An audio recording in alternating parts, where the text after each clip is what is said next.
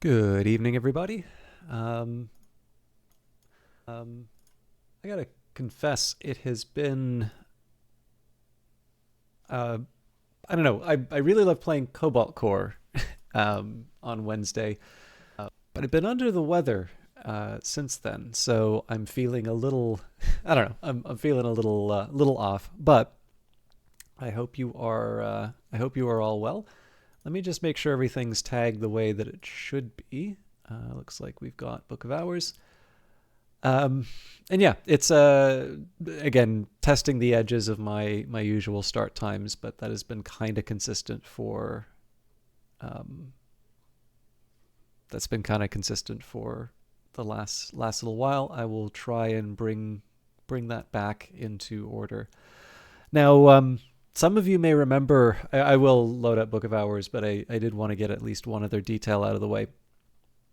Some of you may remember that I was doing a really big data job. I guess that would be about a week ago now. Now that's going well. In fact, I managed to get I managed to get a sort of an improvement. So the rate at which I was acquiring things, probably 4 times speed up, which is good, and it doesn't seem to have caused any problems with my it doesn't seem to cause any problems with my with the sources that I'm collecting these things from.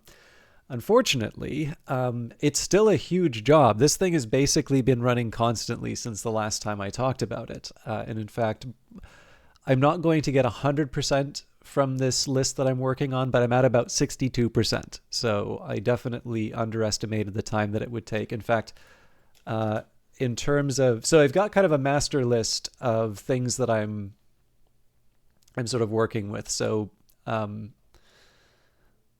of the list of everything that I could potentially download, I've got 62.43% of that right now. I've actually got the details up in front of me. I've got of that there are 112,240 individual items. Now, some of those are going to, the thing to remember about that 62% is that a certain number of those are going to basically be false positives. So there's something that I've already put in to not even try those so that I don't waste a whole bunch of time collecting things that I can. There'll be like a cleanup step at the end that, that deals with those, but I don't want those to be like the first, 10,000 things that I download, let's say. So of that 112,240 items, there are two other sets of details that I need, which come from two other sources. So for me to consider it to be a full collection, let's say, it has to have a matching item. And generally that's positive. So I think the worst that I've gotten would be 108,308 items. So that's about a 96.5% sort of hit rate. Now, I'm sure in practice, like when I take a look at this stuff, I'm going to notice that maybe there are a few items that, superficially look like they hit, but really they're not actually that useful to me. But overall, again, I'm sure the individual details are not very interesting to everyone, but from a very practical point of view, this does mean that I think everybody's had the experience with a Windows machine that generally you don't want to leave those things running for too long. In fact, I specifically told it not to do an update so that I could just let this thing run in the background. I'm currently sitting at 17.7 gigabytes of data, 328,934 individual files. So not exactly the sort of thing that you just throw on a thumb drive and walk away with. But the good news is that, so first of all, I'm pretty sure if I were to zip this, the file would be considerably smaller.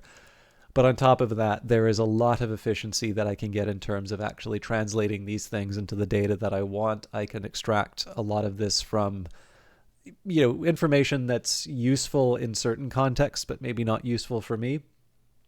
So definitely the plan is going to be to take all of this data, put it into something that's a little bit more workable for me. And hopefully that will involve less pressure. on my, I don't know, I don't know, the different sources I have. But anyways, so with all of that in mind, this may be a slightly more error-prone stream today, and that's just because of the fact that I'm getting some work done in the background. But I will do my best to keep it running. I do have a long weekend coming up, so I expect, well, I guess I might mess with the YouTube videos. Should get those done sooner, I think. But otherwise, we are good. The other thing is that there is always the slight worry that Steam interferes with this, so that's why I didn't want to mess around too much. But other than that, I mean, I'm more or less recovering. I'm not sure it's coming through in terms of the voice or not, but I hope you are all well, and I'm really looking forward to doing some more Book of Hours. I loved Cobalt Core, and I'm really looking forward to doing that too, but I wanted to make sure we did Book of Hours sort of evenly between the two games. So, Books of the Memory Which Does Not Die, inscribed in 5 languages over the gate of Hush House. So I think we should be still on... Yes, we are still on our old save. I will confess, the librarian has left the world behind. This has its advantages, but also its price. So one of the drawbacks is that because I'm getting to the point where I'm exploring in both the oh yes, I think I made a note for myself now that I remember.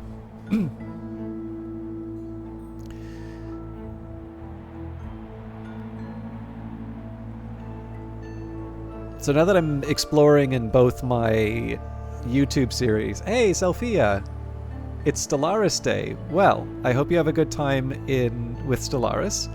It's been a very long time since I've played that. And thank you very much for the lurk. I appreciate that, because I think you might be the only person in right now. For those of you who do not know Sophia, I'm not going to let the start of the stream get in the way.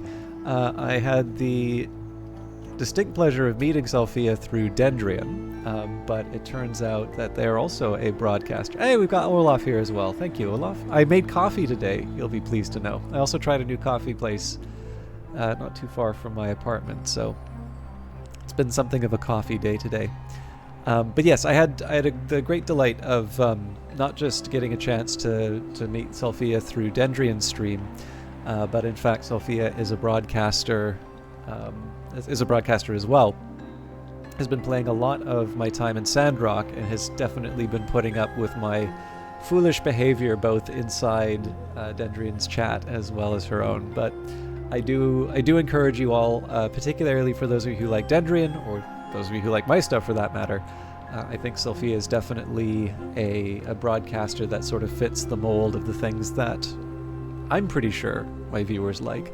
And on top of that is just a very nice person to hang out with. So that's probably the main thing that I should sell people on in the first place. But and what's new with you, Olaf? I will confess I've actually been making slow progress through Borderlands 2. I also downloaded Darktide again. I don't know if I'll wind up playing it, but I always feel like I should play Vermintide with you at some point. And that's not just a, hey, we should hang out at some point. If you want to play Vermintide sometime, definitely give me a message and I will find a way to make the time.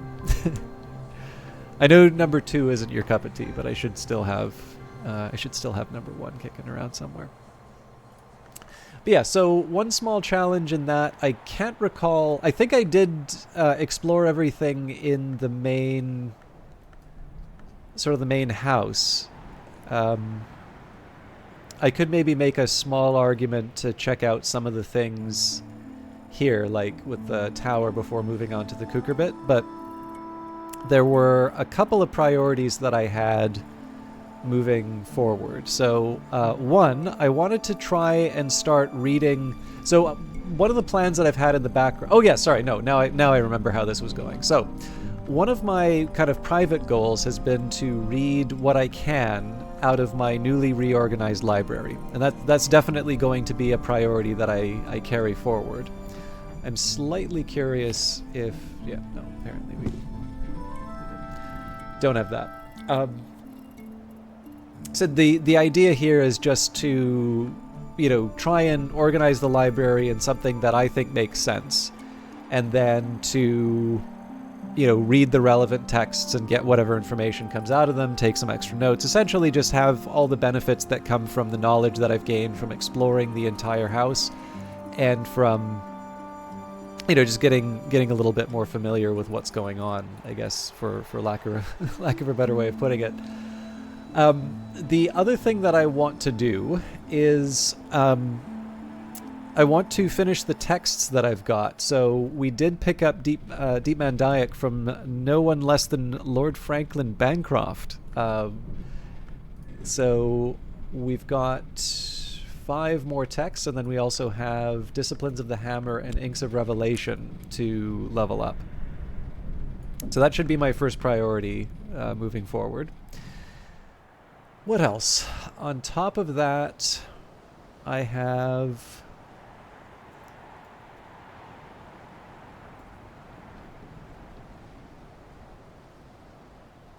Well, I suppose I've been looking for the different secrets within the house. That's definitely still a thing.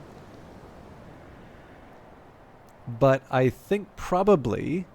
Oh, we've got Catastrophically Emma. You got your first victory in the game today. I'm excited to play through and try a different history. Congratulations. I'm very glad to hear that. I also take it when you say with a history, that means that you did not go for the minor ending at the yew tree, but rather you committed something to the journal and moved forward. So again, congratulations. I'm very, very happy to hear that. I do have the option of kind of doing that, but at the moment I'm sort of stuck on this. I don't know. I'm being a bit stubborn when it comes to leveling up the different skills that I have. Although I do think I've learned something a little bit different about how I want to commit everything to the Tree of Wisdoms when the time comes. But before I do that, I definitely want to make sure that Wolf Stories and Pearl and Tide get their level ups. Unfortunately, I did make that determination a bit late, so I can improve Disciplines of the Hammer up to level 9, and I can improve Inks of Revelation up to level 8, but Wolf Stories needs Moon and Scale, and Pearl and Tide needs Moon and Rose, which neither of which are going to be helped by these lessons. But I think it's clear at this point I need to kind of get my act together in terms of leveling up Disciplines of the Hammer and Inks of Revelation. So that is what we're going to do. And then from that we will read whatever Man Dyack texts we can. We will maybe make some progress in terms of investigating more parts of the house, although again we've sort of looked at I guess that really isn't true because we haven't looked at White Matilda yet. So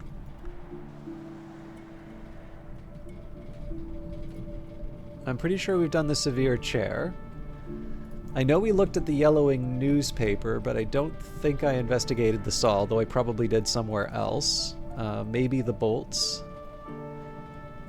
I've also definitely not looked into the library. No, there's a lot that we can actually be investigating, so I should probably smarten up on that. I'm pretty sure I did investigate the Librarian's Armchair, but maybe we'll start with that. Okay, yeah. This is all coming back to me. So, we've got our Storm Memory. I've carried the memory like a flambeau, safe through the mazes of night. Now, I don't think either of those helps me with Disciplines of the Hammer or Inks of Revelation. So, here's what I'm going to do. I'm going to take a minute to... I'll actually do both...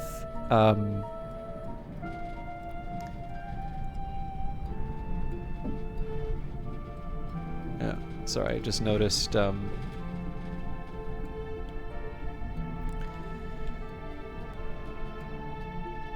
Noticed a couple of details here, which I can now erase. I think what I'm going to do is I'm going to write down both the Edge and Forge, and then the Lantern and Moth,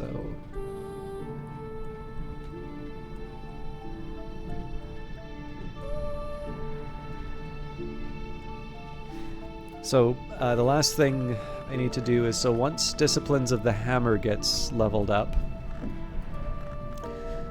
Bells and Braziers, I suppose, has a sort of sense of its own. Let me just double check. So apparently I only have a level 9 Grail. No, that makes sense. But Sea Stories isn't going to help me there. I only have a level 9 Heart, it would seem. Well, that was out of date, so that's definitely 10 now. Sorry, I know it's always tedious to watch me figure this stuff out at the start, but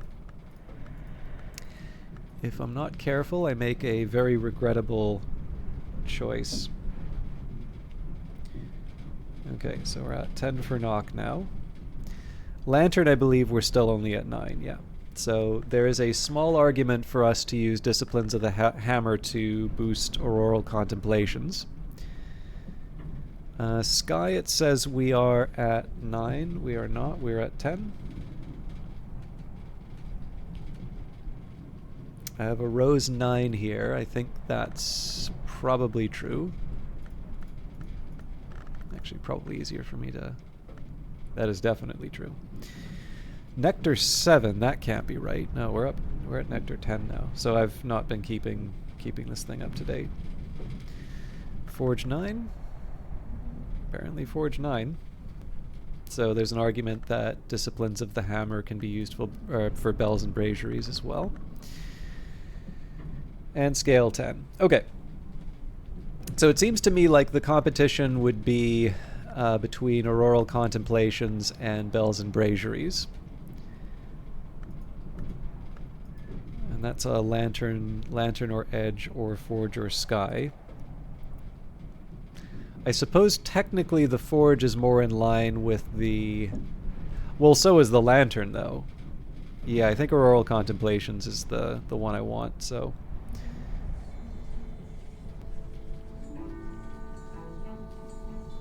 Okay. So that gives me 3 things to focus on for the next little while. If you don't mind, this is going to take... I'm going to have to do this in silent... Well, I don't have to do it in silent. Well, okay, hang on. Let me see if I can bring the laptop over and try and chat with you while I figure this out. So what I'm just doing here, I'm looking at the spreadsheet that I made. Now, at some point, I would also like to do a bit more crafting to figure out what's going on there, because I was on track to investigate it, and then I sort of left it aside. And I don't know, I just feel like with everything that I've got, I probably should have a few more keeper level recipes at this point. But I've also had other priorities to work with, so, you know, potato, I guess. But what I'll work with now, I'm going to go through my table of all the books that I've got, or all the books that I've seen. I don't necessarily have all of them. And this is going to get a little complicated because I need to remember that I need Edge Forge, Lantern Moth, or Lantern and Edge. So basically there's lots of things to keep track of. But it's... this is going to be my to-do list of memories that I want to collect. Okay, so Beguiling Melody gives Grail and Sky. That's not useful. Bittersweet Certainty gives Winter and Lantern, so that will be useful for 2 of them.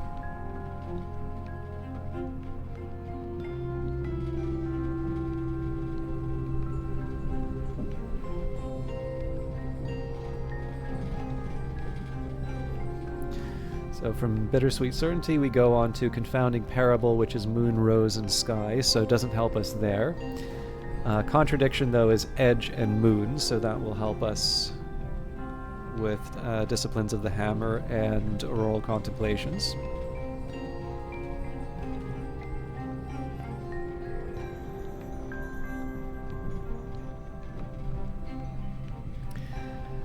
Earth Sign is Nectar and Scale, so that doesn't help us there, but Fear gives us Scale and Edge, so the same 2 benefit from that.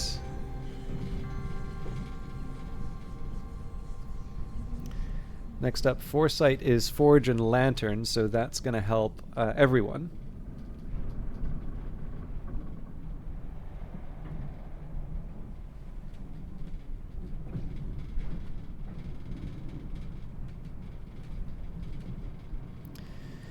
Moving on, Gossip is Rose and Grail, so that doesn't help us. Hindsight is Winter and Scale, so unfortunately it doesn't help either of those. Impulse will help the inks, so that is Moth and Nectar. I believe that is the only moth that we can get through reading a book, or through also through talking with a follower. Now Newman will help any of these, so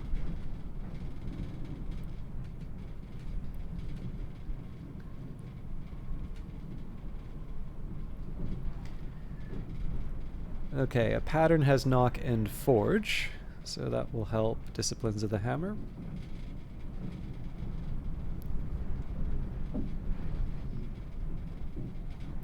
Regret is Winter and Forge.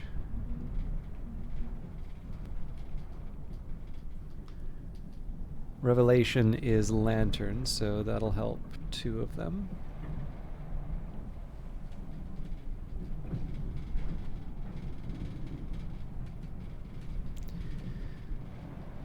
Salt is Knock, Moon, and Winter, so not helpful to us right now. Satisfaction is Grail and Heart, so similarly not an easy one for us to work with. Savage Hymn, this was the one that kind of caught me before.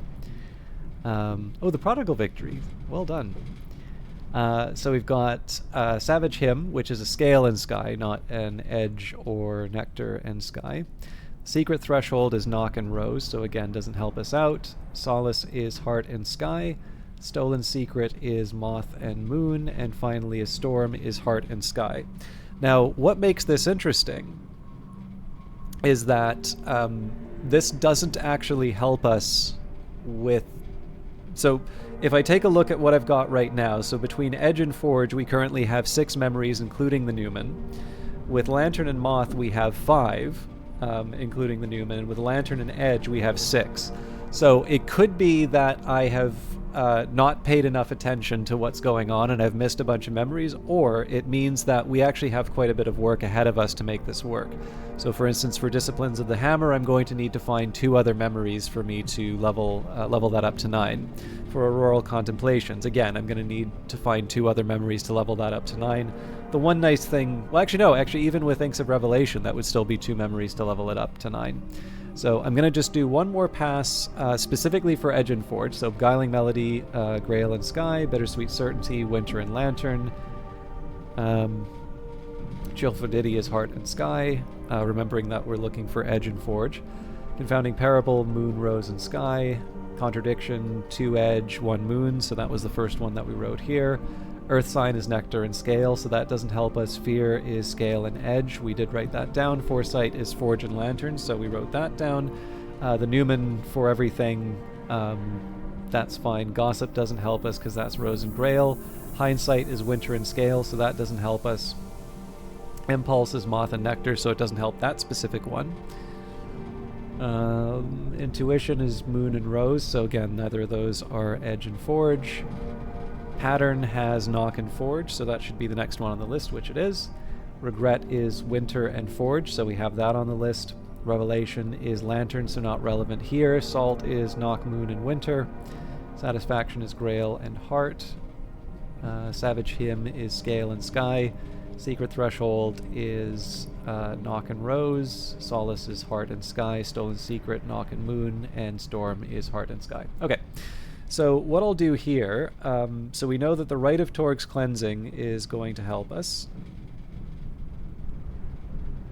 And then Touch will be number 8.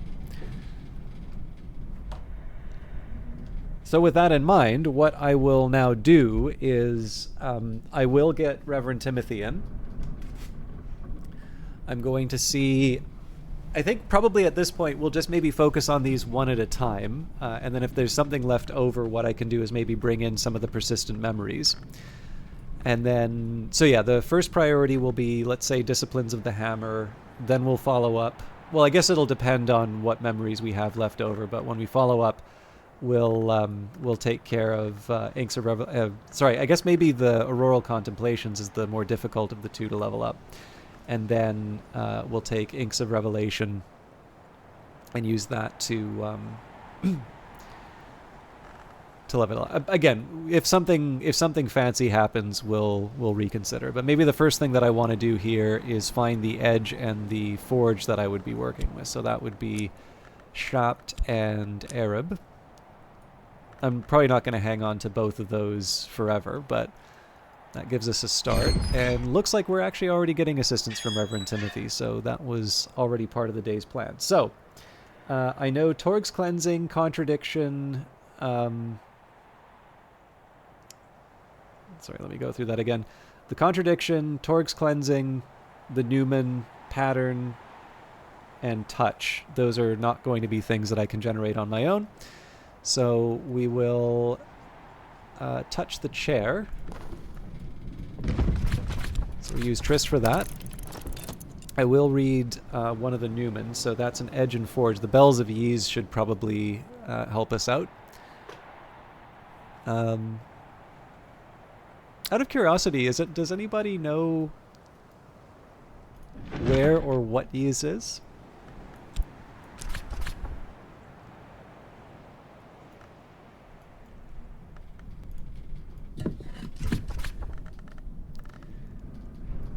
Okay, this is in Fusine, so I have already mastered this, but I could reread it and perhaps recall a memory.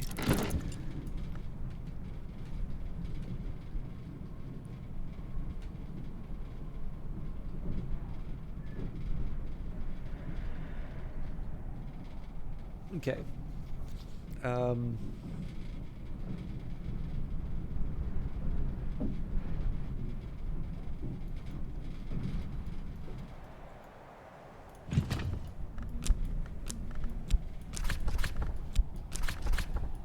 So there's Torg's Cleansing. And then the pattern will come from a book.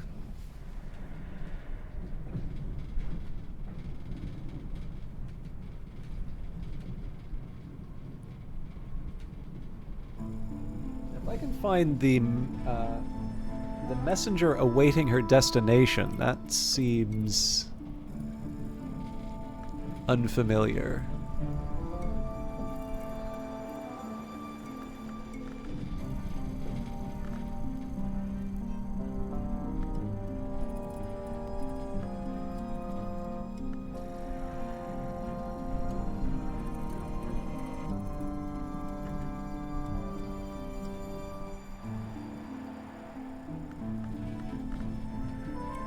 It's possible we don't have it, but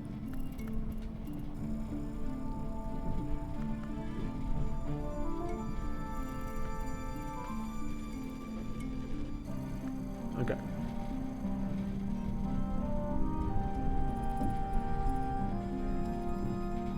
Traveling at Night, Volume 3 it is then.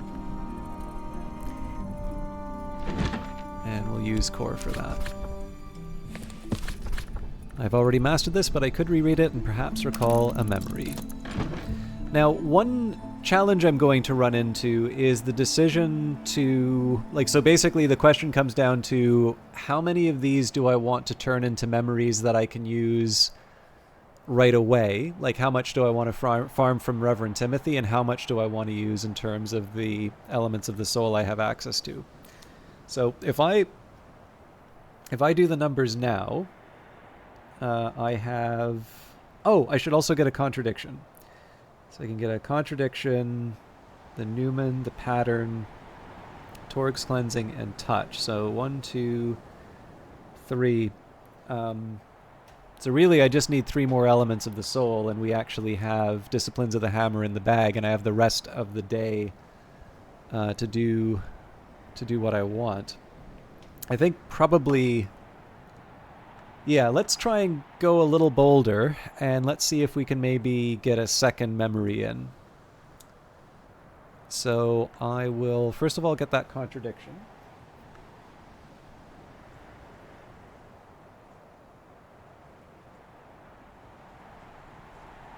Do those indignities.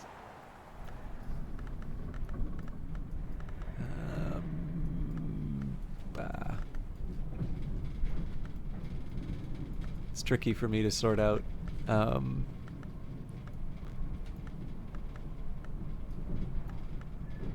tricky for me to sort out where all the books are now. There it is.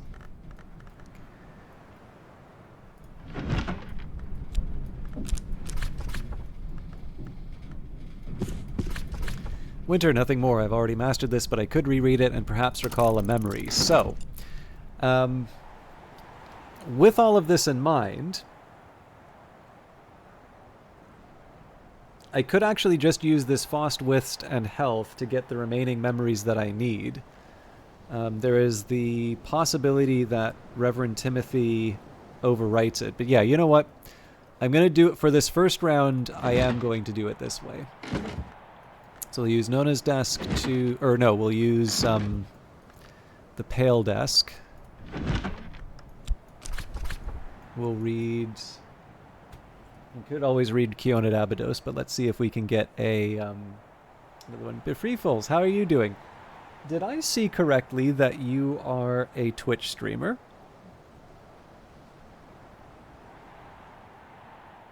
I don't think I knew this about you.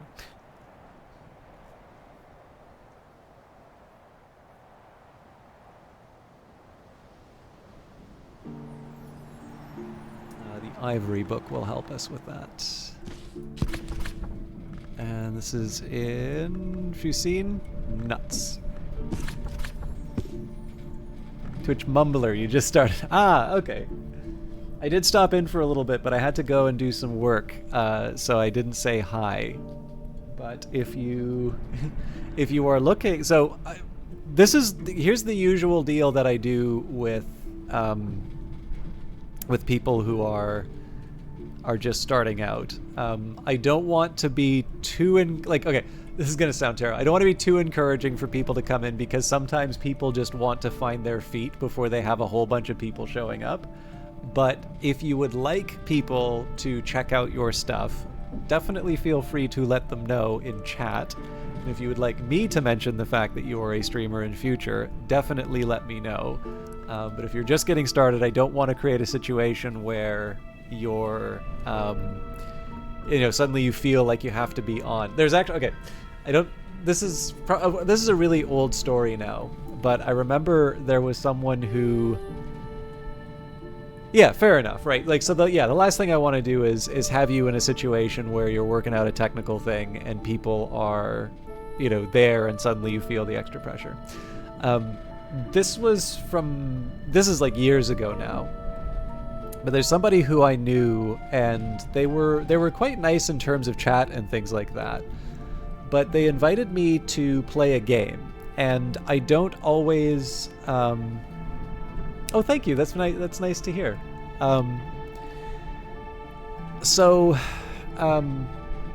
They said, hey, let's play this game as a strategy game that I liked. And like, for me, I do get very few opportunities to actually play multiplayer games with people. So they were, I was like, okay, this is actually quite fun. I finally get to try this game multiplayer, because I normally only done it single player. And then at the last possible minute, they informed me that, oh, I'm going to be streaming this. And like, as in, I am going to be on the broadcast too. And it immediately went from like being really excited about the game to feeling like I needed to be quote unquote on. And this is definitely someone who, like, again, I don't want to be unkind, but they were not a very good broadcaster. The reason I say that is definitely they were the type of broadcaster where they would do sort of these extended silences, and I definitely was feeling obligated to sort of fill in those gaps. So overall, like, I'm comfortable enough to be able to do a broadcast. Just it went from like, hey, this is exciting, I get to play a new game, play a game with someone I haven't played a game before, and I've never played this game multiplayer, this is fun, to, oh, okay, now I feel like I have to work. So with that in mind, I'm because I've felt a bit kind of put out because of the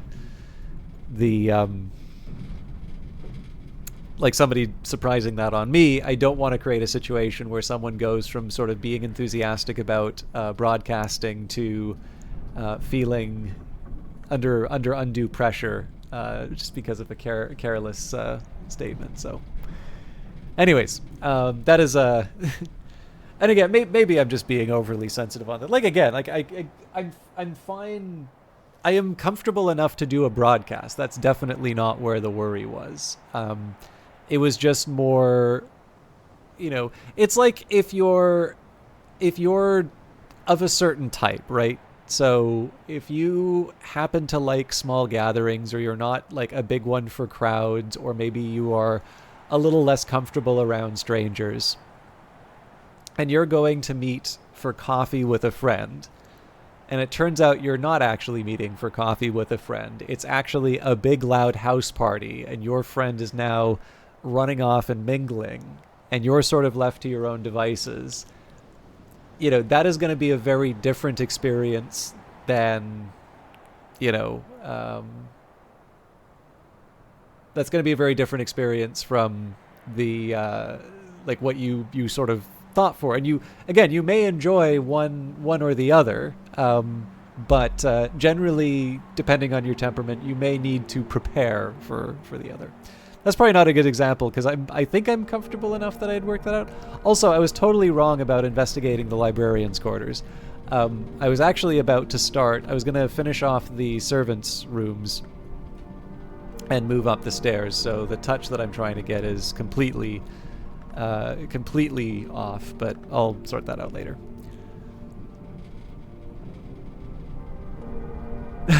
Fair enough. Yeah, sorry, I did notice you were playing Dead by Daylight. Yeah, I mean, like, that kind of social anxiety isn't a big one for me, but it's one I'm kind of familiar with people having, so it's an easy enough example. Okay, the book didn't work out, so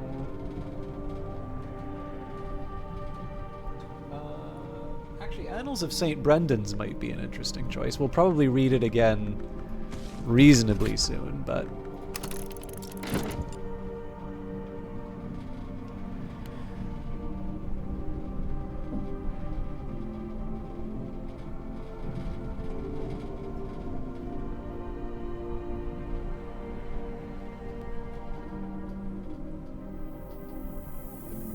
okay, so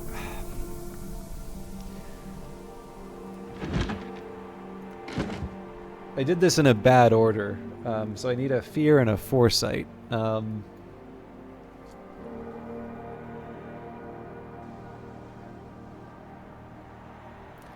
Skin of Silver seems interesting. Let's see if I can find it.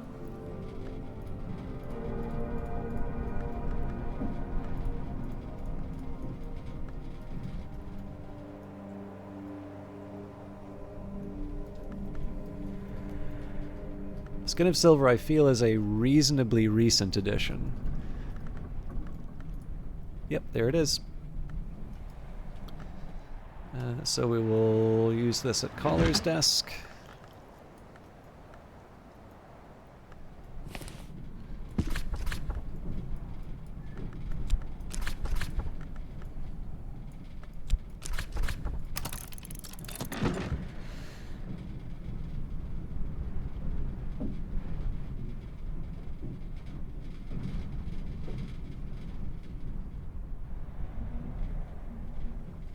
See if we can find Sunset Celia in the End of Days.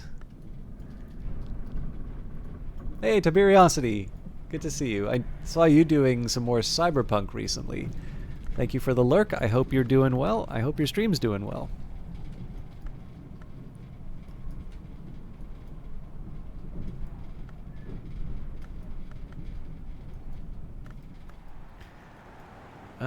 Okay. Sevenfold Slaying. This is why I've been trying to reorganize the library.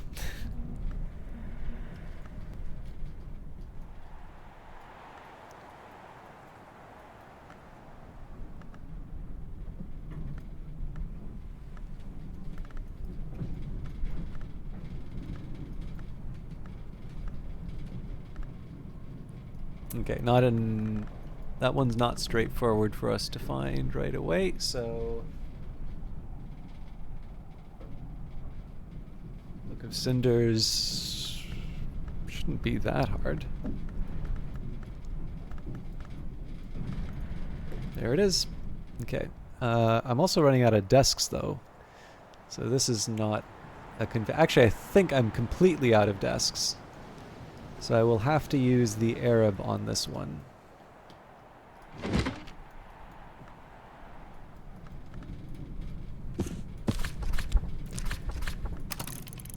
So yeah, this is a little bit different from what I was expecting, but we know we've got Disciplines of the Hammer, and then maybe what I'll do is I'll see with these persistent memories that I've got kicking around, we'll see if there's something special that I can do with these. And we'll read all of the texts when we're done. All right, Reverend Timothy always jumps at the offer of my company. Reverend Timothy is always happy to chat. It is autumn when the leaves rustle. The silent landlady has served me apple pie with steamed cream in the window nook.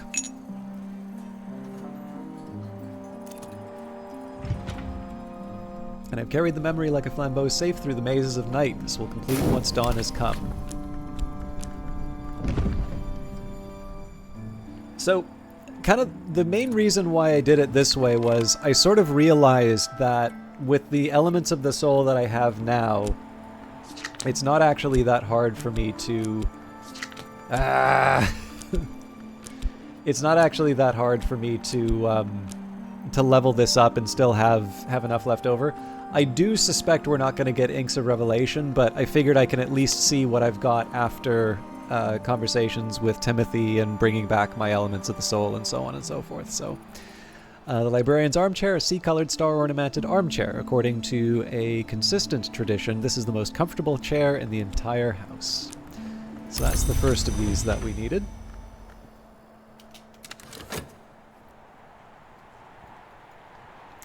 The next thing I'm going to do is just try and renew elements of the soul as quickly as I can in at the Sweet Bone. So even if that winds up costing quite a bit of money, as long as it's kind of by the halfway point of the day, I should be able to get that back in terms of work. So at this point, okay, so that hindsight wasn't essential. So yeah, the basic idea here is that I'm definitely getting Disciplines of the Hammer. That'll be able to go to level 9. And then the question's going to be, am I able to level up some of these other texts? Or some of the other skills before the end of the day. So the Book of Cinders, ostensibly an 18th century fireworks manual, but with some exotic ingredient choices and a substantial section on tephromancy, divination from ashes. The text takes as its theme the motto of the Society of the Noble Endeavor, Altura proprius ignis cineribus. A fire by its own ashes is nourished, and uses this as a way into discussions of alchemical techniques. A surprisingly casual final section mentions that iotic essence, the root of the great and exultant ink or pimental, can be refined with enough forge from a variety of liquids. Alright, that's our foresight memory.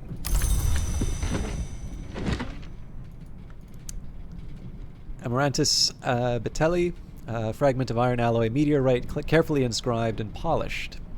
Who gave us fire? Who gave us steel? What is the sound of dusk? Of what alloy is wind forged? Esoteric secrets of metallurgy and resonance are revealed, including directions towards the creation of a terrible bell.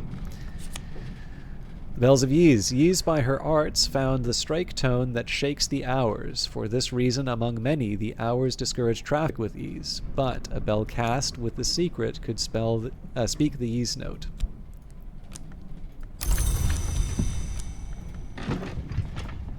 The cleansing has left my skin burning, my teeth throbbing. The chorality rumbles beneath the membranous surfaces of the waking world. So I should probably read these as well. Touchcraft is learned only through the tips of the fingers. Memory Foresight on Wit's Forge and Fire Blast, Meanings Press and Screw. Coleridge on Donne's Poetry. Torg's Cleansing. The librarian Natalia Brulot learnt this powerful if unpleasant technique from the priest and edgelong Reverend Torg. We have got Winter Nothing More. Those indignities perpetrated by the deceitful fraternity of Obliviots. It is not clear whether CROD, who is identified only by his initials, was in fact an initiate of the Obliviate Order of Immortal Adepts. He wrote in the 16th century after the order, if he is to be believed, had passed the height of its power. 58. That they did claim inheritance of the traditions of the House of Leith, but that they have disregarded both its most sacred and its most beautiful ceremonies where they are not found convenient. 59. 71. The Glassfinger toxin is no mere assassin's convenience for the Obliv-idiots to confine to the disposal of their enemies. It has higher uses. Certainly it is a great matter of winter, but I have already outlined the technique by which it may be fitted for its ultimate destiny. Contradiction, something uncomfortable. Traveling at Night, Volume 3, The Annotated Dream Journals of Christopher Elopoli, sometimes called the only readable occultist. Literate, entertaining, bewildering. Elopoli's disquisitions on fire and the unburnt god are interrupted by passages of distractingly erotic poetry addressed to Baldemera. To reach the stag door, I believe that all you really need is to want something enough, but I've never wanted anything that much, except, of course, Baldemera, and I'm very much afraid that the knot in this story is this. What Baldemera wants is the stag door, but here's something I learned in Persia. Perhaps it'll teach you what you want. Pattern, something fits just right. Annals of St. Brendan's, over 100 years of the Abbey's annals from 1230 to 1350. 3 events of particular interest are recorded: an endowment by Eva de Braus, widow of the Marcher Lord Gwilym Du, Black William, which enables an expansion of the Abbey, the construction of the Winter Tower, which is dedicated to the Madrigad, and the death by poisoning and arts unsanctioned of Abbess Nona. After Abbess Nona's death, the double foundation is dissolved and the monastery is reformed to accept only male novices. At this point, the ink changes. The helpful scribe explains that for the new foundation, the abbot has mandated Stargall, not Ugall ink. He outlines the differences, use of inks of containment, techniques with a sky, not nectar context, but doesn't trouble to explain why. Regret, every choice has its shadow.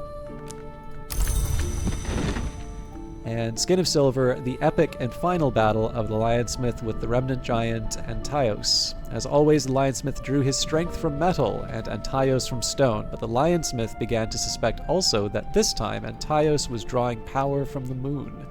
The Lionsmith beseeches the 3 for their assistance, and the Menescate favors him with a skin of silver, like water, like mercury, so he too can drink power from the moon. For, she whispers, he too will one day be drawn into perfect balance. Fear. The oldest and strongest emotion of mankind is fear, and the oldest and strongest kind of fear is fear of the unknown. So that's 1, 2, 3, 4, 5, 6, 7, 8 memories. We are ready to level up.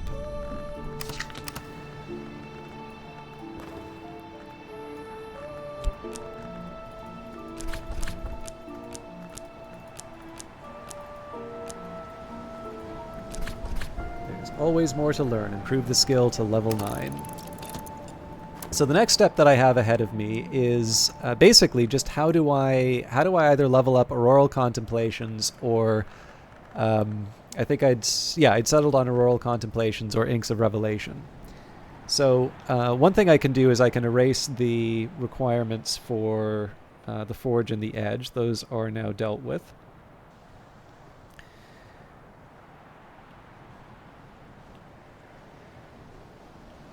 It used to be easier when my pencil was properly working with the pressure. Okay. So Bittersweet Certainty is something... Yeah, so one thing that's kind of tempting about the Lantern and Edge one is that the Bittersweet Certainty, Contradiction, and the Newman are all things that I can... Well, I mean, there's the sort of the same... Actually, you know what? If I go for Auroral Contemplations, for the most part, that works rather well for me. Because most of the things that I can get out of that are actually... like, basically, the only real difference, the auroral contemplation stuff has some edge that you wouldn't otherwise be able to. Yeah, so I can't use the edge to level up Inks of Revelation, but I can use.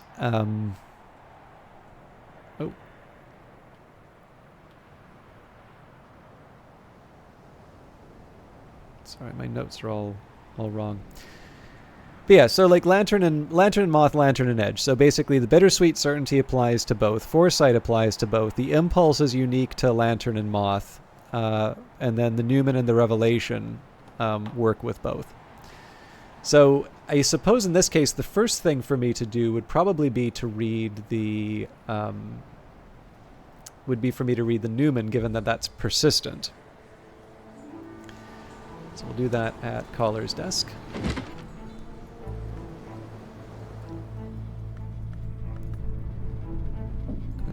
We want the sun's design here. And this is the one in Crack Track.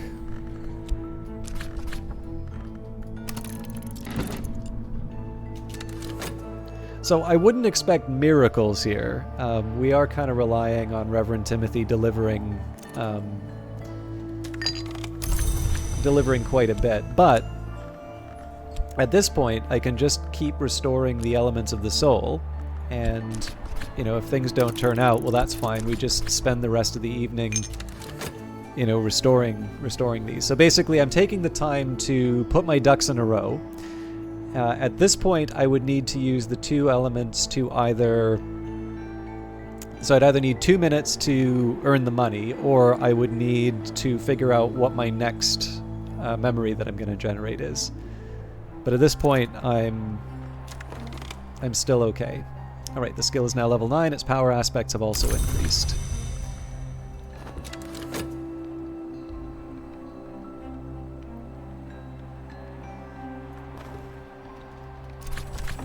Okay, so that foresight helps us.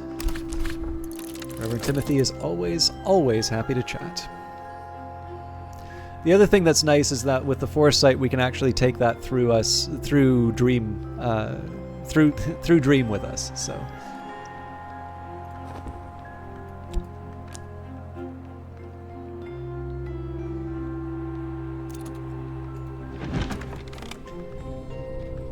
The sun's design, a scorched slab of black corundum, minutely scratched on every side with intricate ideoglyphs. In the city of Mesa, beneath the Church of the Holy Belt, in a sarcophagus of black corundum, Elagabalus lies, accursed of Janus, neither long nor mortal, neither man nor woman, neither a liar nor speaker of truth, neither real nor imagined. On his light suffused skin is made manifest the sun and splendor's grand design. Elagabalus is the source of one half of this text. The source of the other half is obscure, but its power is evident. It is impossible to be certain if the sun really planned for us to enter eternity. It is impossible to be sure if the Grail, the Vagabond, and the Forge stole this birthright from us, or saved us from it. But there is a great secret here. How are you doing, Elminster 111? Newman, the paths of the sun. The sun has charted his paths beyond walls and woods and bounds. When the sun lights our way, when we are ready, all of us will enter eternity, at least in the right history. Any librarian can use this to establish a history and complete the game, but the cartographer and the Twiceborn can win a particular victory. And formerly cured Charlie. System Doctor stopping by on your break. I hope you guys are having a good stream. Wish you could stick around. I'm always happy to have you, however long it is, and there's always the VOD. I was actually worried that I missed a VOD when I was uploading, but we're good. And again, thank you for saying hi. I hope you enjoy your break, and I hope you have a good rest of your day, even if you can't spend that with us. So this is probably the victory I'm going to go for. I think I'm going to need to make a decision in terms of Forge, Knock, or Lantern, which of course is interesting because right now my journal is actually very heavy on the Lantern and Moth.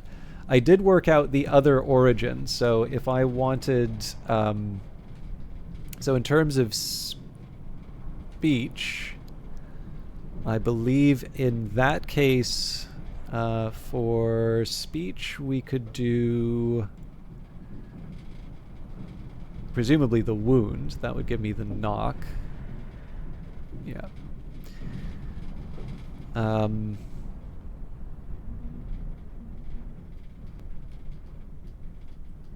Now we kind of already eliminated the other possibility for a boosted knock, which would be Horndaxed Oldest.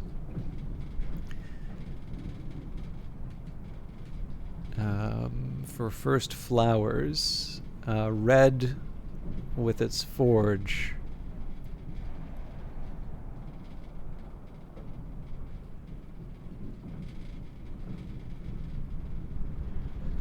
So I'm mostly just interested here. So I've got Forge, Knock, and Lantern. So the ones that give me Forge. So Origin from Nowhere gives us Forge.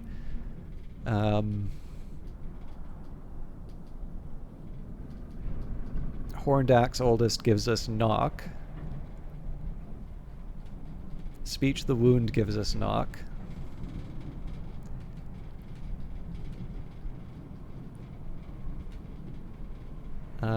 Red the First Flower gives us Forge.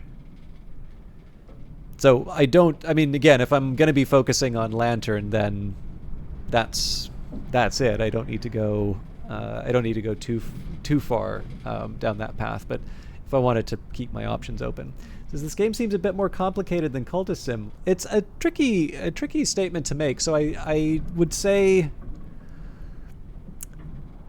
yeah. So this is the challenge: is that you can have an easier game that is still more complicated. So the thing that's nice about here's the way that I could probably make this make a bit of sense. Book of Hours doesn't really have a way to lose. It's a much more forgiving game than Cultist Simulator. And I think one of the ways that it trades that off is that, like, if Cultist Simulator asks too much of you with that kind of, with that that constant fear that you're going to run out of money and die, that can very easily fall over into you've discovered Barony. I'm not familiar with Barony. Would you mind telling me what that is? But yeah, so I think in the end, I think Cultist Simulator, while it's not an easy game, and it's certainly one where if you put the time in, you will definitely find that there's a bit more going on than what it first appears. But if you ask a bit too much of someone, while also giving them sort of that roguelike experience of permadeath, then I think there's a certain point where people justifiably throw up their hands and say that this isn't really worth it. Barony is a first-person dungeon crawler that looks like Minecraft or Roblox, but is really a gem. Okay, I'm just going to make a quick note of that. Always looking for interesting new games.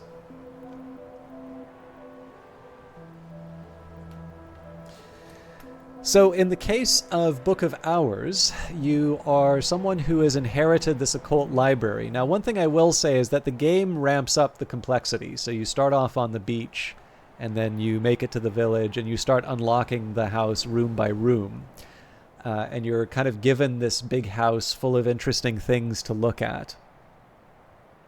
Oh, I may actually have it then if it was one of the epic freebies, because I'm pretty good at picking those up. But of course, that doesn't mean that I play them. But yeah, basically, I would say I can see why the complexity is there, because in the end, you're presented with a bunch of books and you're presented with a bunch of mysteries inside the house, and it's kind of up to you to order things the way that they make sense to you. But on the other hand, I think because it is so forgiving, I don't perceive it as a more complicated game. Like it's one of those things that I think is complicated on reflection, as opposed to it being something that is, a little, but that's overwhelming, let's say. So I'm probably setting myself up for disappointment here, but I am gonna try and recover one more element of the soul. It is autumn and the leaves rustle. The silent landlady has served me apple pie with steamed cream in the window nook. Let's also think, so the wormwood dream is good for moon and winter, so that's not relevant. Curious hunch can be used with lantern or moth. And none of these will help me out. So yeah, I think it's less likely I'm going to see an upgrade to Auroral Contemplations or Inks of Revelation, but I'm not ruling it out yet. Just don't throw your journal into the fire. And I will say, Elminster, it's a... so I should actually... This is also a good time for me to mention. I was given a copy of this from the developers for promotional purposes. I know I was a Kickstarter backer for Cultist Simulator, but they gave me the copy of Book of Hours. So, but yeah, I am quite far into the game. So again, I've unlocked the entire house. But if you have any questions or you'd like to know a little bit more about what's going on, do feel free to ask. I know it's kind of my job to do a better job of communicating what's going on, but I also take a lot for granted in terms of what's already happened in the playthrough.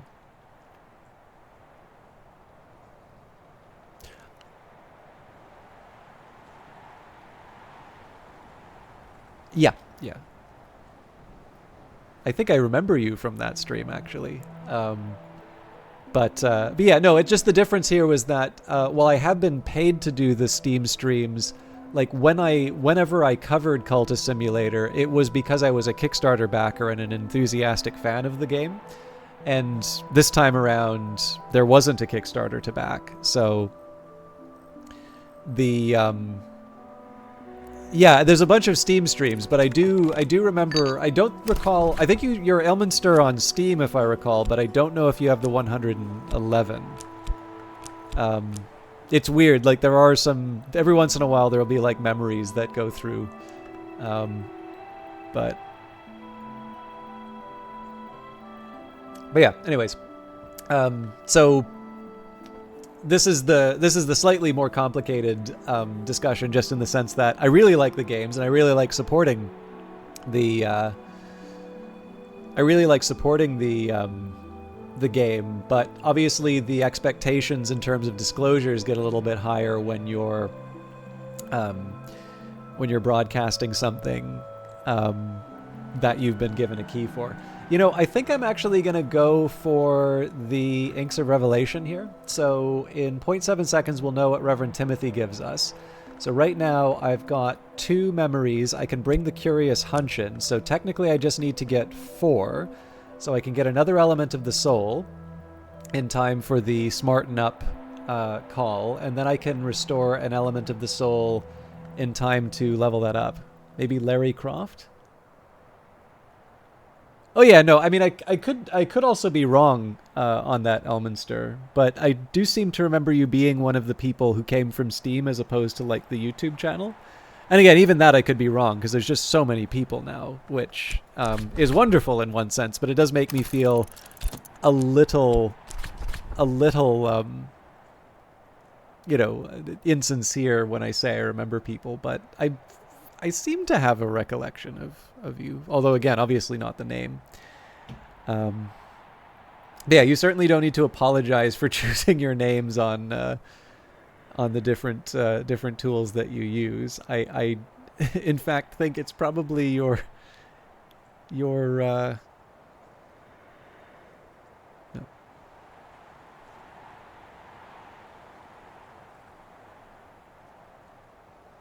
Sorry, just got an email.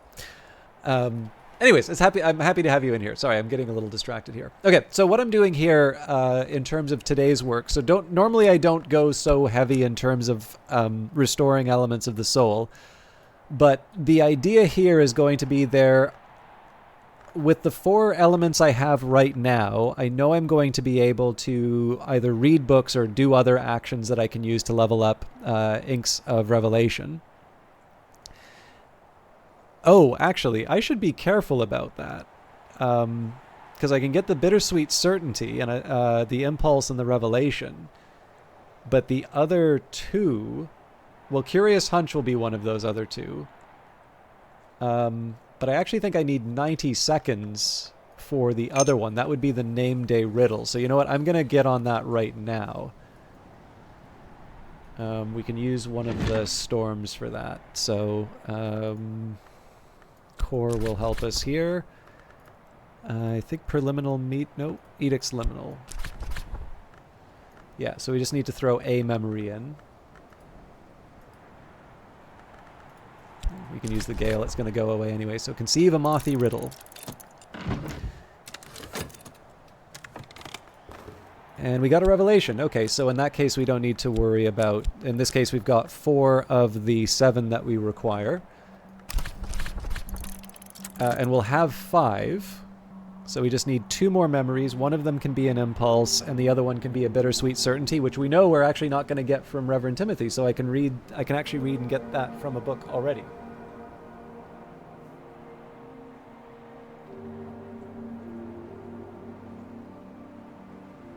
So the Black Book of Brittany will sort that out for us. I know we've read that one a few times, but there's only 3 texts that get me, that only get me the bittersweet certainty. I've already mastered this, but I could reread it and perhaps recall a memory.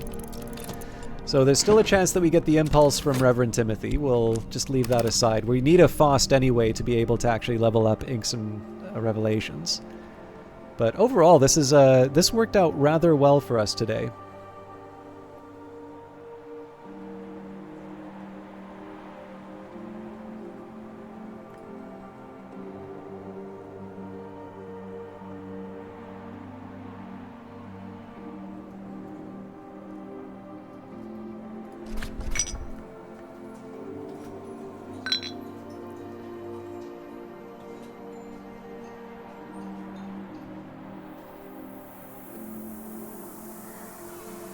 So give it a couple of seconds with Reverend Timothy. Okay, so that's just the hindsight. I don't need to listen to everything Reverend Timothy says. He doesn't really even expect me to, but I'm often glad when I do. Oh, I should also mention too, Elminster, so as far as Cultist Simulator goes, this is the follow-up to Cultist Simulator. So this takes place chronologically after the game, although it may take place in a different history. And it's you obviously play a different character, but some of the books do cross over between the 2 games, and they take place in the same setting. Okay, so I think probably it's best for me to just get the impulse regardless at this point.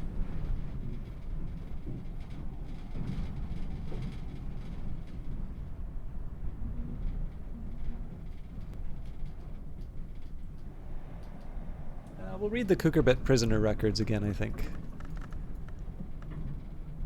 Nope. Our little friend is in the way.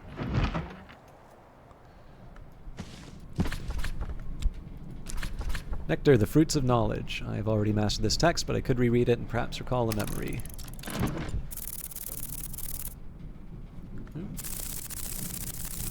There we go. Oh, sorry, I wasn't sure if you were a Weather Factory follower or not. So I have actually run into some people who say, oh, this seems like it was inspired by Cultist Simulator. And I'm like, well, technically, but... better now. Okay.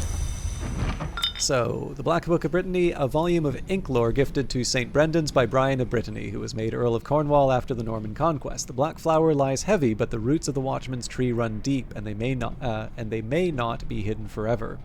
The black flowers, spoken of as a doom or geese, can be held at bay with the last ink of power, brewed from the pale mixture in the presence of sufficient winter with the arts of containment.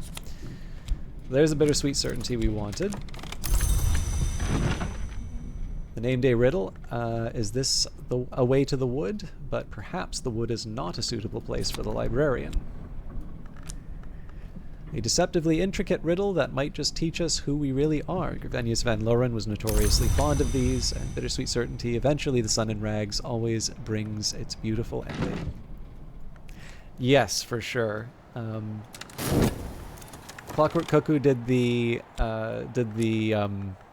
lot of the sort of icons and all of that, and I believe Adrian Deggan is also responsible for some of the art.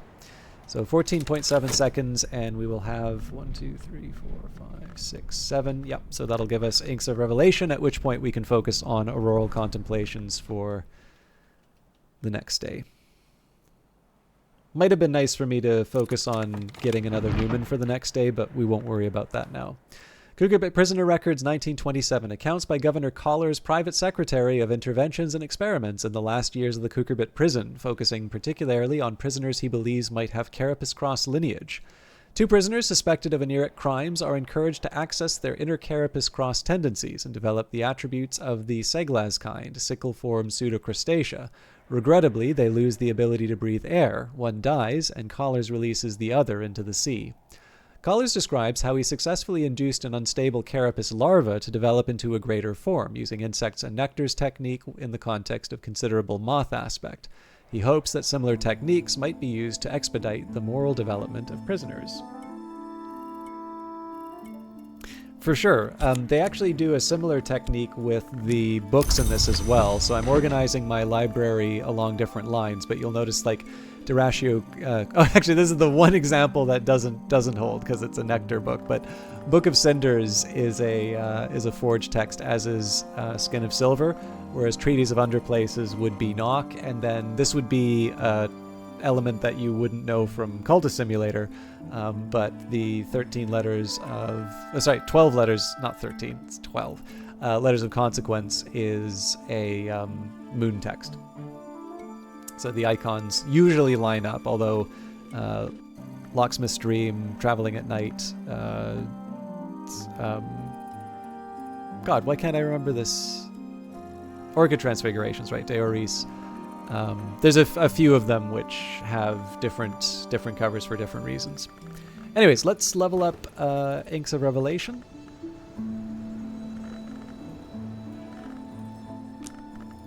And again, from there, I'll be able to focus on improving auroral contemplations tomorrow. I may not even need Reverend Timothy for that, but I probably will. I'll probably use him just because it frees up my Elements of the Soul for other things. How you doing, Vanguard Master?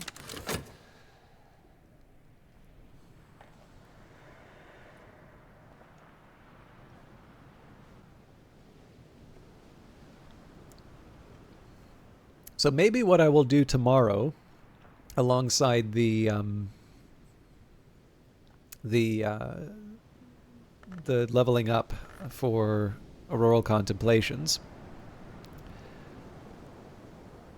I'll see what my pets can do. Okay. This skill is now level 8. Its power aspects have also increased. Crunch time. Tired and stressed. Sorry to hear that. I'm glad that you stopped by. I completely understand if you need to focus on your work, though, because I know you've been working very hard on that. On the other hand, I also know that sometimes it's nice to have a break. Okay. There's not a whole lot for us to do today. But yeah, so I think priority number... Oh, sorry. I was going to pick a memory to save. So, first thing we're going to do, we are going to bring in Reverend Timothy just to see if he saves me any memories. Listening with one ear, but yeah, you're just here to lurk and give your moral support to the stream. Well, thank you for that. Your next game can be a more minimalist approach to exploring an occult library. That way you don't need to stress as much in production. All right, let's get Reverend Timothy in on this. And I think the first thing that I want to do is bring in all of the sort of unique memories that are not going to be the sort of thing that Reverend Timothy can give me. And in fact, I think the other thing I'm going to try and do, I want to double check that these Newman are correct, but I think I want to get a read on what my other options are. So we've got the Shiritic Book of Suns and the Sun Disfigured. I believe both of those give me Newman. If you're gonna fail, but don't think about failure.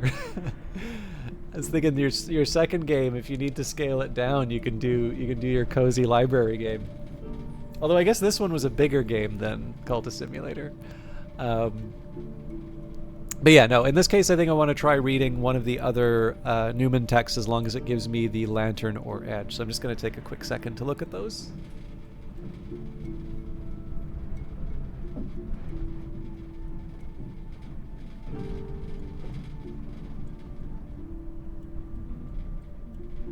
Yeah, so both of those wind up giving me what I need.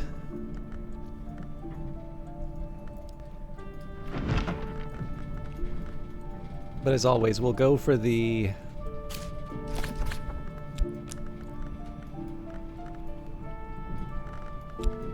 We'll go for the things we know we can't get from Reverend Timothy.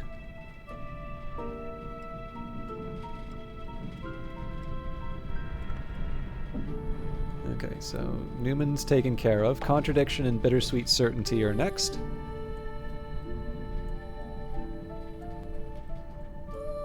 So Glimmerings will give us a Bittersweet Certainty.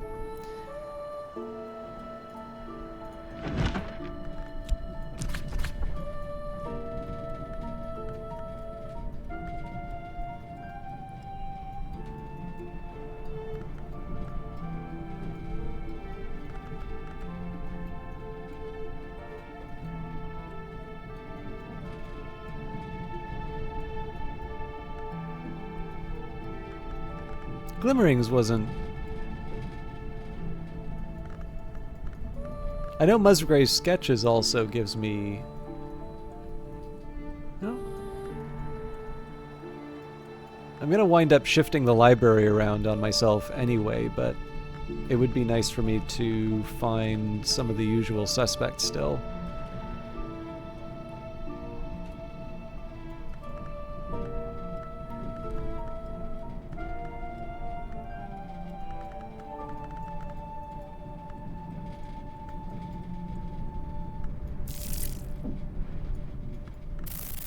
Okay, this is starting to weird me out.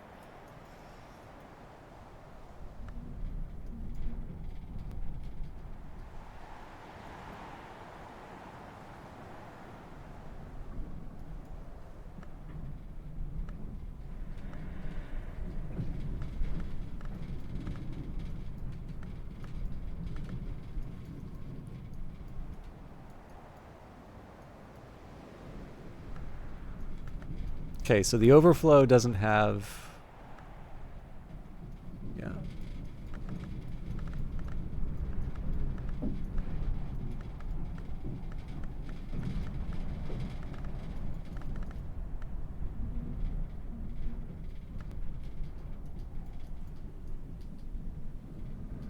Huh.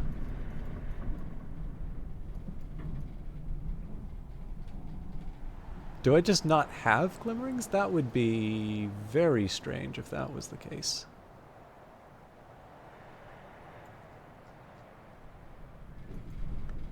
Either way, it is easy enough for me to just reread the same text again. I won't read the actual text. It's a little redundant, but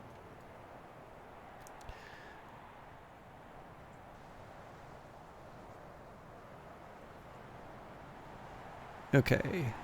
Contradiction.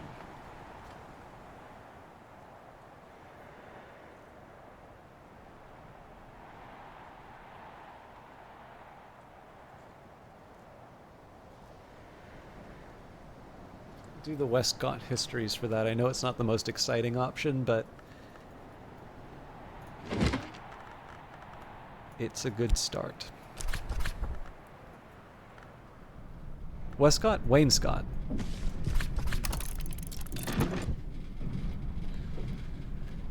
Okay, so we need Fear, Foresight, and Revelation. All three of those are possible things we can get from Reverend Timothy. We also need to find Lantern, or we need to find 2 more Lantern or Edge. So one of those I can get from Torg's Cleansing, which we'll do right now. But I do need to find the other. All right, have a good night, Elminster. Let's take a look and see what my different recipes are for more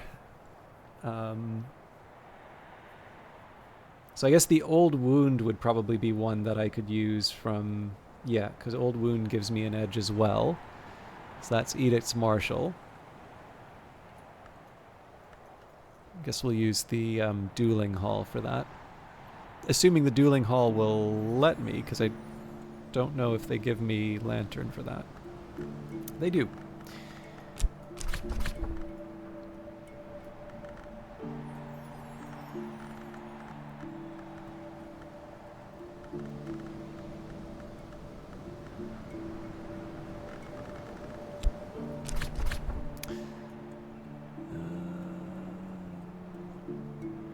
Okay, easier said than done. I don't have the moon for that.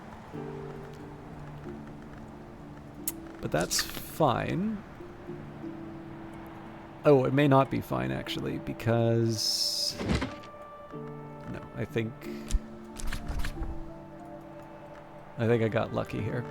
So if I take Edict's Martial and then I add the Lunar Globe, there we go. Okay, so I still need to find another well, the other lantern is an easy one. I just take a look at a painting at that point. So for that, let's... well,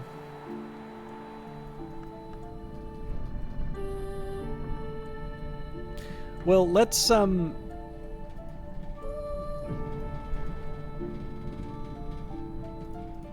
let's see if the inscribed... I'm pretty sure I actually saw the inscribed clock. Okay, now I have technically already seen the Dr. Serena Blackwood painting. But it is the next level of the house that I need, so we'll use the core for that. So that's not going to cover us for everything that we need to level up Auroral Contemplations, but that is everything that we need from Reverend Timothy. And actually at this point I think we can use the whisk to earn ourselves a little bit of money. Reverend Timothy always jumps at the offer of my company. Reverend Timothy is always, always happy to chat. Okay, so the fog actually would have helped with the creation of the old wound, but that's not a big deal. I do have the option of using the health to do some gardening, but I think at this point I'm going to resist the urge to add like more. So I don't want to add read more books. I don't want to add more. In this case, everything kind of all the surplus is going to be used just to explore different things in the house for the rest of today. I think we can leave any additional books for tomorrow. Okay, Dr. Serena Blackwood. No one is in this picture, only an empty garden. Blackwood, abandoned hush house for another library, the Invisible Serapeum in Alexandria. Is this a joke at her expense?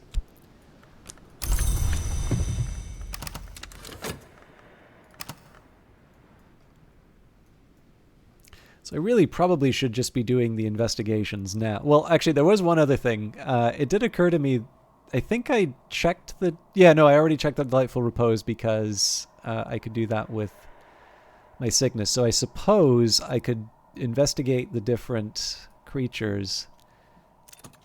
Oh, you were hoping to work on that desk. Although, yeah, it's talking with the animals. That's the real payoff, so...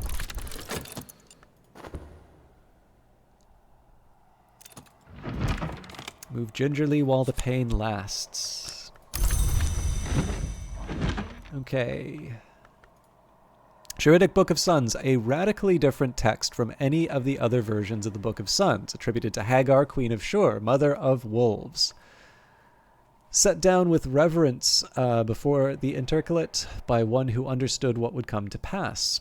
Apocryphal chapters foretell the means by which the Sun and Splendor and the Forge might circumvent the impossibility of their joining, though proxies that are in some through proxies that are in some sense themselves.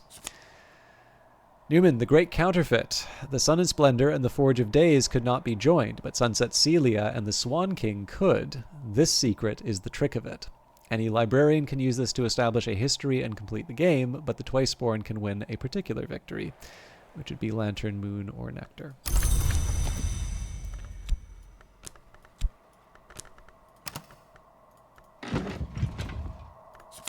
The cleansing has left my skin burning, my teeth throbbing. The corvality rumbles beneath the membranous surfaces of the waking world. We've read this one before.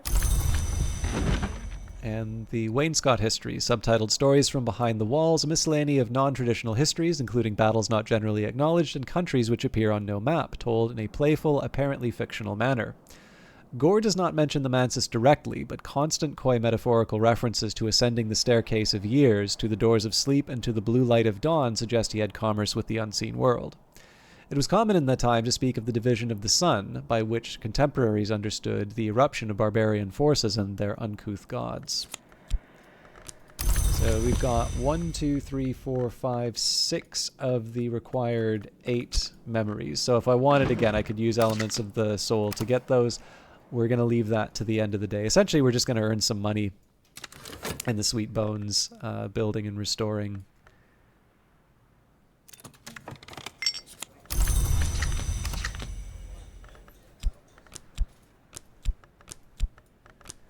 At least until we have what we need from Reverend Timothy. So I'm going to do 2 restorations here just so I can get that whisked back, and then we'll just alternate.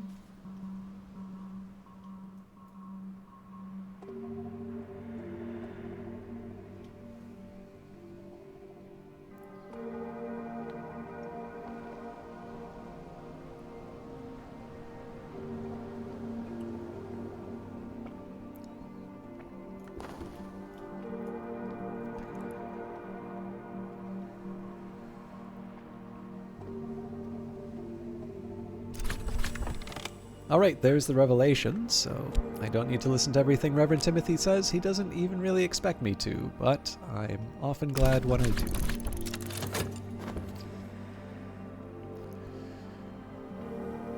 So at this point we just need the fear and the foresight.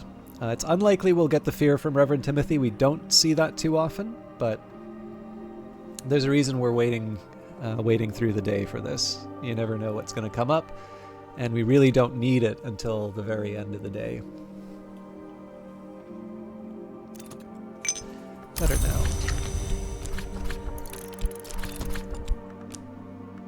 It is autumn when the leaves rustle. The silent landlady has served me apple pie with steamed cream in the window nook. So that's the... Well, it's not the last of the restoration. I wanted to do 2 because I wanted to get the main whist back. Okay, intuition doesn't do too much. But I at least wanted to get back the one that I used for earning some early money. And the hope would definitely be that I can investigate 4 things before the end of the day. Although, you know, I want to be kind of careful. Once we hit the time when the bells ring, I am going to want to think a bit carefully in terms of the order in which I do things.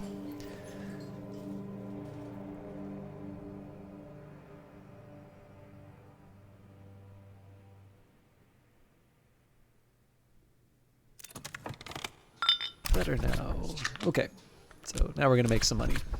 I could offer help with correspondence and arithmetic. There is no school in Brandkrug, and not everyone here knows their letters. Okay, so I'm not expecting too much from Timothy at this point, but again, you never know. We need 2 elements. 2 more elements, so that'll be the health and the shaft spoken for. The Whist and the Fost are kind of nice to leave aside, because if I accidentally wind up using the Fost, I can still use the Whist to level up Auroral Contemplations. But again, the reason we're waiting till the end of the day is just every element of the soul that I don't use towards leveling up Auroral Contemplations. And let me just double check. That's 1, 2, 3, 4, 5, 6, 7. Oh, hang on. 1, 2, 3, 4, 5, 6, 7. Right, it was the old wound that I forgot about, so I actually just need 1. But basically everything extra is something that I can use to explore more of the house, which is nice.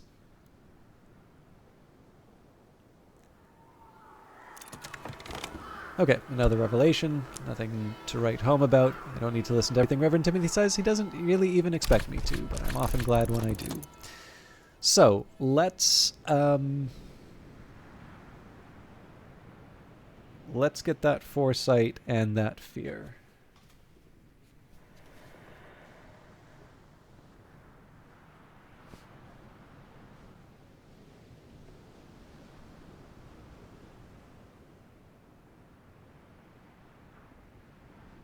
So in the Mallory would be nice to read for this one.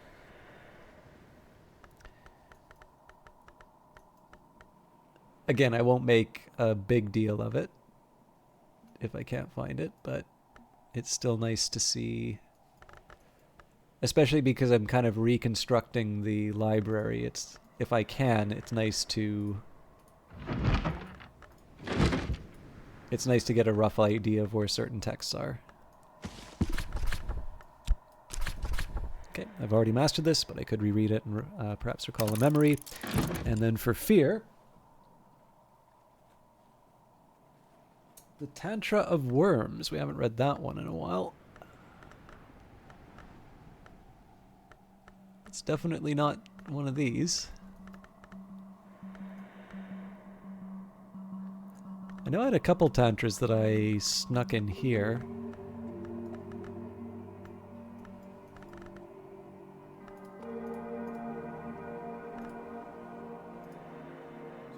Maybe I don't have it.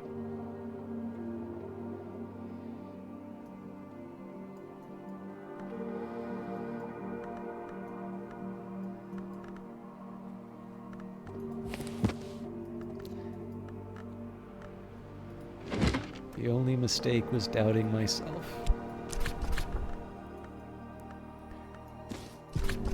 I have already mastered this, but I could reread it and perhaps recall a memory.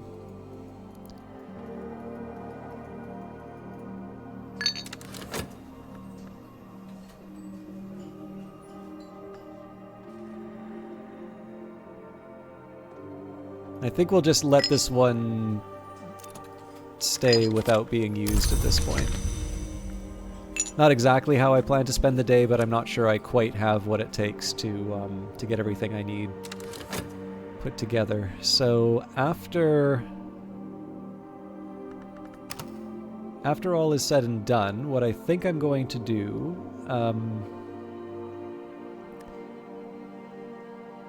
I'll use the Faust to level up Auroral Contemplations, and then I'll use the Whist. Well, I could use the Whist to inspect the cat, or I could use it to... Excuse me. I could use it to get a Newman for tomorrow. It's probably a little more helpful for me to get a Newman for tomorrow, but... I'll play with the cat. Time with the beastie. Add a soul card to interact with the beast. Offer this beast my company. Who knows? Perhaps it will offer something in return. This is partly just to remember what the cat gives me for my trouble. Probably going to have to feed it something. Well, no, I know I'll have to feed it something after, but... Night has fallen, dawn will come soon. Oh, that takes a lot longer than I was expecting. A Tantra of Worms. The entomologist Juliana Zawadzki eventually came to insist that this text was written by insects inhabiting a human skin. She never presented evidence for her claim. There are diagrams. The diagrams are not good to look upon. The Tantra explains various less than practical countermeasures against the worms, the serpents, which are not serpents. Moth and winter are closest to them, and so understand their weaknesses, but both have their own perils. The lionsmith crushes them, but that's not recommended for mortals. The worms have always been eager to inhabit us. Here are the practices which make us inhospitable to them. There are diagrams. The diagrams are not good to look upon, and none of the practices they show would allow the subject to survive.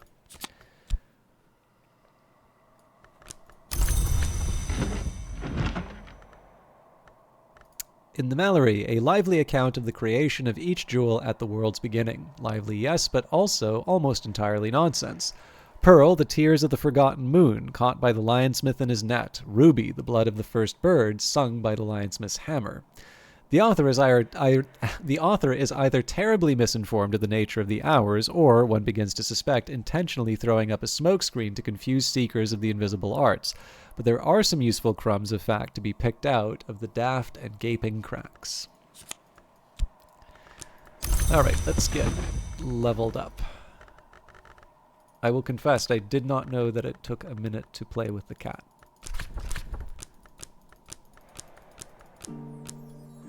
And actually, if this is it, we're gonna hang on to the Great Counterfeit.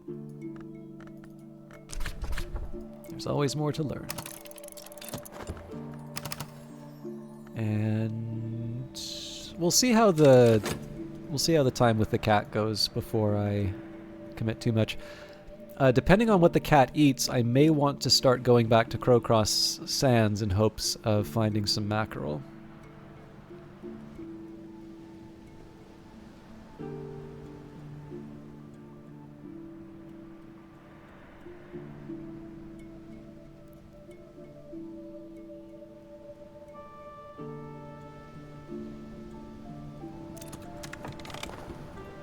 The skill is now level 9. So again, the priority is going to go for Wolf Stories and Pearl and Tide for future upgrades. And now it suggests a meal would be welcome. Okay, so the cat gives us solace. I am actually going to take some time. I'm going to take some time to write these down.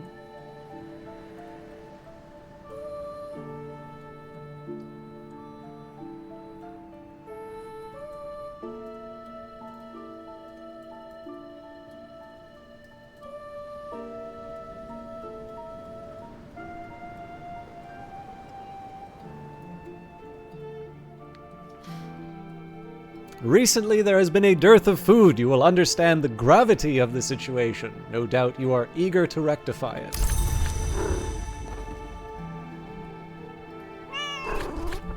So it will accept eggs.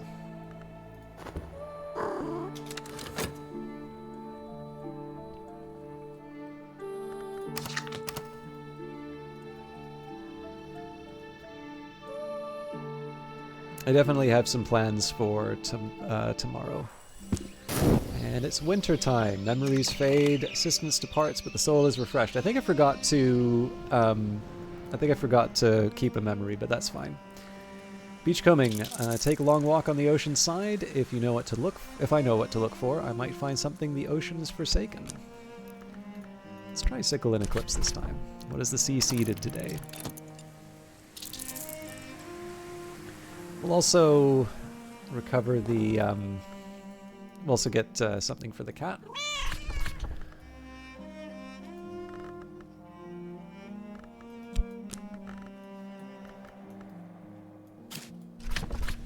Satisfy this creature's appetite. Food will make a hungry beast or a wild one cooperative. I also want to see, I don't think it'll be Numa, but it's always helpful just to see what the weather is. Ooh, a storm. Okay. Now I don't... oh, actually... the Book of the Extinguished Heart or Each Flame His Fuel may be appropriate here. So, let me just take a minute to work this out.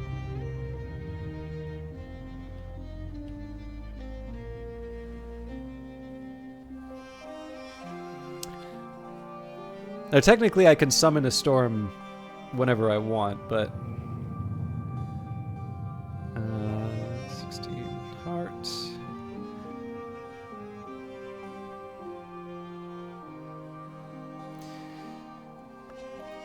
Okay, so let's start with the heart text. So 10 from Drums and Dances.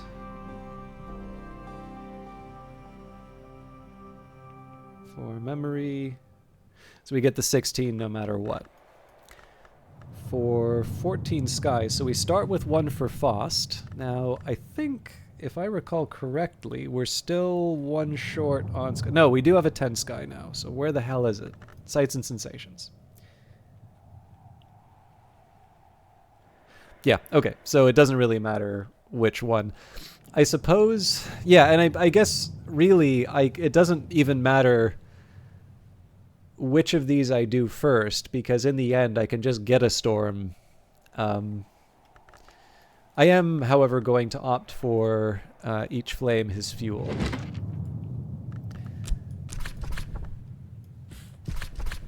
So we'll use the storm here. We'll grab sights and sensations and the language.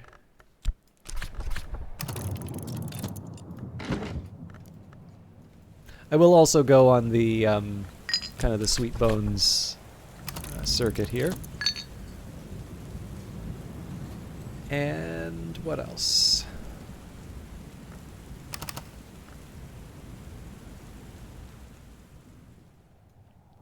Well, I suppose I can start inspecting the statues. So, Hendrik de Wolf, first Baron Grandkrug, known for his pious, merciless justice, granted Brandkrug Isle in 1536 after the dissolution of St. Brendan's. And Niche with a plaque, who returned loyalty for loyalty and curse for curse.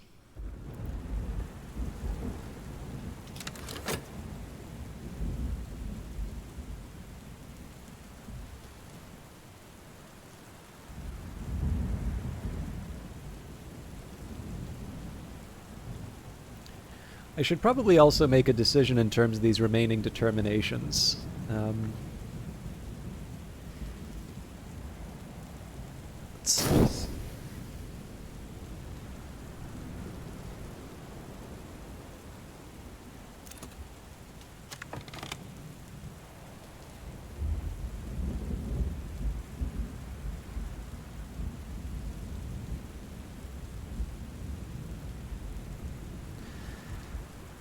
Okay.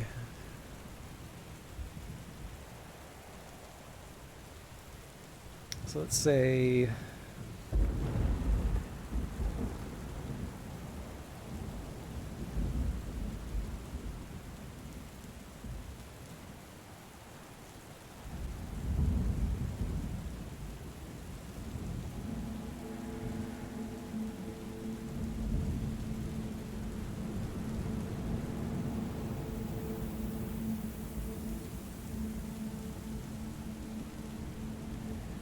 probably gonna want to reread some of this.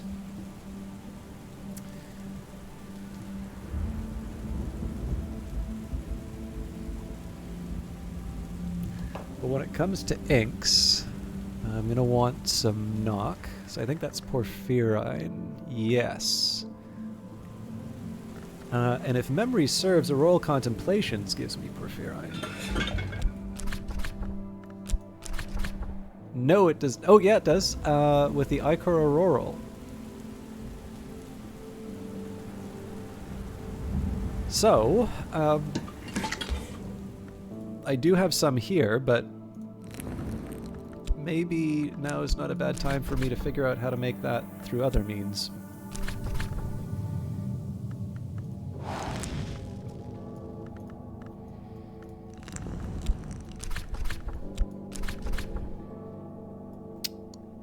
Yeah, I know how to make the Ichor Vitreous, the Ichor Auroral.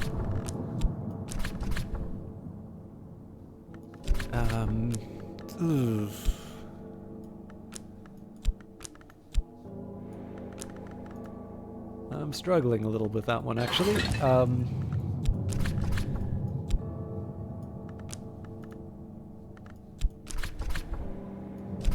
Figure it probably doesn't hurt for me to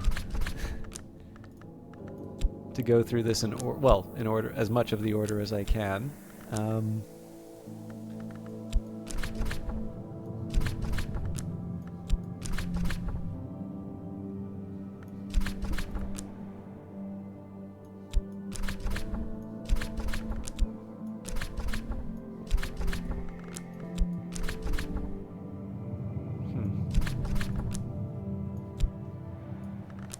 Surely solutions inside. Well, if it is, it doesn't.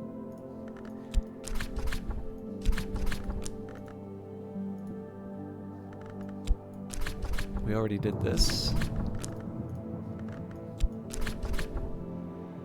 Ah, okay, I needed the sky. Of course I needed the sky. Oh, I need the sky, but with a light. Ah, is that why I...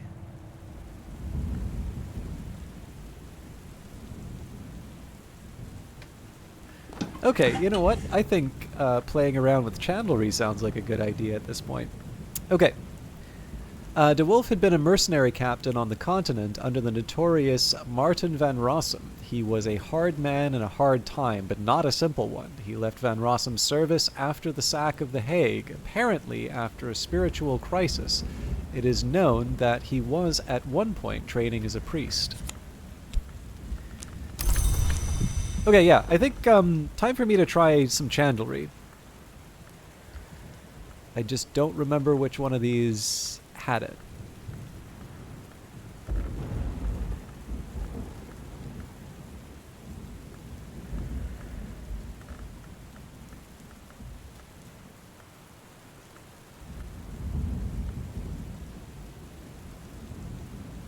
Insects and nectars, and glaziering and lightsmithing. Okay.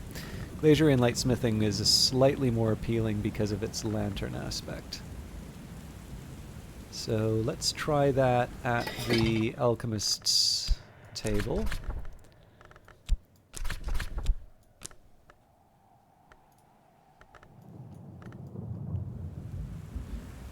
Alright. A skill that can be used with suitable ingredients to make candles. This most likely ingredients are beeswax and herbs, but to confound villagers and visitors, leave a meaningful pause before the word suitable. So I believe at this point we just add the wax. I think we left some in the pantry too.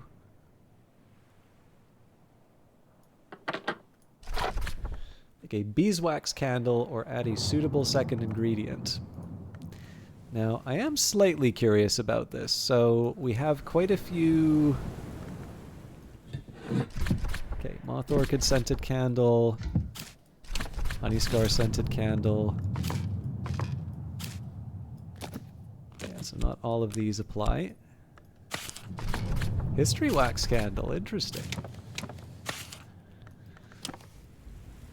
I am assuming with the Aglaophotis, yeah.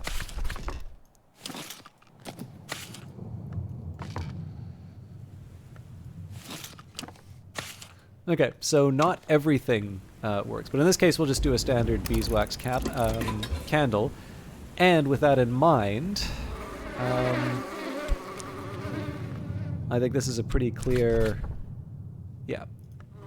So we'll wait for the hive to be more active, but I am going to want to get more beeswax when the time comes.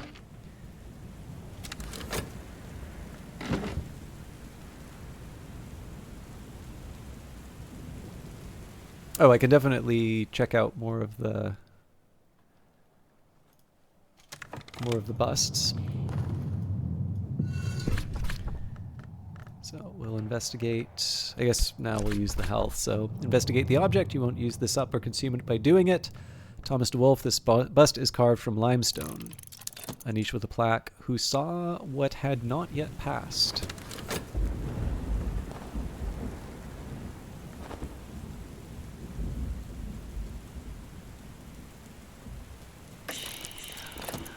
Yvette Southey is on her way. A full belly makes a helpful friend. The beastie is now inclined to cooperate. Okay, we'll probably deal with Southey first, and then... now the shame here is that they do know Kernvek Hennevek, but we so far have been able to satisfy every visitor, and I don't plan on breaking that tradition now. So... The affair of the Rising Wile. Across the inner sea, across the desert sands, someone styling herself the Oracle of the Rising Wile has set up a tent town where she preaches the truth of the nearly now to her followers. This would be of no obvious interest to the students of the invisible arts, except that, although she has pitched her tents in the shadow of the Temple of the Seven Coils, nothing appears to have eaten anyone. Visitors with an interest in moon or scale mysteries will want to talk about this. Dr. Yvette Southey, playwright, philologist, psychoanalyst, is happy with questions as with answers. Hello there, got a moment? I'm here about a dream. I know, physician, interpret thyself and all that. Indulge me. I've been dreaming of a desert temple in moonlight. I don't think I want to tell you the rest, not even by day. I'm sorry. May I see the collection? Alright, Moon's Egg should do the trick. You know that an uncommon number of my family have drowned. My mother used to joke about the family curse, say that she would bring us up in the desert. I used to laugh too. I don't, not anymore, but thank you, librarian.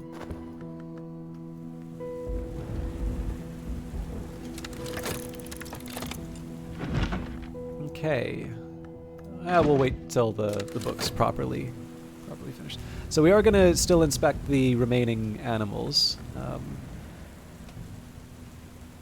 And I forgot to check in with my time at the Sweet Bones. Alright. Thomas de Wolfe called Baron Silence, second of his line, astronomer or aeronoscoper, who followed in the footsteps of his long-deceased namesake.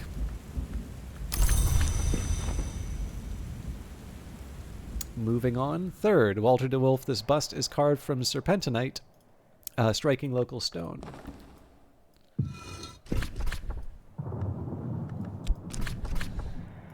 Investigate the object.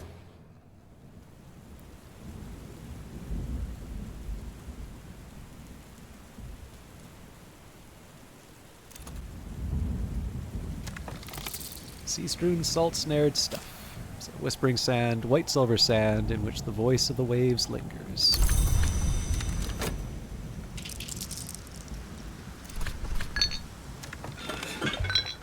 Simple and bright. Okay, so the purpose of this was so that I could... Oh god, I don't even remember what... Was it Watchman's Paradoxes, I think? Yeah.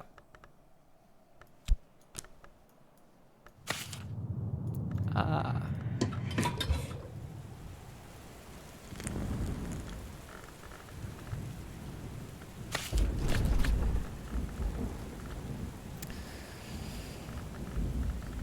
Okay, Watchman's Paradoxes.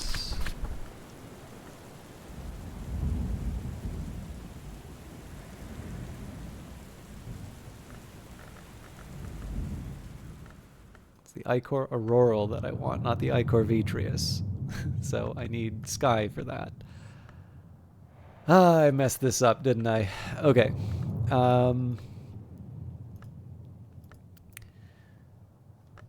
So I don't think this gives me a Sky memory.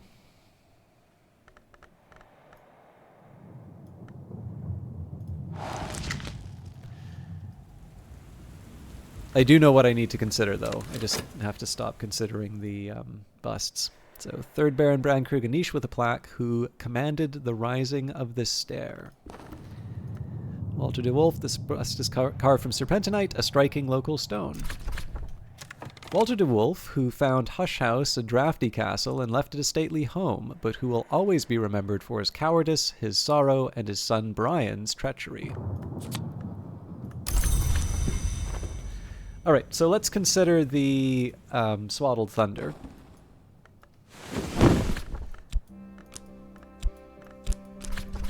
Investigate the object.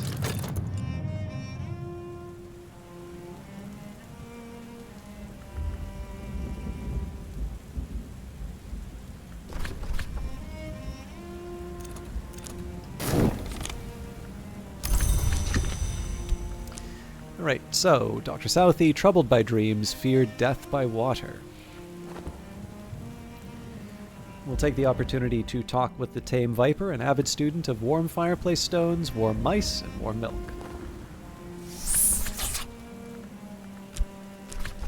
Time with the beastie. Offer this beast my company. Who knows? Perhaps it will offer something in return.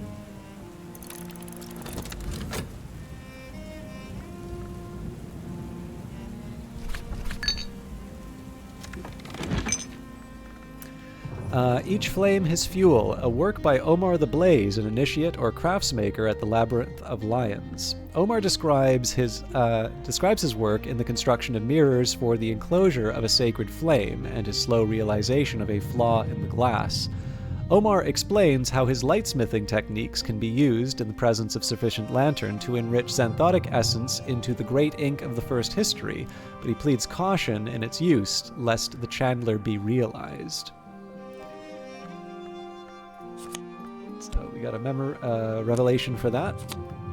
2 Glazerian lightsmithing, that'll be helpful. And I've got an entry to add to my list.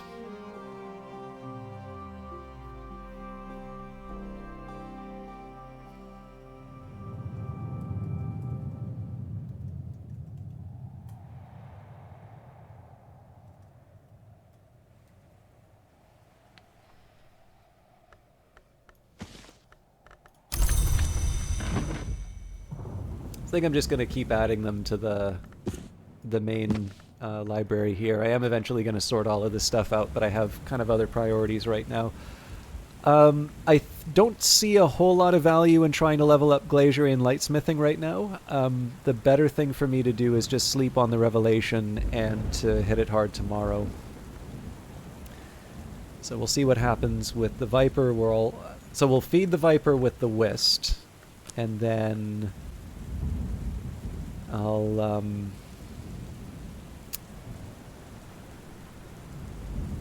I'll try and get the... Oh, yeah, no, I'm going to need... Okay, no, I'll still be able to use the Whisk. There are so many things you still don't understand about the game. Well, Swirl-Eye. Oh, and hello, Hit People Guy. So, hello, Hit People Guy and Swirl-Eye. It's a big game, and of course, I know you've been watching this with Sweeps too. But I'm, of course, quite late in the game, so if you do have any questions, please do not hesitate to ask. Is there something specific that isn't quite clicking, or is it more just some of the sort of the lore stuff? Because I think the lore stuff is intended to be puzzled for years, or at least until the next Weather Factory game comes out.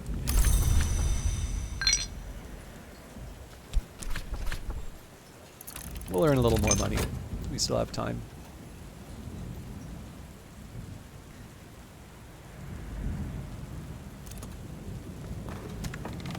Alright, the thread parts, the weave is empty, the skies cry out. So I can use this with the Watchman's Paradoxes. There's the candle. Alright, there's the Ichor Auroral. Condense light into a rose fluid. Watchman's Paradoxes with Scholar level sky plus light creates Ichor Auroral. Upgrading your soul was always weird. Okay. I think I actually have what it takes to level up a Faust. I'm probably not going to do it, but I can at least sort of show how that works. And what did I decide on my sorting plan for the library by what you get as a memory or something else? So on my YouTube series, I do sort it by memory, but I'm actually in the process of redoing the library. So first of all, I've kind of got collections by author here. So we've got Teresa Galmia here. We've got... Christopher Elopoli, On Matthias and Amethyst Imago, Orchid Transfigurations, Deoris, the Geminiad, and the Rose of Woznai, Hypatia, and Nuriel. This section here goes from... Well, it's a couple of things, actually. So these would be the... yeah. So all of these would be the books of sort of St. Brendan. So this would be sort of the Solar Gothic books. These, on the other hand, would be works sort of from the Curia period. First of all, librarian. So it starts with Ambrose Westcott, the first librarian, to Thirza Blake, the last librarian under the Curia period. And then I did also include the collected Hush House lectures, because Aaron Peel was not necessarily a librarian, but he was invited to give the lecture. So probably should be... This is kind of how I would want it set up. And then the other room that I've got set up, all of these would be from the baronial period. Primarily, these are works either by or about the different De Wolfs. However, I did include Old Coppernose and the Softer Metal, as well as the Bancroft Diaries, and then the books by Ernestine Peterhans and such.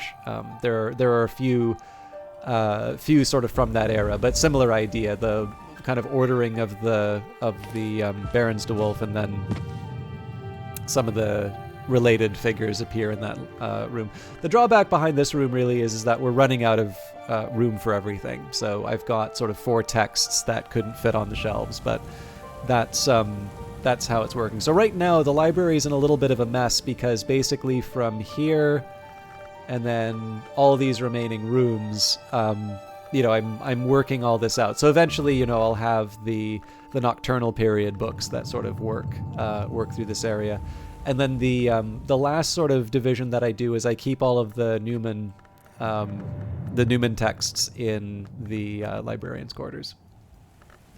So one of the reasons why I'm doing this is one of my intentions. Originally, what I was doing was whenever I needed to level up a skill.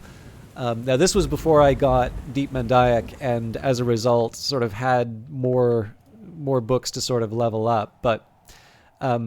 I was just generally generating less in terms of the memories that I needed, and I'd usually be going to the same books. So one of my intentions here is to basically read the different phases for each of the books that I have, and I'm not entirely sure that it's going to give me an insight that I wouldn't have otherwise been able to get. But it's just a neat little way of kind of going through the texts, in my opinion. So that's kind of the main motivation there. Sorella says another thing was when you go, let's say, the church and put some money in, you would assume that you could hire the person in the building like you could with the blacksmith, but nothing seems to happen.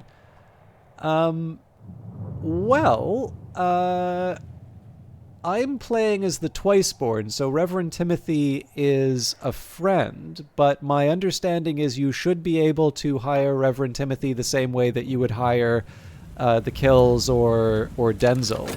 Now, in order to hire Reverend Timothy, you do need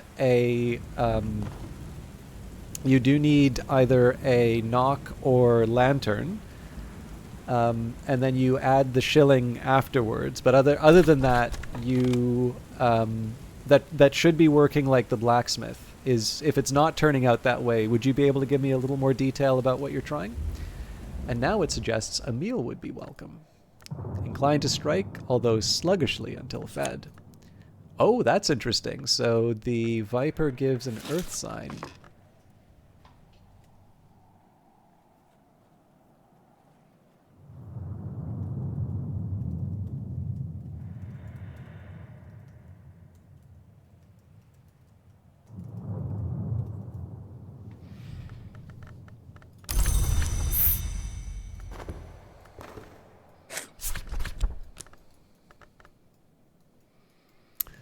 Lots of leftover eggs. That's not a hard one to work with.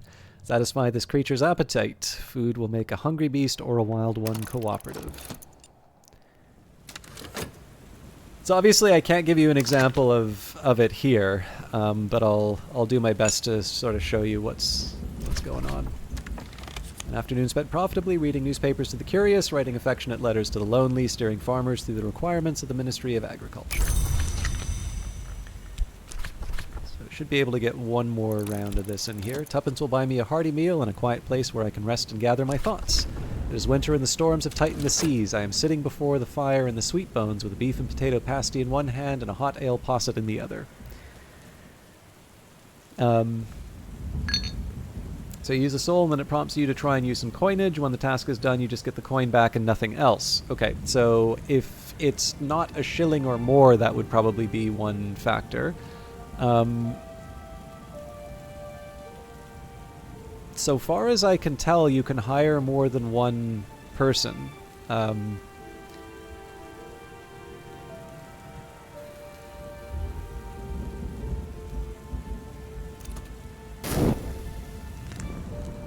With Keeper level Rose, not Sky, the Ichor Auroral is a precursor to the Great Ink Porphyrine. No Dawn knows only a single color. No Sky knows only a single dawn.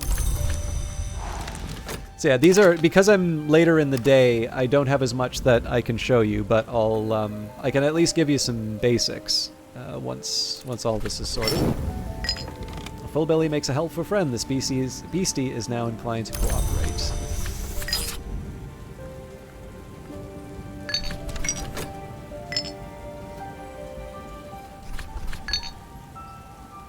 And in this case, I'll make the money. There's not a whole lot else for me to do today, so.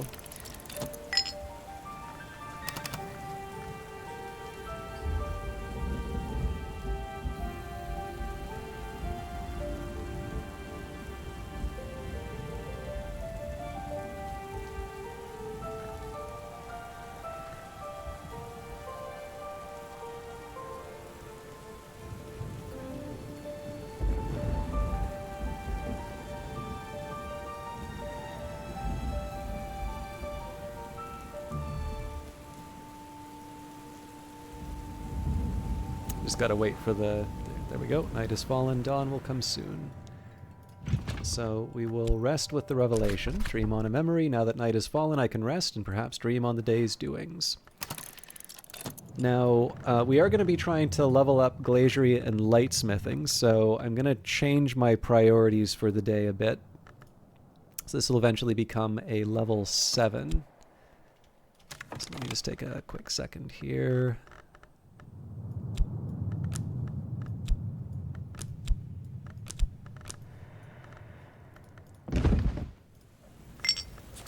Okay. And then while the night works its way through, I'm going to work out what the land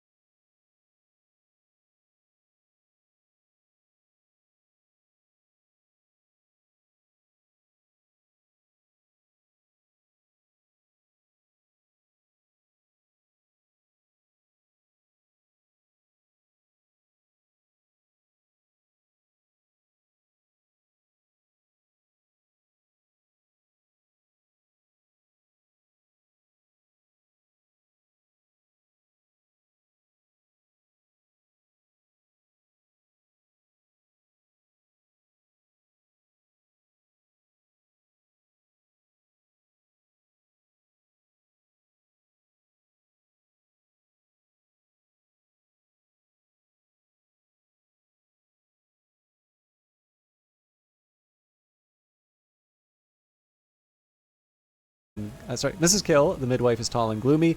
Mr. Kill, the undertaker, is slight and wry. For 10 years, she has drawn villagers into the world, and he has shaped cradles for their departure. But also, she can also whittle, and he can also paint. So what I'll do here is I'll use Arab in the front room. So Mrs. Kill likes conversations about beginnings. Her husband prefers to talk about endings. A shilling will buy her help for a day. So in this case, because this is somebody who I can hire, I can add pence. However, the important thing here is if I add... Oh, sorry, actually, if I don't add enough. Okay, actually, that's interesting. So apparently if you underpay them, the money just simply can't go in there. So assistance from Mrs. Kill, a day's work is a night's dreaming. Okay, the best I can say in this situation, like I'll show you what happens when I don't have the money inside, but if there isn't a clear message from the game in terms of like why you're getting your money spat back, usually when something like that happens, it means that you haven't met one of the conditions for that particular item or that particular room. But it seems to me in my own case when I'm trying to hire someone and get the money sort of spat back at me. So in this case, I can overpay them. So a day's work is a night's dreaming. So usually when you see the text change, that means that it's taken effect. So if you actually can't wind up hiring Reverend Timothy and you've used either Lantern or Knock and you've paid him enough, and it seems to be rejecting it, that might be something you want to send an email to support@weatherfactory.biz, because in this case you should be able to hire Reverend Timothy just like Mrs. Kill or Denzil or Mr. Kill. And I believe I have had multiple hirelings at one time. I just don't remember if they're named ones. So, but the thing is, I can't say for sure if it's a bug. What you are describing to me sounds like a bug. The thing is it's a bug that I've never encountered, and it's not like I'm playing a different version of the game than you. And the other thing is that it could be that there's something else that's going on that maybe doesn't seem like it would affect what's happening, but is actually a relevant detail to what's being discussed. So this is one of the reasons I'm quite careful not to call it a bug. But on the other hand, I think Weather Factory prefers to have a false positive than to just have something be, a mistake in the game that just isn't going reported. So, yeah, I mean, so to be honest with you, what you are describing strikes me as the,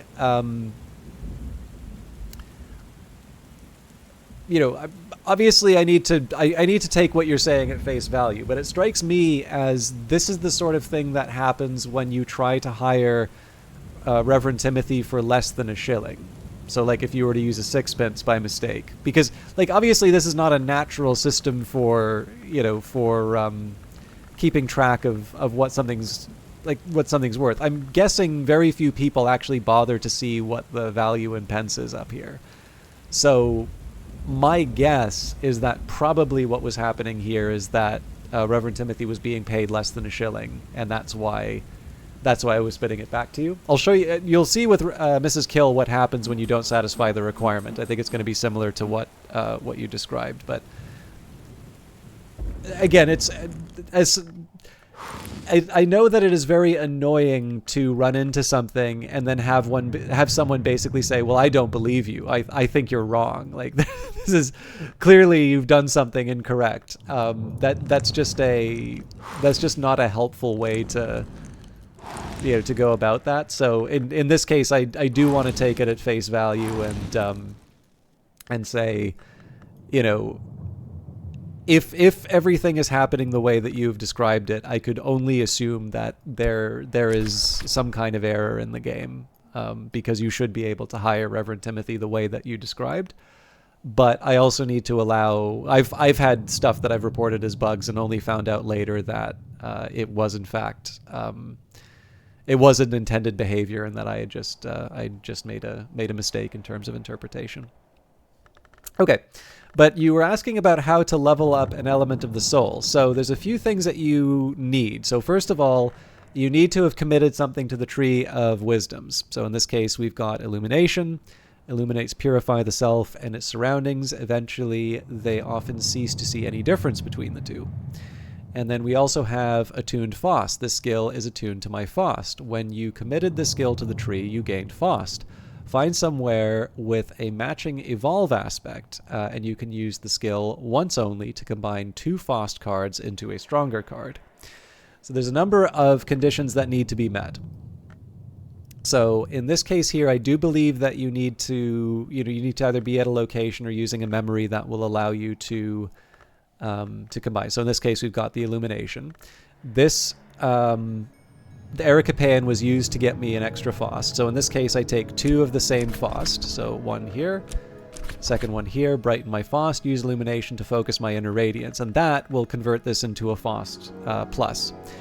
Now, if I take 2 FOST plus, I believe that will take it to a FOST plus plus, but I couldn't use my Erica pan to do that again. I would need to have another thing committed to give me a FOST to be able to level that up. But that's basically how you level up elements of the soul. You basically need something. First of all, you need something that will actually allow you to do that. So that's usually a combination of a workbench and a particular skill, and the skill has to be something that you've gotten that particular element of the soul from. So I don't think it's possible to, like in this case, I've got 2 Whist. Was the Wormwood Dream help out? Yeah, so let me... Pretty sure this would... Nope. This is Nyctodromy, though. So let's use the Wormwood Dream as an example. Well, that's not going to work because I can't put the second Whist in there. But there should be Scolacosophy at the Rowanarium. So notice in this case, even though I added the 2 Whist, it didn't allow me to level that up. I can't remember. Well, I guess it would be glass blowing and vessel crafting. But of course, in this case, I haven't. I don't have it attuned to Whist. But yeah, so in this case here, the likely culprit in terms of not being able to level things up would be needing the relevant skill committed. And then at that point, it's just a question of either finding the memory to allow you to do that or the relevant workbench. Hopefully that made sense. Okay, now I had a whole bunch of memories that I could get, so remembering that for Glacierian Lightsmithing, I'm going to need a total of 11 when all is said and done. But probably the best thing for me to do would be to... So we've got 1, 2, 3, 4, 5, 6. 6 of the... 6 of the memories are ones that I don't actually need.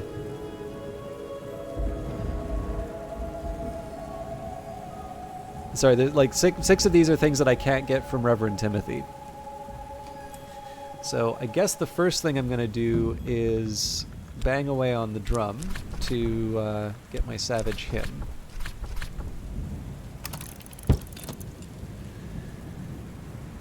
Next up, Beguiling Melody, Bittersweet Certainty, Cheerful Ditty.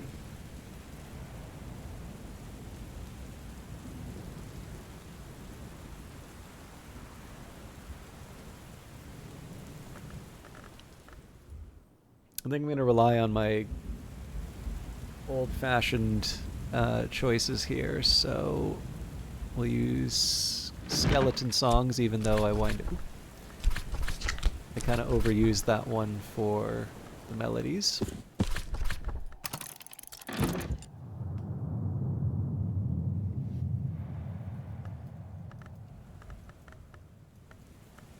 We'll keep reading the Black Book of Brittany just because it's the text. It's the one I've got available, basically. Until I can find Glimmerings.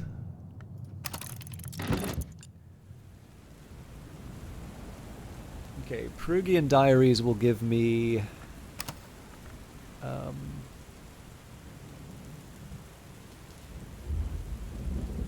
the Beguiling Melody.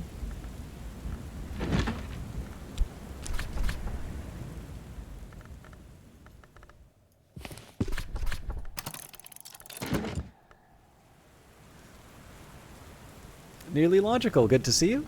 Got a very good representation of sweeps people here. Okay, 1, 2, 3, 4. Confounding parable.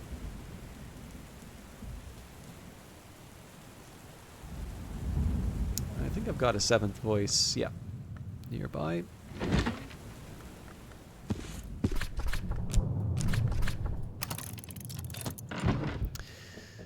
I've already got the Newman. We've got the Savage Hymn. Yeah, so we're good. We're going to wait for Reverend Timothy for the rest of these. And I should be able to earn a little bit of money while we wait. Oh, sorry, there was one other thing that I wanted to do. I wanted to use the Auroral Contemplations to make Porphyrine, because we are going to make a determination. So, deepen the ichor to the Incastum Terminale Porphyrine. Oh, actually. There is one... maybe now is not the time for me to do this.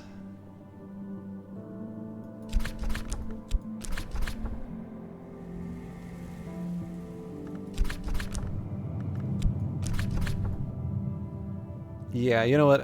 I'll settle for making the Porphyrine. I'll worry about the details of that later. Oh, the storm is lucky. Alright, I've carried the memory like a flambeau safe through the mazes of night. This will complete once dawn has come. Reverend Timothy always jumps at the offer of my company, so we'll start talking with him right away. Reverend Timothy is always, always happy to chat.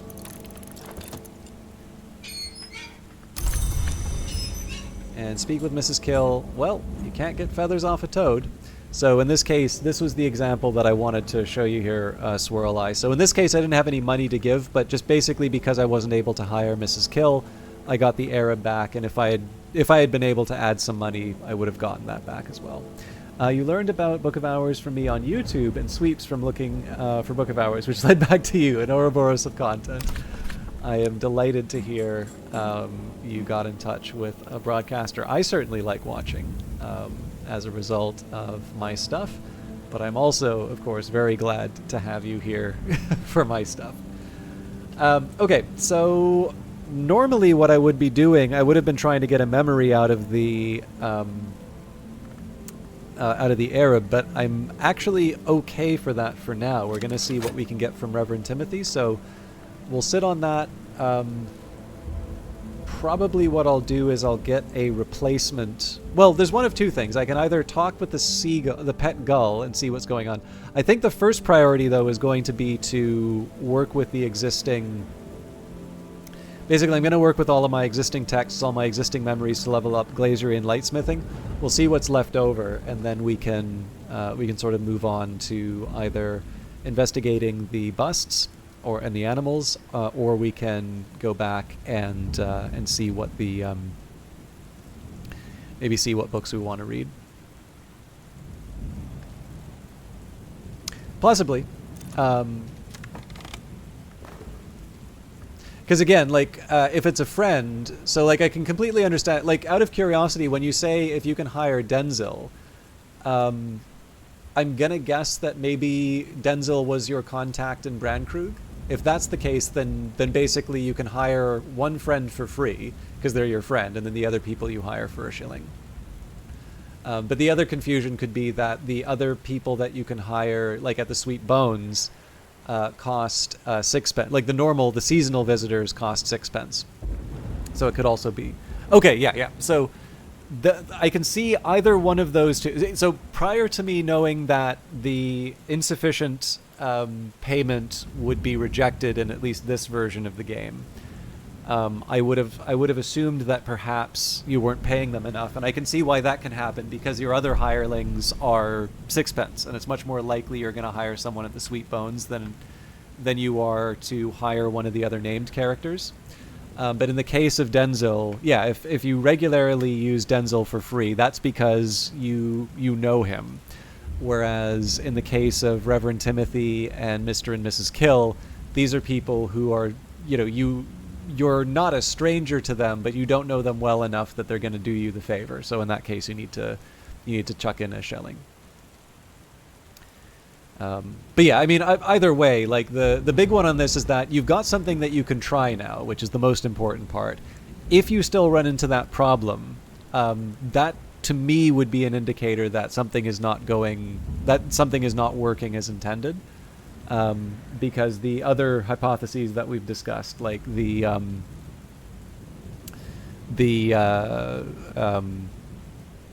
like the idea of only being able to hire one name, like you can only have the same name once. That's what the sort of the blue gradient here means. So you couldn't hire the same person multiple times, but you can definitely, well, again, I'm pretty sure I've had two of the named ones, but I've definitely had more than one assistant on the table at, or in the game at one point.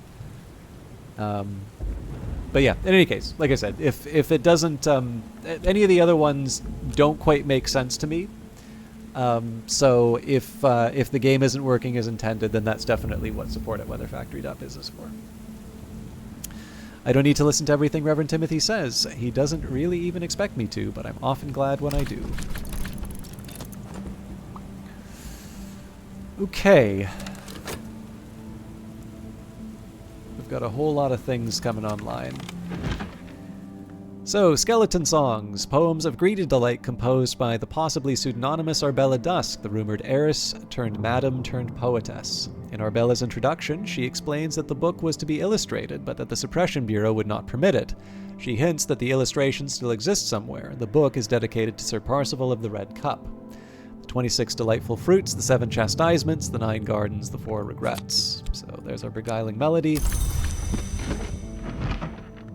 Perugian Diaries. In 1907, at the age of 18, Christopher Lopoli left Strathcoyne's household to study theology at the University of Perugia in Italy, enrolling under the name Christopher Strathcoyne. For 4 years, since his adoption from a Bristol orphanage, Lopoli served as Strathcoyne's pupil and protege, but his relationship with this austere and secretive man was always complicated. His journal confides, "I still think Fraser's intentions are good, certainly he agrees, but I never understood the final goal of his investigations. He was never prepared to enlighten me, and good intentions or not, I can no longer bear this dream of eyes. We have agreed to part almost amicably."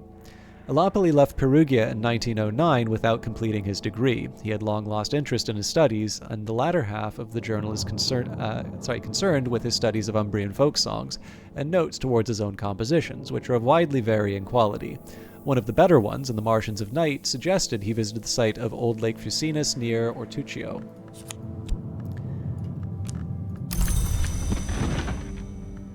We've read this one a couple of times, but I'll do it again. So, a volume of Inklore gifted to St. Brendan's by Brian of Brittany, who was made Earl of Cornwall after the Norman conquest. The black flower lies heavy, but the roots of the watchman's tree run deep, and they may not be hidden forever. The black flower, spoken of as a doom or geese, can be held at bay with the last ink of power, brewed from the pale mixture in the presence of sufficient winter with the arts of containment.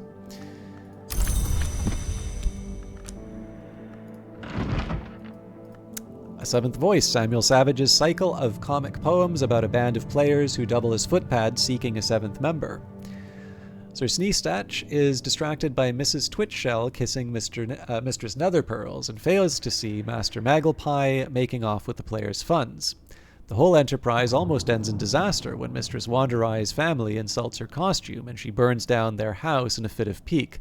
But the day is finally saved by the Seventh Voice, a wandering bookmonger who returns the band's lost music.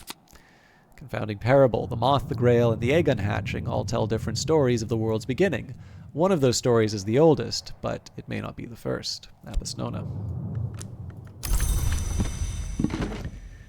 Harsh on the Tongue, a savage hymn, a music that urges valor and violence. And finally, an afternoon spent profitably reading newspapers to the curious, writing affectionate letters for the lonely, steering farmers through the requirements of the Ministry of Agriculture. So I'm probably going to wind up restoring more elements of the soul than anything, but it is winter and the storms have tightened the seas. I am sitting before the fire in the sweet bones with a beef and potato pasty in one hand and a hot ale posset in the other. Okay, so let's take stock, because I should be able to level up at least once. So Glacierian Lightsmithing out of a total of 11 that we'll need at some point. So we've got 1, 2, 3, 4, 5, 6, 7, 8. So I just need 3 more. Good to know. So the first thing I want to do here is actually use up as many of the ones that I can get from Reverend Timothy as possible. So we'll take Glacierian Lightsmithing. So we'll add the Solace and the Revelation first. Doesn't really matter. So it used to be that the Storm was a special thing, but I can actually generate storms fairly easily. In this case, I'll preserve it, though, because I may want to use that in a reading. Wormwood Dream isn't relevant here, neither is the Earth Sign, so we'll use the... Savage Hymn doesn't take that long to get. We'll do Confounding Parable and Revelation. And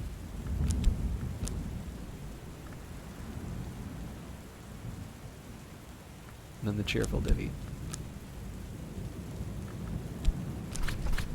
At last, I am something of an authority in this. Improve the skill to level 6.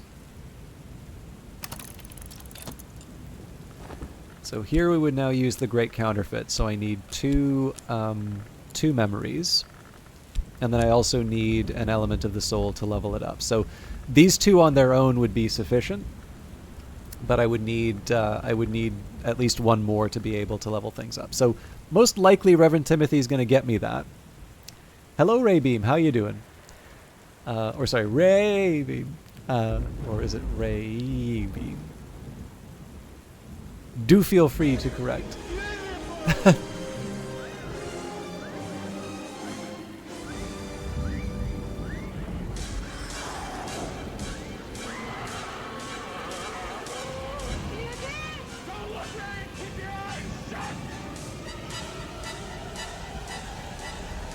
So Raybeam, I was going to say no need to apologize. I don't take attendance, but if this is your way of saying sorry, then let me encourage you. Feel as bad as you want. I absolutely love it when people subscribe to the channel. But no, thank you very much for that. It is absolutely not necessary, and certainly, people have lives. People have lots of other things to do. I love it when people hang out. I love it when they say hi. I am also delighted when people. Remember, like the big one for me is I kind of just accept that people move on, right? There are a few people who still hang out from the very start of the stream, and I'm always really excited to see them come back.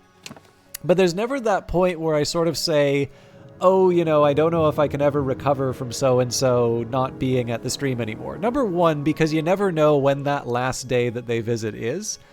But, well, sometimes because, they behave like a dick. But, usually it's just, just things happen. People either lose interest in Twitch or your stuff, or they have other priorities. Anything is going to have its last day at some point. But the thing is that, it's not that I don't care. It's just that people not showing up, it reflects the fact that they are doing something that they value more. And it's very hard to discourage people from doing that.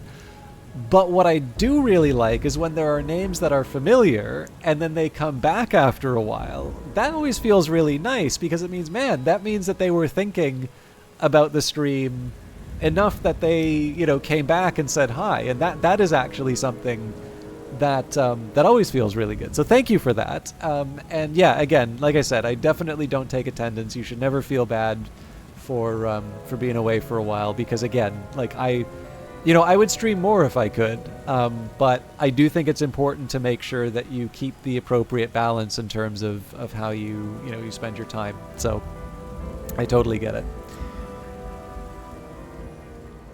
All right, now one thing I can actually do to help out, if I consider Gideon DeWolf, that would probably help. I could probably get a sight out of that.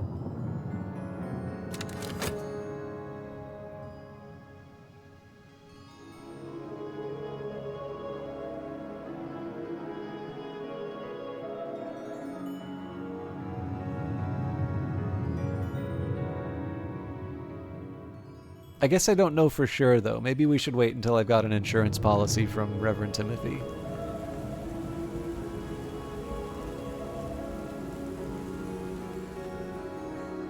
Either way, probably not a bad time for me to try the Book of the Extinguished Heart. Examine, appreciate, catalog. Yeah, you know what? Fortune favors the bold. So let's, we'll take Gideon DeWolf. The bust is terracotta, brightly painted. Investigate the object. Fifth oh, I did it in the wrong order. Fifth Baron Brandkrug, a niche with a plaque, who was feared more than he merited.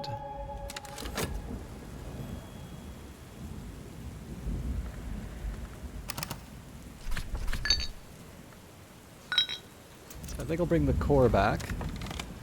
The regret doesn't help me, but I don't need to listen to everything Reverend Timothy says. He doesn't really even expect me to, but I'm often glad when I do. Reverend Timothy is always, always happy to chat.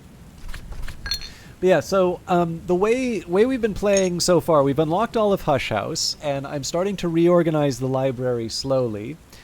But I did also get a new language to read a whole bunch of text, so I've been largely working towards those. Better now. So let's bring back the core. It is winter and the storms have tightened the seas. I'm sitting before the fire and the sweet bones of the beef and potato pasty in one hand and a hot ale posset in the other.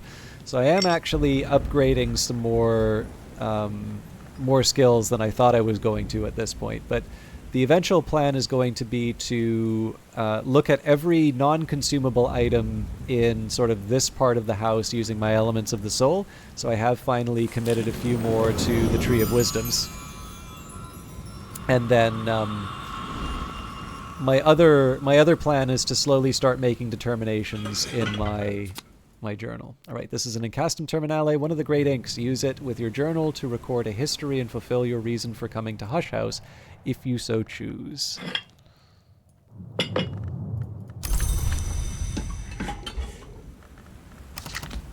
All right. And Gideon, the physician, fifth of his line, nicknamed the Motley Baron by those who disliked him and the Cutter by those who feared him. That did give me a sight, so that's good for Glazierian Lightsmithing. Also a good use of the Arab because that doesn't really get me anything otherwise. And just for memory, we need 6. 1, 2, 3, 4, 5. Right, so we just need one more memory to get that going. I could actually use the Whist for it right away, but I don't know, I don't feel like that's the most exciting thing I could do.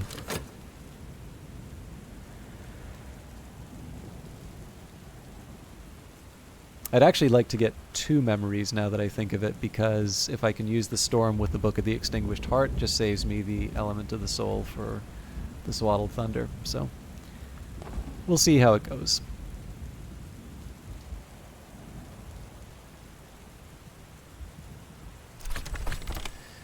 Impulse sadly doesn't help out.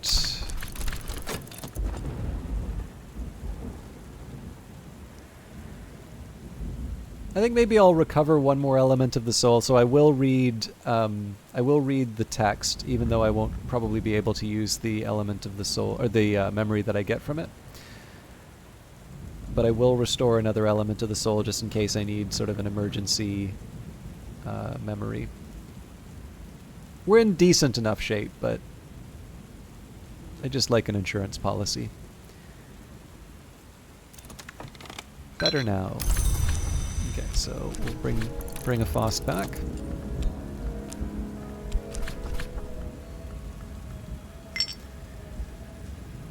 So we'll go to Natan's desk to read the Book of the Extinguished Heart.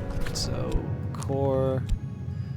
A little bit of a shame to use drums and dances because that gives me my Savage Hymn, but it is something that I want to do just because I'm short the heart. So Deep Mandiac. Can master this mystery. Okay, so in this case we're looking for Lantern and Sky memories. Right now I can use the Faust and the Whist, and we would use this Faust to level it up. The hope is that Reverend Timothy is going to give me at least one of those, so then I can use one of the Faust or the Whist to earn some money. But like I said, this is sort of my insurance policy.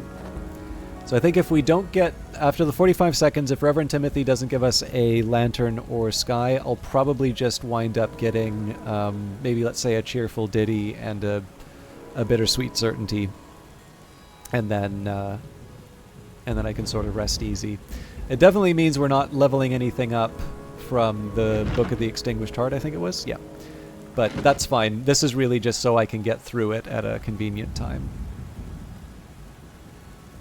And if Reverend Timothy does wind up giving me what I need, that's fine, because we'll just wind up checking out Musgrave's bust. Even though I've committed more elements of the soul, there's always more stuff for me to do. Okay, brilliant. So the Memory Solace gives me exactly what I wanted. I think this is the time that I use the Whist just for safety.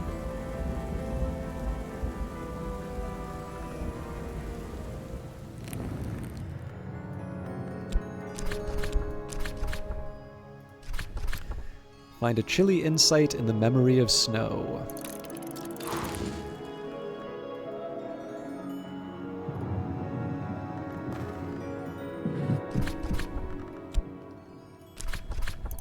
Investigate this object. Fourth Baron Brandkrug, niche with the plaque, who was mocked more than he merited. Musgrave de Wolf, this bust is carved from wood. Cherry? Got my Fost back. I don't think it's worth it for me to try and restore anything else. I'll just, I'll stick with this Fost and level up the Glacierian Lightsmithing. 1, 2, 3, 4,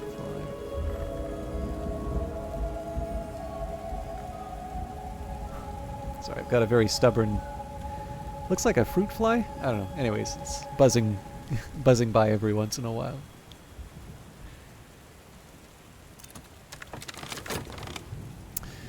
Musgrave de Wolf, who was mocked as the Bleating Baron even while Brandkrug prospered quietly, who was renowned for his piety, but won the prey... sorry, let's try that again. Musgrave de Wolf, who was mocked as the Bleating Baron even while Brandkrug prospered quietly, who was renowned for his piety, but who won praise from the magus Julian Cosley, a quiet contradiction of a man. So I didn't know about that connection with Cosley. And this is a small milestone in our investigations because I believe that is the ground floor of the Grand Descent taken care of. I believe we have now looked at every object up to and including the pet cat. So next up we'll be looking at the remaining barons, so that should be Ava and Valentine, and then the pet gull, and then we'll start on the librarian. So Ambrose, Kitty, and Solomon.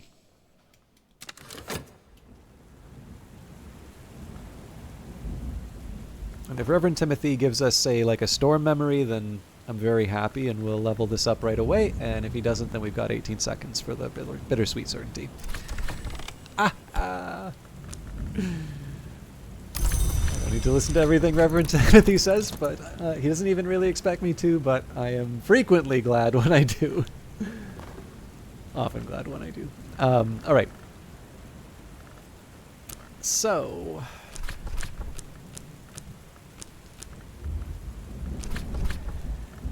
when I thought I'd understood, I've only just begun. I suppose I should have waited for a little while, because it could turn out that this heart text has something that could have benefited from the storm memory, but whatever, it's not critical.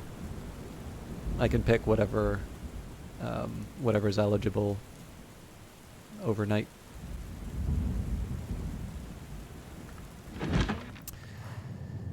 Okay. The Book of the Extinguished Heart. In the days of the Shadowless Kings, Ennis Lasley was executed for prophesying the division of the sun. If any of his captors grew long, they probably feel rather abashed now. Lasley indicates that the sun will be divided in the Mallory by the Forge of Days, armed with the love in her heart. Hold on to it. Eventually the sun in rags always brings its beautiful ending.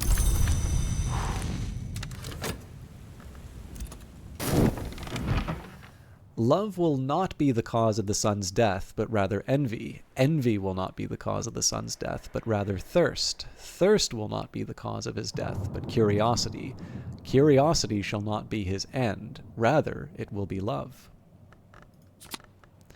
All right, well, we got a bittersweet certainty out of that, and lots of quenchings and quellings, so that's going to be a bit of an adventure.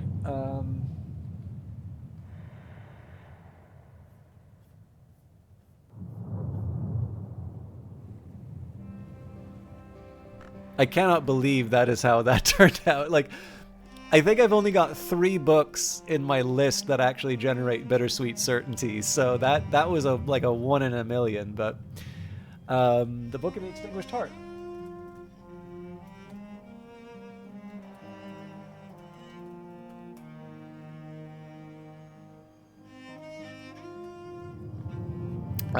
Also, I think this song above all would be the main reason for me to pick up the soundtrack. There's a lot of very good songs, but this is the one I keep coming back to. Makes me a lot happier to have winter than in real life. Okay, so quenchings and quellings. What are we? Oh yeah, okay. Actually, this is somewhat good news because quenchings and quellings is already at level 9. So no!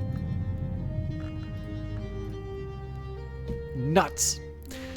For some reason, I thought this would have helped me with Pearl and Tide and Wolf stories, but it doesn't. So instead, I have a whole bunch of dilemmas in terms of what I want to level up. So let's consult the list again. I guess the big thing I'm thinking about right now, so number 1 would be to, basically if I can, I want to try and level up,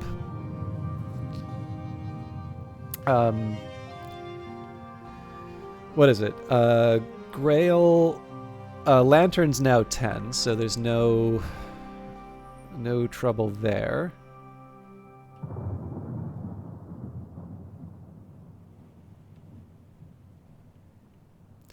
So the ones that are short on intensity. So Grail is still at 9, Rose is still at 9, and Forge is still at 9. So Bells and Braziers would go up to 10, but Quenchings and Quellings only has Heart and Winter.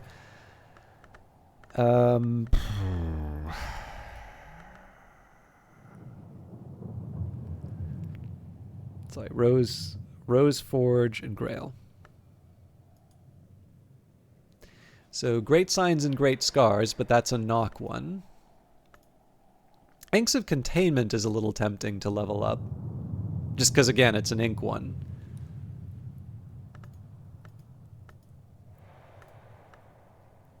So is Snow Stories, now that I think of it.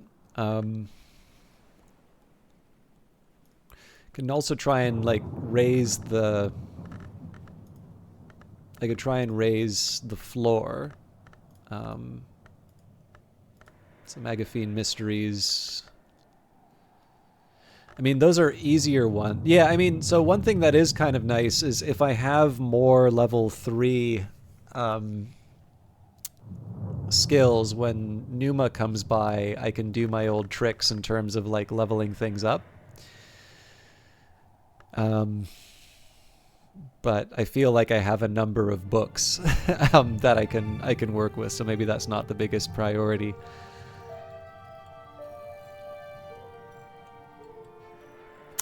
I will be honest, I don't exactly feel like I need this many level 9 skills. But I also feel like getting the ink. Okay, well, here's what maybe step 1, let's just see what we've got in terms of things with Winter and it's Winter and Heart. I think Snow Stories was... No, sorry, it was Glacier and Lightsmithing. Okay, so out of the level 6s, it's Inks of Containment and Snow Stories. Sorry, and Ragged Crossroads.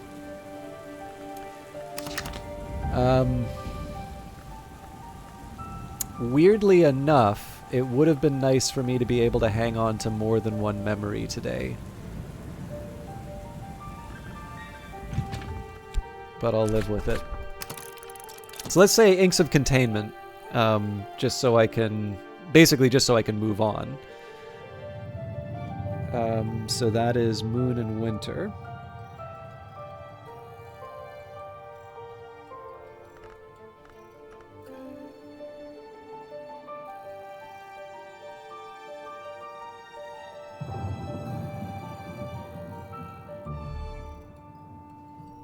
And this will just take me a minute to work everything out.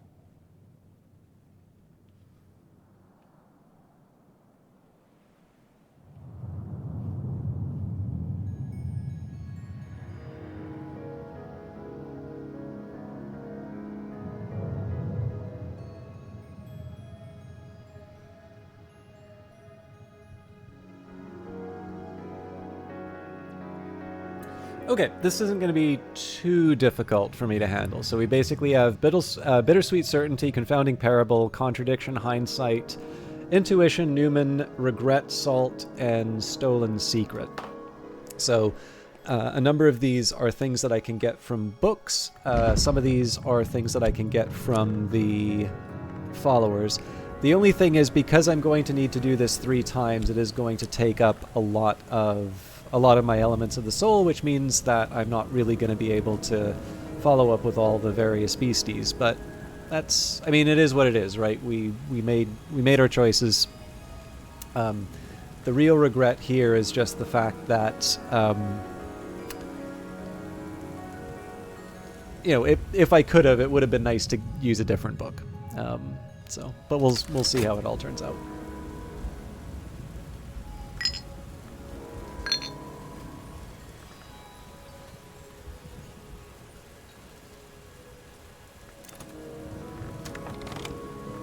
Skill is now level 7. Its power aspects have also increased. So I'll just start moving Inks of Containment up already.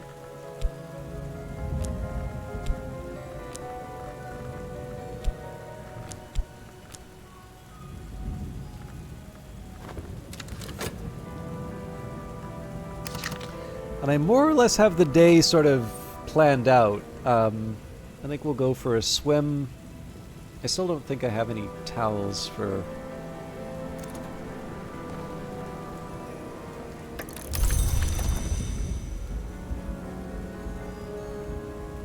Actually, this probably... a swim in winter is probably not a good idea, so maybe we'll get the salt through more traditional means. But yeah, I think the first priority is going to be to just get...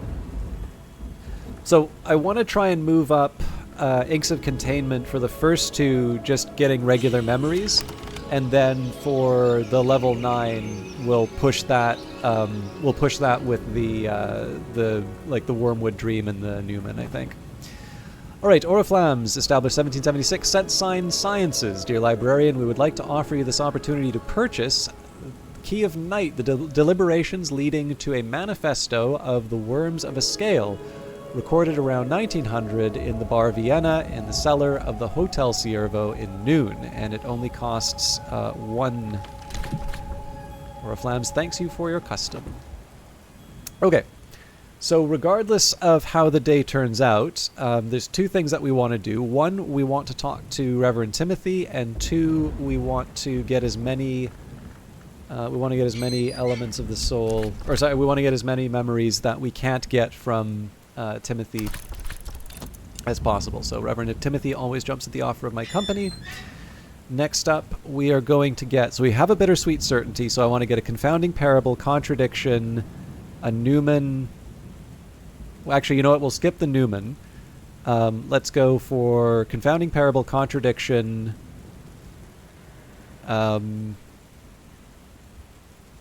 Salt and Stolen Secret, maybe? Those should work.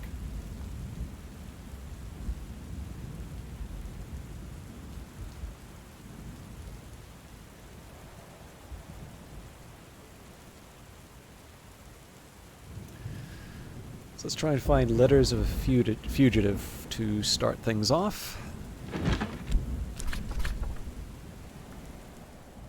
Now, normally I would leave the Tryst aside because I do need Moon, but I'm just going to leave the Whist.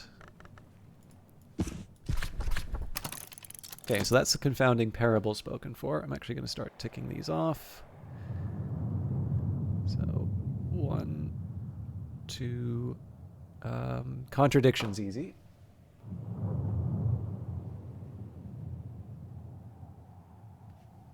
So do Debellus Murorum for that one. Assuming I have it, actually. I may not.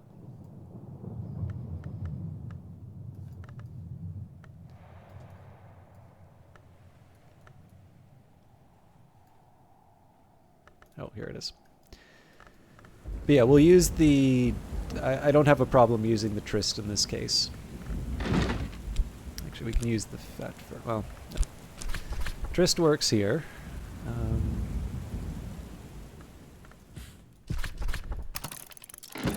So that was the contradiction. Salt and Stolen Secret.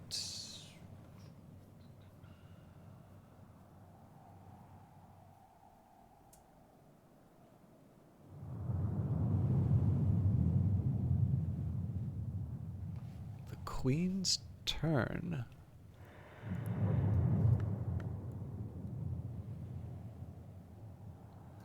I know a lot of my DeWolf texts give salt, but I'm actually saving the DeWolf texts for when I can read them in one big go. Oh, I finally found Glimmerings. I feel like the Queen's Turn is the sort of thing I should have. Yep, there it is. Hiding.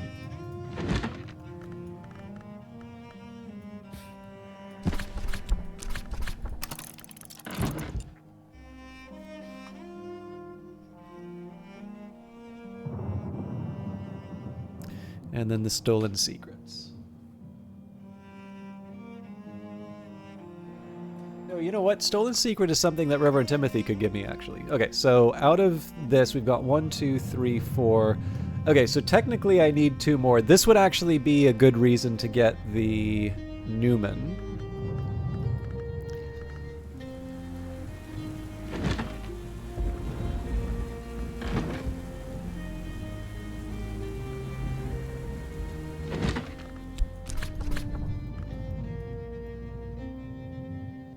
So for that one, let's do...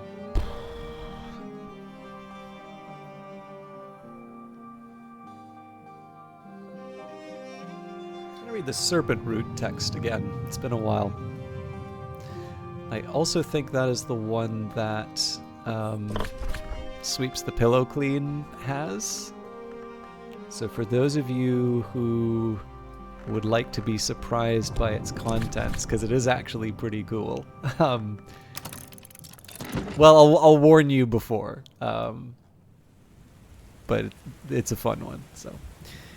Okay. I don't think I want to mess with the rest of these.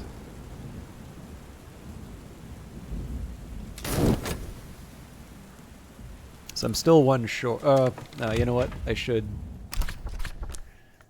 You know what? I'll do this all in secret. Gospel of Zacchaeus. This may be something that Reverend Timothy gives me, and I'll feel like a complete dolt if it does work out like that way. But I can't just sit on my hands forever. Like, we need to at least get a level. So. Gospel of Zacchaeus, right here.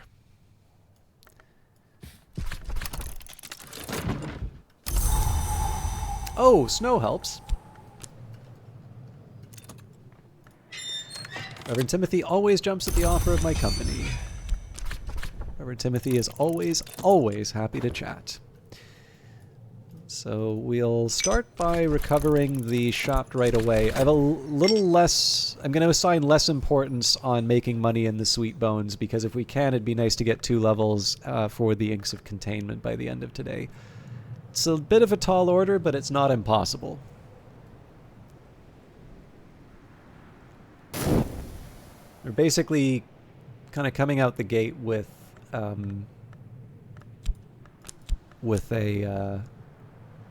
a first level, which we'll use the Whist for. And that gives Reverend Timothy some time to build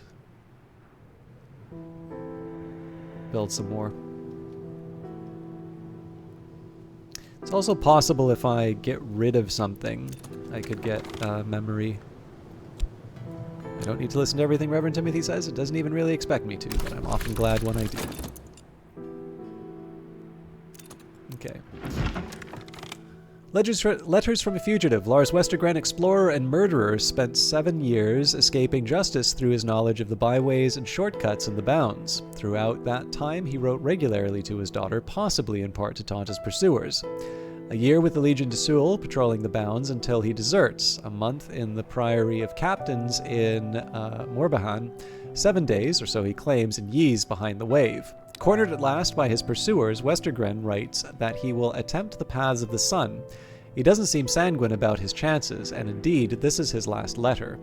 An editor's note adds that Westergren's whereabouts or end remain unknown, although he was supposedly sighted at the Christmas market in Vienna, the negotiations between invisible underworld figures that happen each year there in 1929.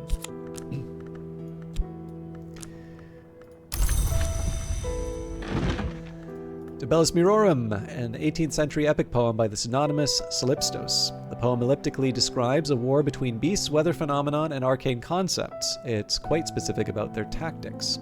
The two one joined and horned distinguished, consequently, blood. And there's the contradiction. The Queen's Turn, a 16th century translation of the Barrow Child's account of Lagia's turn, when Lagia, the Queen unsated, was offered the opportunity to enter the service of the Hours of the Triple Knot as long as she repudiated her brother-lover Antaios. Lagia accepts, setting aside the arts of the low red sun associated with Antaios. She bargains, however, for freedom for her daughters. The Hours of the Triple Knot accept casually, knowing that Lagia has devoured her daughters, but wily Lagia has decided in the secret hollow of her heart that she will adopt any who ask if they can prove their fierceness. The traditions described here, the ones generally described as hill and hollow, are associated with Lagia before her turn, but now that she is a name of the Red Grail, they might also be safely used before an altar of the Triple Knot. So there's the salt. So this is the serpent root text for those of you who would like to discover that with sweeps. just should make sure we don't have any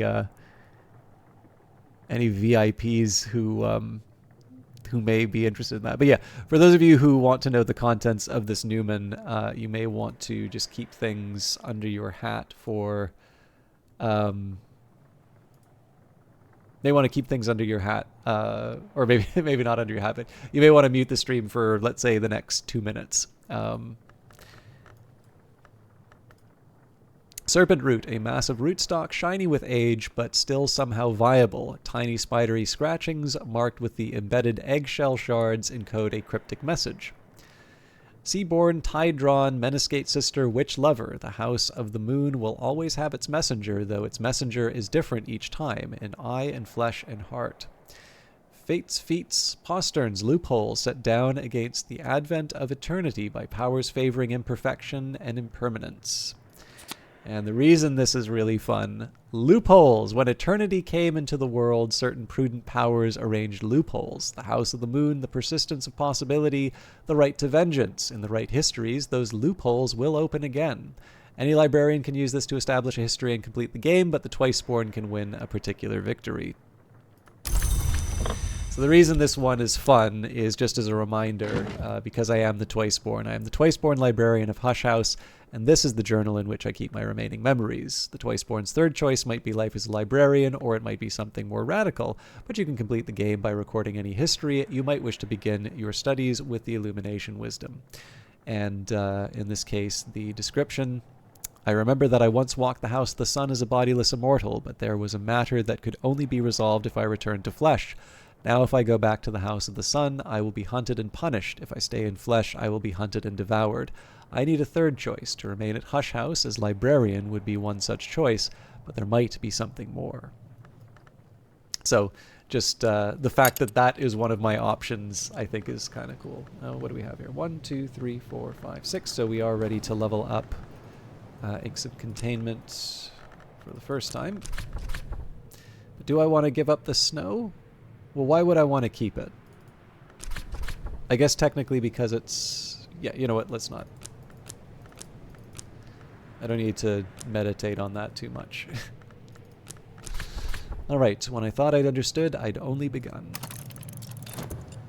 So this does give me an opportunity. I can use the Faust and the Core to get 3 memories that I may not necessarily...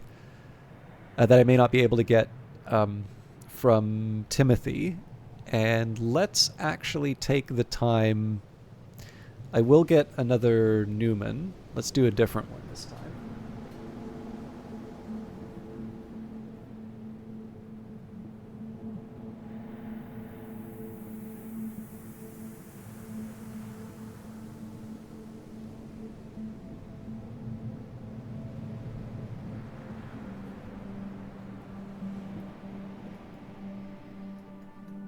I have an idea.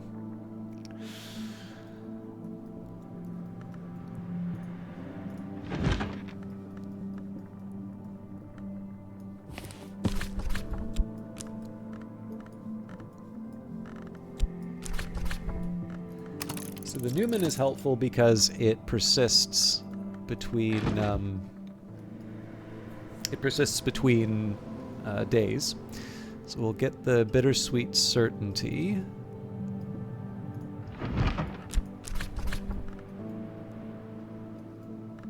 That comes from Glimmerings.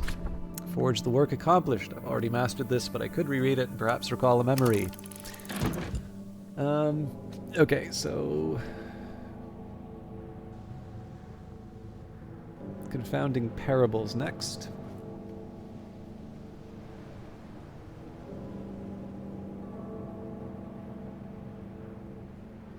And we'll read The Snare of the Tree this time.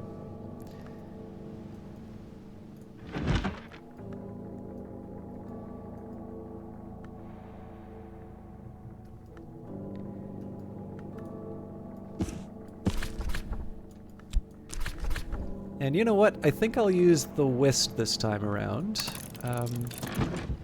Because I should be able to get this back from the Sweet Bones before too long. So that's a Confounding Parable spoken for. We'll get a Contradiction.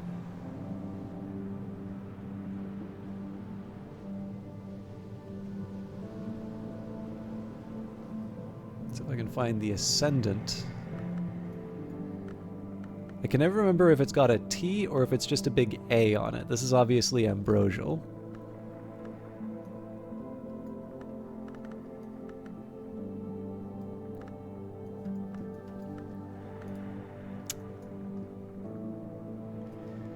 That answers that. Ambrose's desk should do.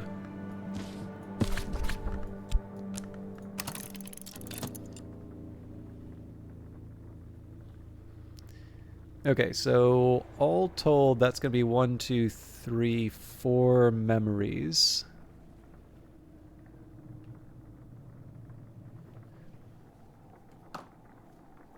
Four of 7.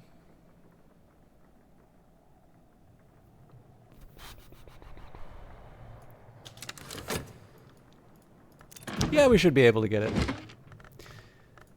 Oh yeah, especially because we're already up on the stolen... Oh, nuts! I should have... Yeah, this sucks, because Reverend Timothy may actually give us that. The Gospel of Zacchaeus, an extremely heterodox account of the Nazarene Messiah and his works, describing his ascension to the mansus through the openings of his body. 7 were the wounds of his body, 7 the doors of the house, 7 the lesser aspects of the hours, and Knock, the aspect above all, for the mother of ants is the mother of salvation. The book includes a description of a rite which can be used to raise a corpse to half-life in memory of he who bled for the wood, but the marginalia claim that the mother of ants no longer permits use of this rite. Better now. Okay, let's get a whist. Oh, I don't have a whist to get back, so this is tempting to bring the tryst back. Yeah, I can bring the tryst back. It'll just be using that to... I'll just be using that to read a book anyway. It is winter and the storms have tightened the seas. I am sitting before the fire in the sweet bones with a beef and potato pasty in one hand and a hot ale posset in the other. And I forgot that I do actually need to read...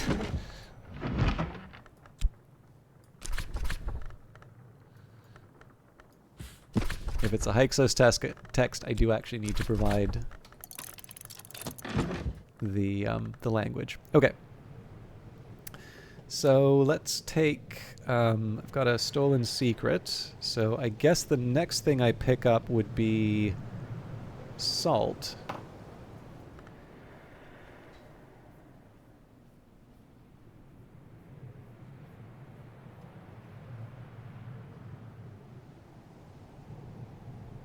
Maybe Deaths of the Moon?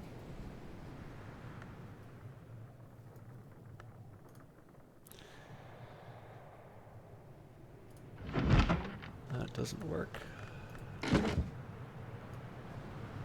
I may not actually have a relevant desk anymore for this. Oh no, Nona's desk, because it lets me use lantern.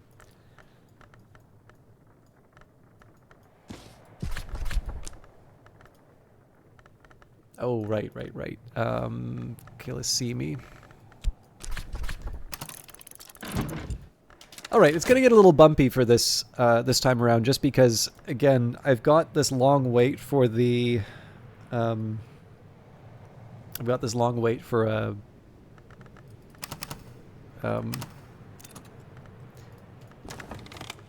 the skill is now level 7, its power aspects have also increased. So basically I've got this long wait for an upgrade that I want to do.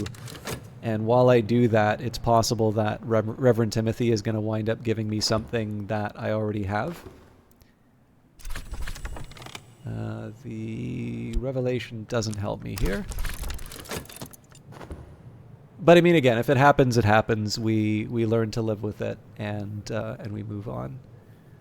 I'm reasonably confident in terms of my ability to get the Inks of Containment dealt with in a timely fashion. I am trying to sit on things like the Wormwood Dream just so that I have sort of quick access to things that are more or less guaranteed.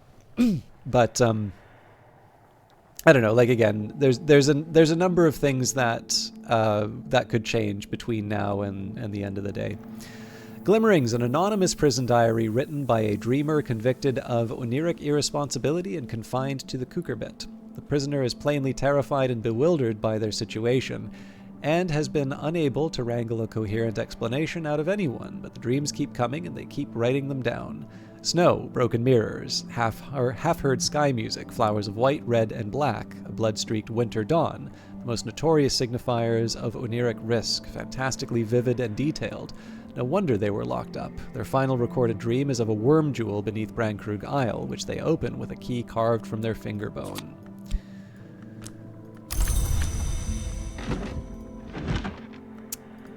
Towards a fundamental aesthetic, or the House of Glass, Julian Cosley considered this his masterwork.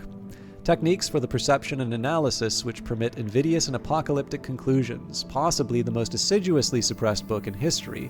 The entire run was destroyed, even the presses were melted and dispersed, but the manuscript edition has survived. Now that we know a little bit more about this book, it is interesting to wonder what was the reason for the run being destroyed, because it could possibly have been at the request of the author. The perfect hegemony of the hours is perhaps eternal, but Cosley proposes and describes confinement inescapable, aesthetic and optical techniques which might contain even an hour, profoundly disrupting the order of the Mansus. He presents this as his own work, but there are hints here and there that he received inspiration or even assistance from the nowhere hour named Snow. Inescapable confinement. Everything ultimately comes down to a choice between eternity and history. There's only one place you'd be safe from both, and it's not a place anyone would want to be. It's a prison that can only exist in certain histories. Oh, I should have asked, actually. So I believe it was... it was catastrophically Emma, I think it was, saying that it was the prodigal. I never asked what history, or Newman, they chose, so...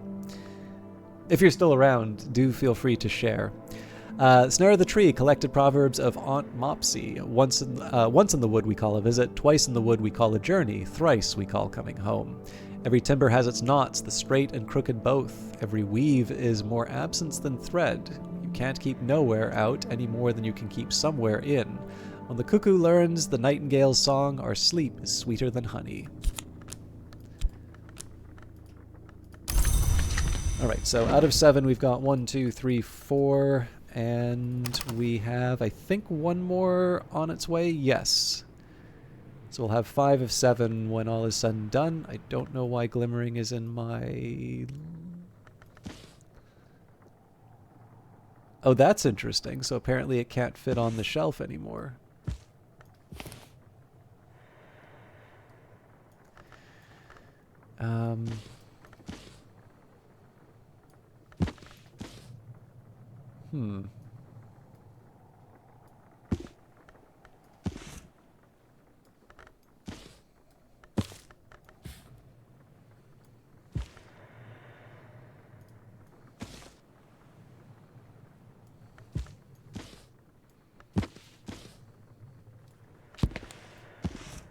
I really thought I'd be able to sneak these in. All right. That's inconvenient but manageable.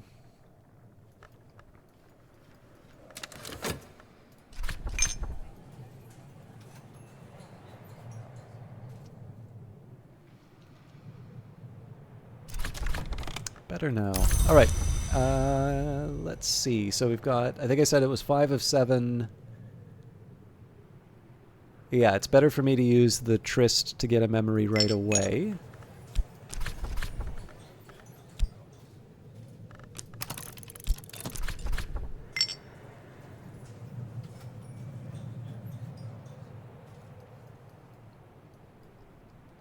I don't remember if I'm getting the salt or not.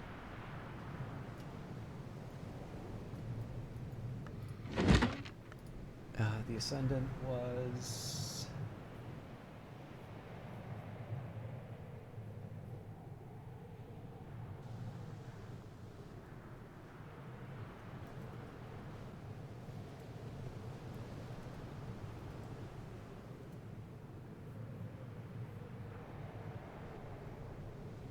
The Ascendant was a contradiction. Okay. So seems like I can get a salt.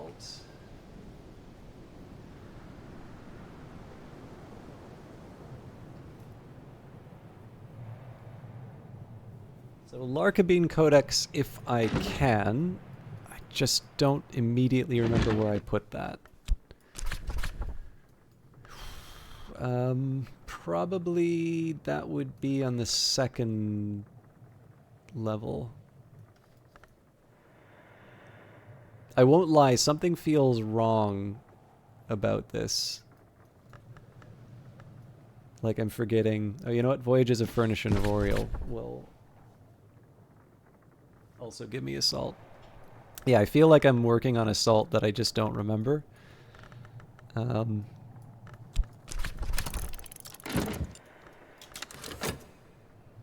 I'll take my lumps if that happens. Alright, the Ascendant. The Edgelong Dardesh boasts of her victories over her brother enemy Tareg in the days of the Shadowless Empire. Sweeter than wine, the nectar is the blood of my brother.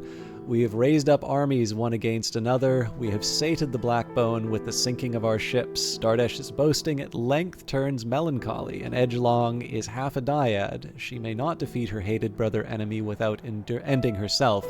She doesn't even want to, but she is aware, to her frustration, that she is a piece on the board, an axle on the ox cart, an essential part of the eternal engine of contention which the Lionsmith and Colonel use to sustain the world. 6 of 7. Ah! So if Reverend Timothy gives me something like a regret, then I'm good.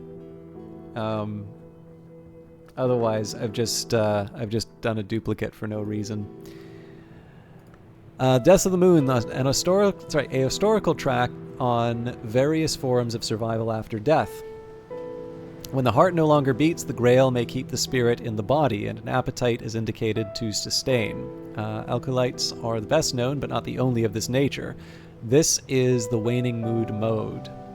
Full moon mode is the intensification of one element of the soul to the point where ordinary sustention is unstable. Our protector, the generous of hosts, began of this nature, and its generosity remains ungentle. It is possible for the body's health or the heart's core to outpace the other elements, so that a static mode becomes impossible and growth proceeds in dramatic stages until balance remanifests.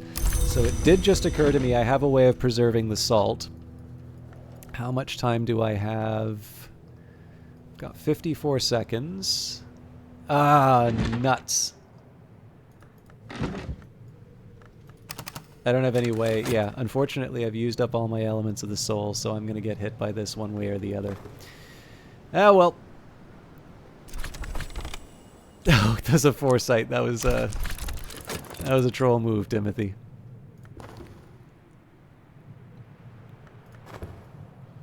So yeah, a shame. It's not the end of the run by any means. It's just a little inconvenient, and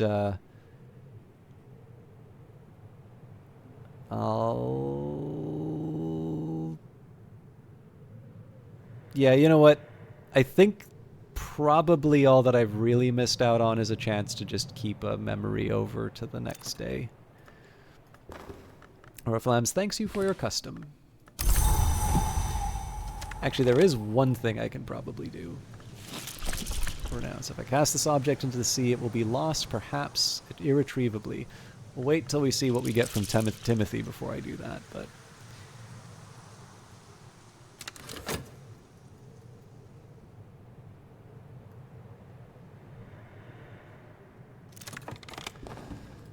Solace doesn't do much for me. Pronounce, if I cast the object into the sea, it will be lost, perhaps irretrievably.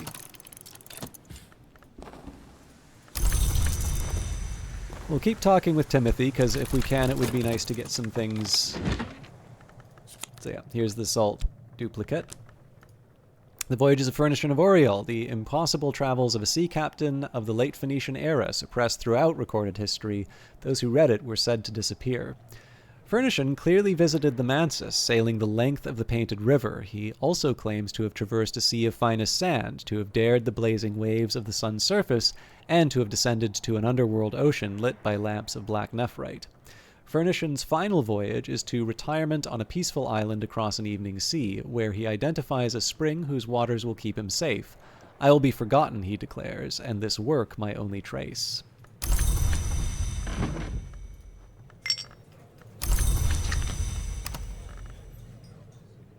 Okay, we'll still get another whist for the day. Tuppence will buy me a hearty meal in a quiet place where I can rest and gather my thoughts.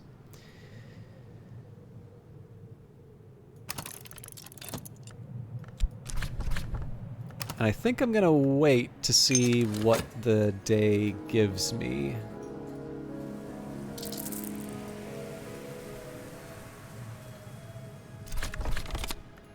Memory loss. Hey, that does the trick.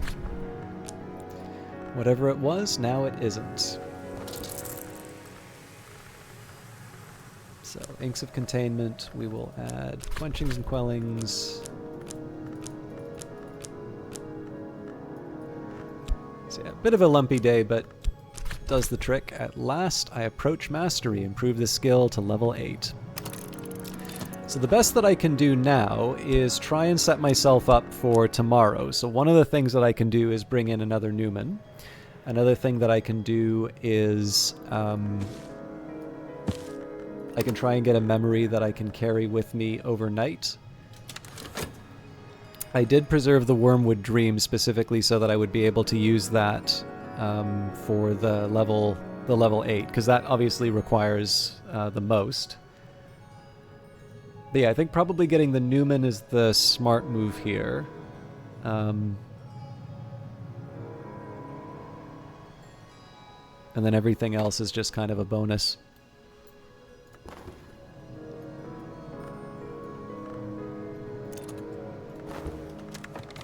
Skill is now level 8. Its power aspects have also increased. So overall... okay, Gossip doesn't give me a whole lot. I'm a little disappointed that I'm sort of falling behind in terms of checking out the busts, but, I mean, leveling up skills is always a nice thing to do, and we've learned about the Viper, we'll learn about the Gull before too long. Better now. Yeah, I think I am going to get my Newman. I'll probably get my ducks in a row as far as the last boost, but if I can, I'd really like to try and read another text tomorrow, and preferably do that at the start of the day. Alright, Towards a Fundamental Aesthetic, 2nd edition, or The Refinements of Light. Julian Cosley had never wanted or expected to write a 2nd edition of his masterwork. So what this is going to mean practically is that tomorrow I'm going to have 2 memories. Basically, I'm going to have 2 memories already. From that, I can try to get the Bittersweet Certainty, Confounding Parable, Contradiction, Regret. Sorry, not Regret. I can try to get Bittersweet Certainty, Confounding Parable, Contradiction, Salt, so that's 4. Actually, honestly, just getting 6 memories is sufficient. I don't think I need to get too clever on that, to be honest.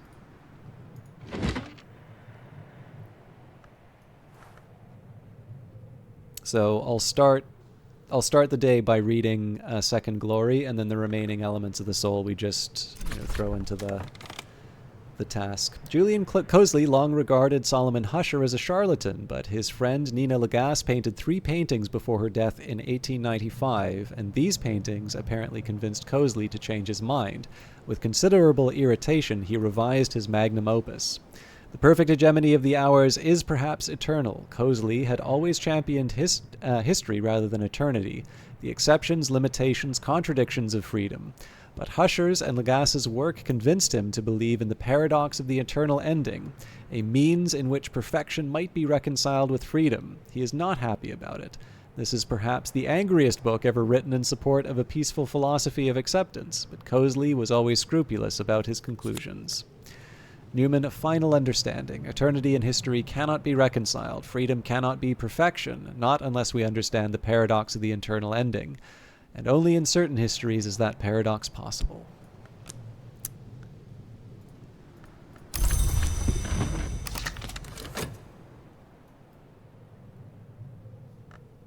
I should probably pick something to take with me overnight.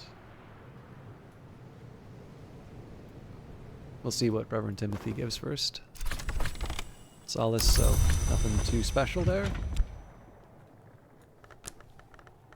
Apparently salt. There we go.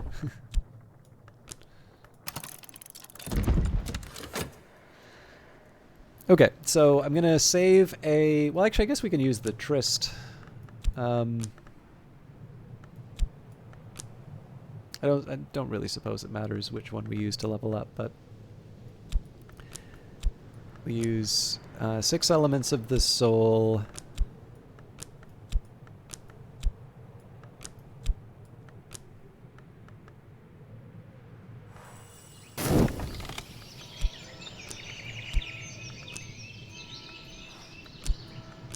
Okay, yeah, I've got my day planned out.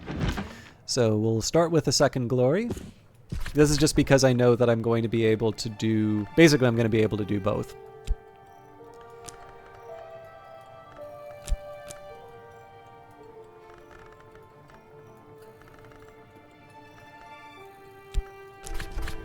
Alright, Winter a conclusion. I can master this mystery, enough winter to match Mystery Winter. I do still think it makes sense to bring in Reverend Timothy, so we will use a... Well, we'll bring a we'll use a Faust in this case. Reverend Timothy's door is always open to me. Reverend Timothy always jumps at the offer of my company. Okay, so we're going to use Final Understanding, Wormwood Dream. Let's get the Bittersweet Certainty. And this time I'm not going to be too fussy with what books I take. So, like, we'll read Glimmering again. Okay, so Confounding Parable. The one thing I don't want to do is read the Ava DeWolf book.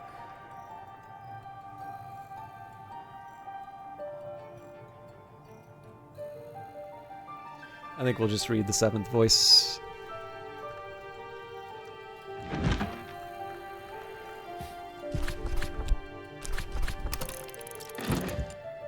Okay, Contradiction.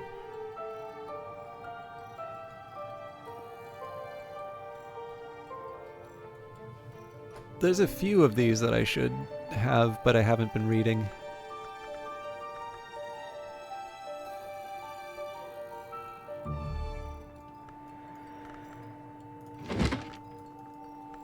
So one thing I can do is just get the salt.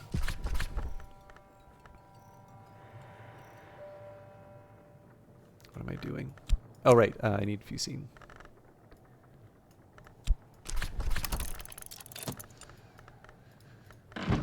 Okay. Salt, Newman. Yeah, Contradiction.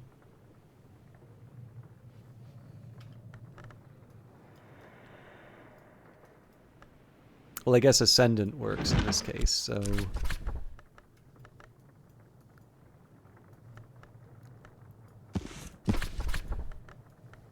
Apparently I just like using languages.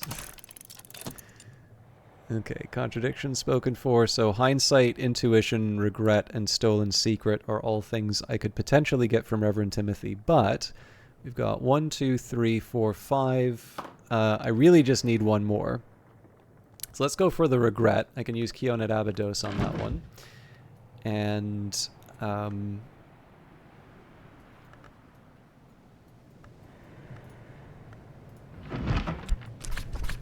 from there,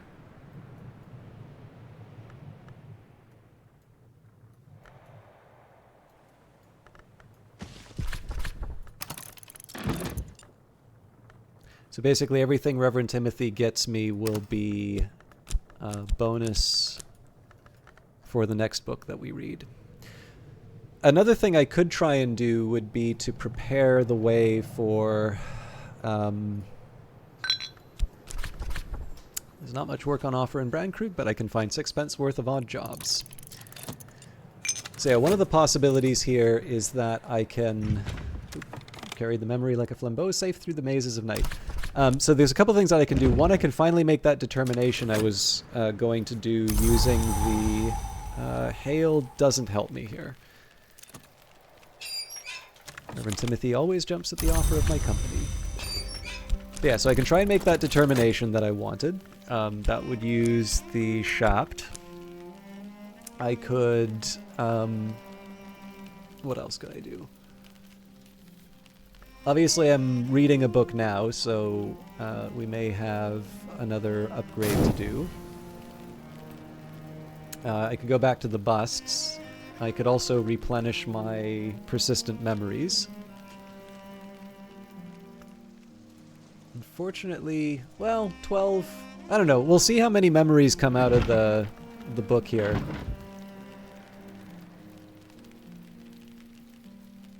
If we're not going to get slammed with memories, I can probably come up with a balance between the two.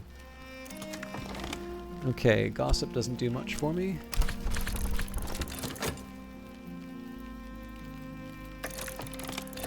Okay, we've read this one, so I'll skip over that. The new texts I'll handle, but... Kiona Abydos, a play dealing with the 9-year sojourn of a snow goddess in the Thracian city of Abydos by Apollo Fireweaver. In English, published in 1892, purportedly from an older Greek text. The entity called Kione arrives in a blizzard and demands the city gates are barred. As Abydos falls under her spell, the dead return but do not speak.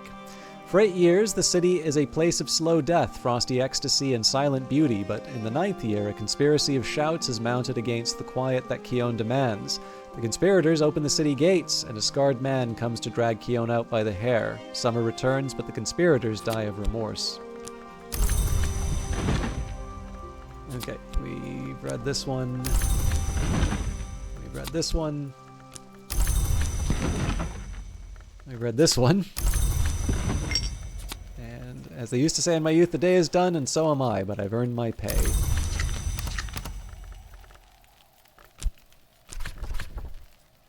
So I'll actually restore the shaft first. It is winter and the storms have tightened the seas. I am sitting before the fire in the sweet bones with a beef and potato pasty in one hand and a hot ale posset in the other. Okay, let's get the inks of containment leveled up. So that's a tryst, then quenchings and quellings, the final understanding, wormwood dream, bittersweet certainty, memory salt, confounding parable.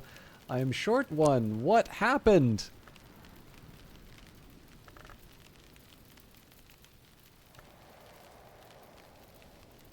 What did I think I had?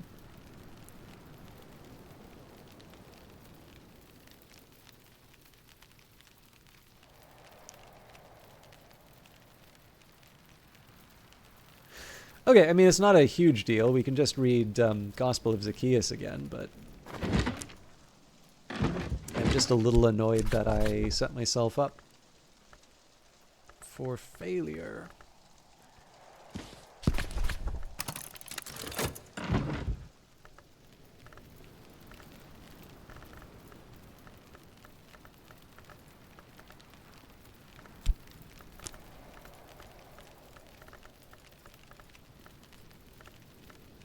Yeah, no. It is what it is.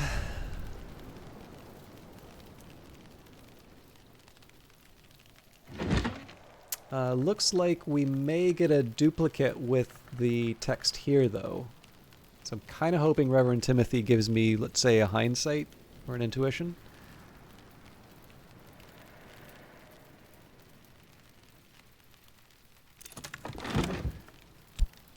Timothy, you're my favorite. I don't need to listen to everything Reverend Timothy says. He doesn't even really expect me to, but I'm often glad when I do. All right. Let's do that again. Clearly, I was just anticipating Reverend Timothy coming through for us. It was all planned. There's always more to learn.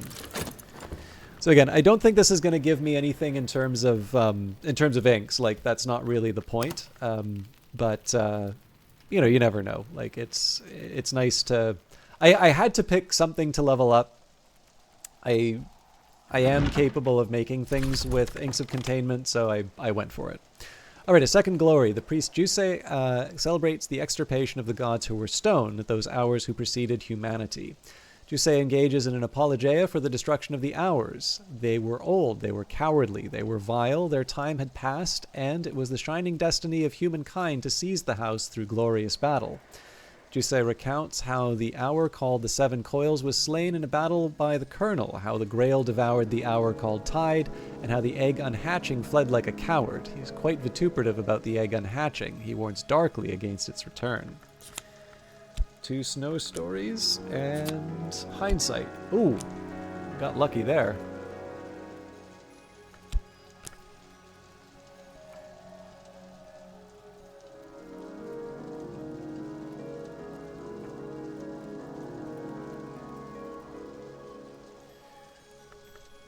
Okay, so the first question that I have is, can I take hindsight with me through memory? And actually, a nice side effect here is that Snow Stories does wind up... Snow Stories is effectively the exact same thing we were just doing. So we're basically back to where we were before. What I am curious about is whether or not hindsight is something that I can carry with me overnight. Better now. We're halfway through the day. So with Snow Stories, I need 6 memories. I have absolutely none of them now. No, a hindsight Winter and Scale is not something I can take with me, but I could probably turn that into...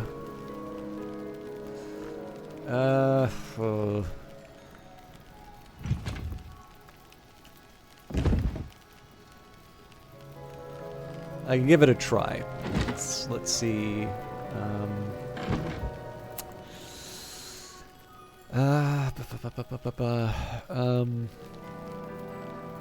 Ava's desk is probably the right one here. So if we take... God, this is going to be hard. If I take Edict's Marshal... I don't know.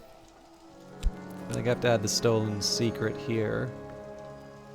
Well, this is already a non-starter because I don't have... Well, no, I can add Whist, but... Yeah, the Wormwood Dream, I need another 4 moon. Okay. So I suppose the other way that I can look at this... so we've got...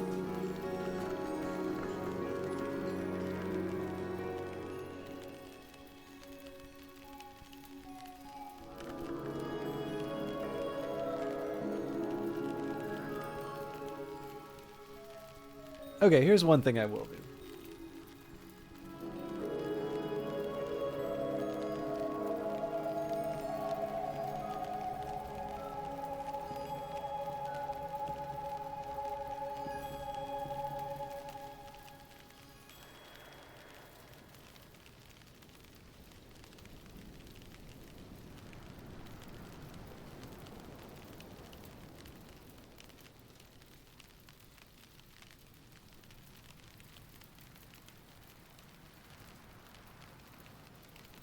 I'm gonna go for loopholes again.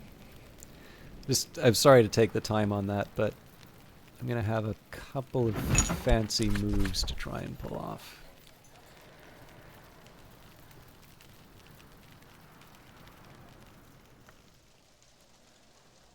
Yeah, okay. I think I know how I'm gonna work out the day. So we're gonna ignore the Edict's Marshal for the time being.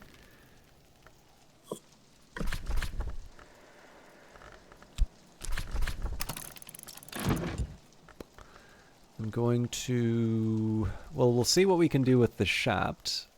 In the meantime, I might as well recover the Faust. Because at the very least, I can just use it to make money again. And at this point, let's see if I have what it takes to make the determination. I may be short, but we'll see.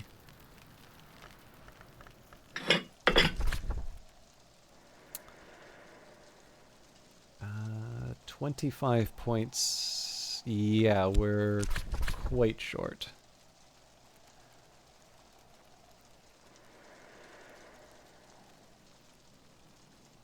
Oh, no.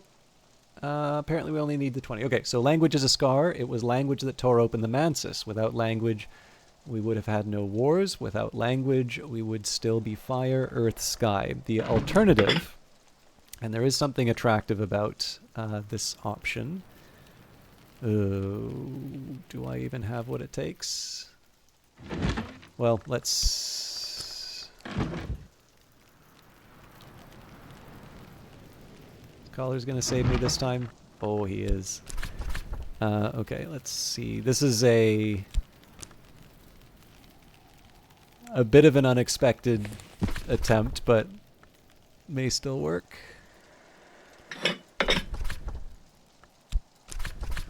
So speech the sword, language is a weapon. With language we breach the mansis. Without language we could not have fought wars. Without language we would still be apes, beetles, stone. So this is a tempting one to go for. It does actually sound really cool.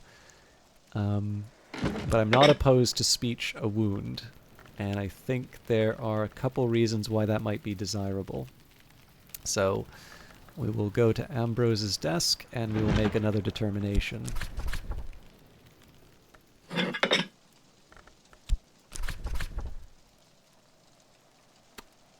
No.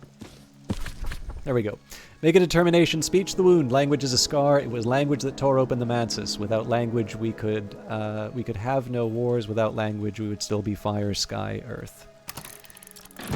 So this is not necessary to what I want to do, but I want to do it. So that's, in my opinion, that's reason enough to do these things in these games.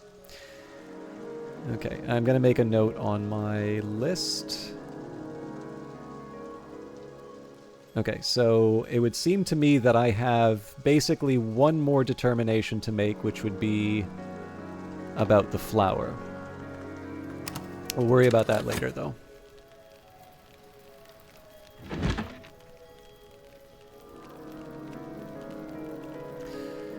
And Snow Stories is eventually going to become level 8, so we'll move the skills accordingly. The skill is now level 9. Its power aspects have also increased. The wish, of course, is that we get something with... Hang on a second. Oh, right. Okay, no, that's fine. There is a very small temptation... Oh, it's this is actually a hard one for me. Because technically, it's smarter for me to level up Snow Stories and Pearl and Tide. What I think I will do is I will wait for Numa to do that with Wolf Stories and Pearl and Tide if it really comes down to that. I will focus on leveling up Snow Stories, even though in some ways it might be more helpful. We're actually getting a few more than I was expecting here with the different different memories. I don't think it's going to be enough to push us over the edge, but you never know.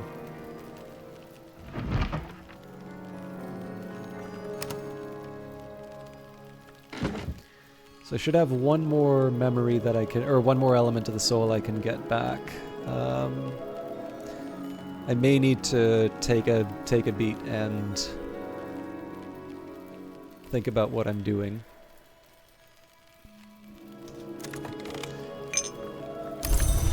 Okay, so the options that I have right now, so basically I can get two more elements of the soul. God, that is a really, really tight window. No, let's say we get one more element of the soul. So one more element of the soul, I get two. Sorry, we also get the loopholes. I am the librarian of Hush House, and I have made my determination.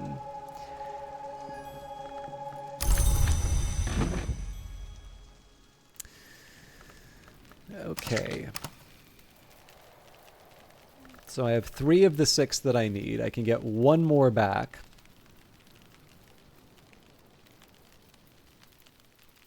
There really isn't a way for me to make this work.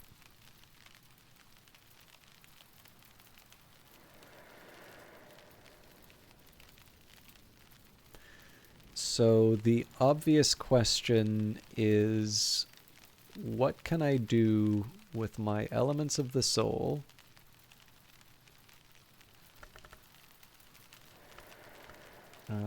this we get to keep for free. Oh, I know. Okay, so yes, it does make sense for me to spend money to...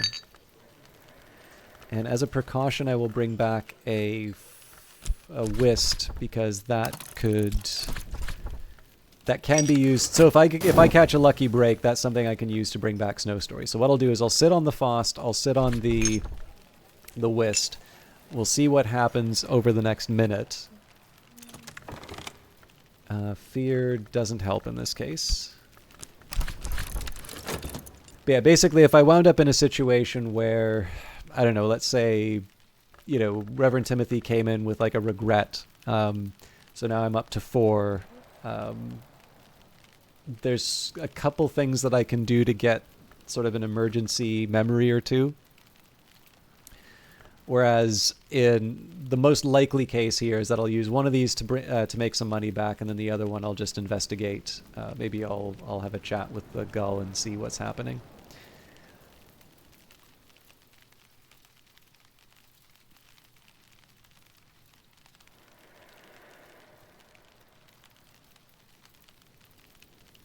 Although it may still turn out in my favor. No, he gave us another hindsight. Okay.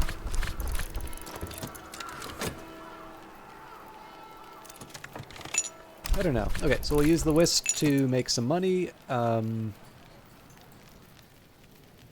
still going to wait on the what? No. Now, we'll talk. Oh, I can't talk with the gull. Right.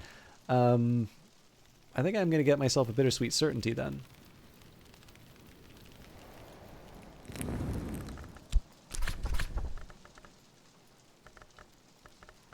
Not the... So I'll admit this isn't exactly how I would have wanted to do it. The problem here is that if Reverend Timothy gives me something I can take overnight, it doesn't count for anything then. But given that I need to talk to the gull to make it do something, I'll accept that it's an imperfect day. basically where I'm going with that. I should also probably make a decision about what I want my final determination to be. I should probably read the text before I jump in with both feet. So I'll maybe do that first thing tomorrow morning. But the main priority is definitely going to be able to level up Snow Stories, and I don't think I'll try to read another text. There's really no point in chatting with Reverend Timothy because we've already got the memory I'm going to take with me overnight, but it's nice to get in the habit.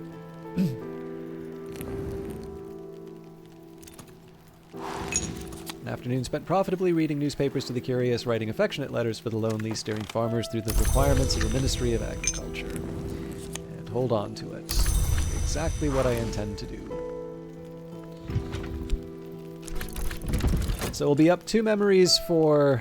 well, technically up 2 memories for Snow Stories. I actually have something sneaky in mind for this loophole.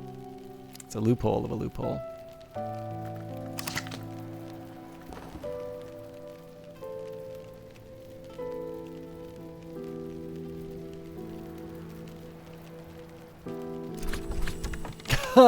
He gave me an intuition, so that could have been used to level up Snow Stories too. Oh well. And you know what? That also could have gone overnight because I believe it does accept rows. So that was the game kicking me in the nuts.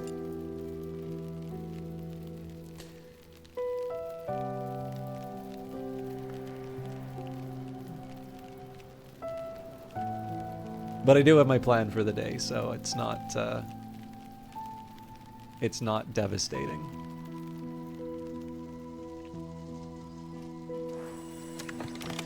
Okay, so first thing we're going to do, we're going to use the Tryst, which might seem like a funny choice, but it will make sense in a little while. So then we take Edict's Marshal, we will combine that with the Loophole Newman, and we can create the Wormwood Dream out of that. So from that, we know we can also get another Newman, which is exactly what I intend to do. I mean, I could even get the Loophole, really. But just for the sake... Oh, hang on. Before I go too much further, I think I did want to see... So we had white the first flower, black the first flower, and red the first flower. So white is winter, unsurprisingly. So let's just see... I think I'm probably going for red. The only thing is I'm a little uncomfortable with the implication for... the nowhere hours, but are we really that short? Yep. So Snow Stories will do the trick. White, the first flower. The Watchman's Tree is a covenant that forbids knowledge to mortals, but it permits it in the covenant houses of the tree, like Brandkrug Isle. The white flower of Calyptra, the silence that is given, was its first defense. When forbidden knowledge is known, it must be forgotten, but then to be forgotten, it must first be known. Okay, so this is actually one that I would entertain. I think black was the one that I was not going to go for. Now that one's tricky because that's actually a moon one, so I'm probably not capable of putting things together for that right now. If I was one short... Well, no, there's something I can do. I just need to find another moon desk. Probably... No, hang on, the reading room desk will hold this. Okay, so we go there. Ah! Lunar globe. Guess it doesn't really matter what I throw in here. Core... Is moon one of the... No, Trades Mahaira, of course.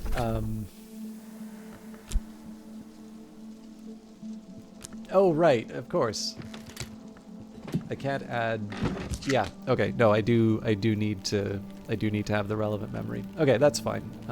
You know what? I also think I forgot to...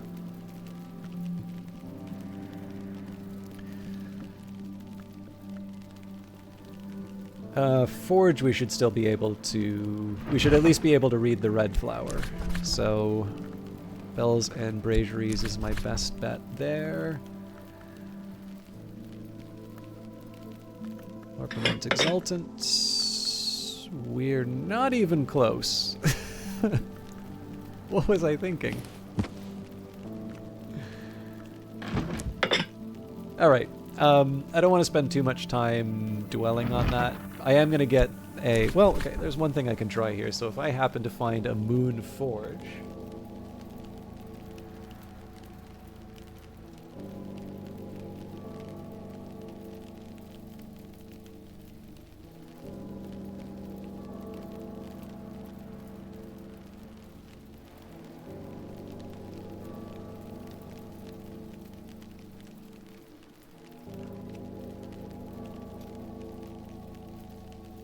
No such luck.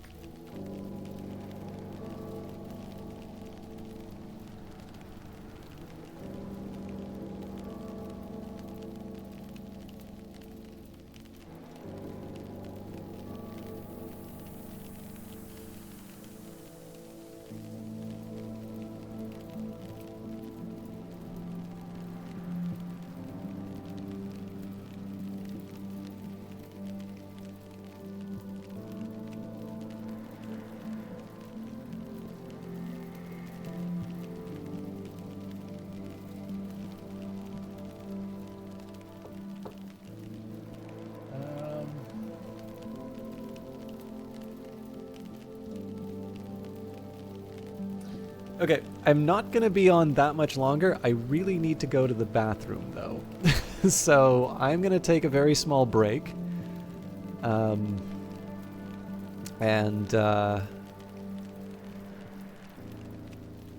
I don't know. I'll see how much longer I can go, but I need some alone time. No, I need to go to the bathroom, but I also need a minute to decide which Newman I'm going to go for. So welcome back, Vanguard Master. Enjoy the break sign. See y'all in a little bit.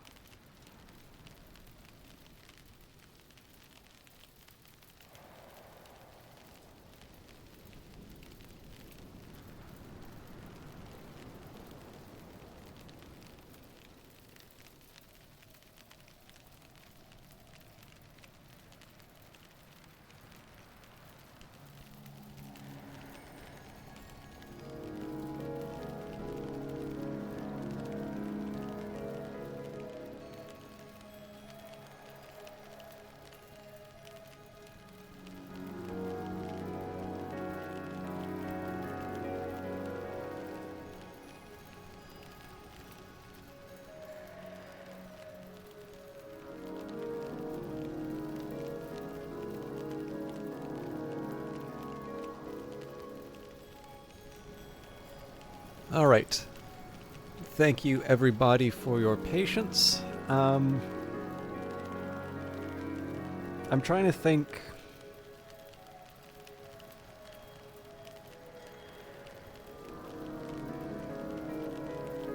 I'm really trying to think about the best way I might go about this, to be honest. I think probably let's start by getting loopholes. That is the least offensive of the options in front of me. I wanted to see if I could get something that was like a combination of Forge and Moon, but that doesn't happen. So let's focus on the task at hand, even if that means I'm not able to play around with the various... Like, there's just some stuff I kind of want to mess around with, but again, like, messing around, in my opinion, that's not sufficient for... I don't know, like, I have plenty of times to mess around, right? Like, I've got a bunch of elements of the soul which I can use to look at different things, but that's not really the... That's not the main focus right now. So, let's just take stock. So I've got a bittersweet so just as a reminder, this is going to happen twice. Could in fact happen twice on the same day. But for now I've got a bittersweet certainty. I'm getting a Newman. I can talk to Reverend Timothy right away.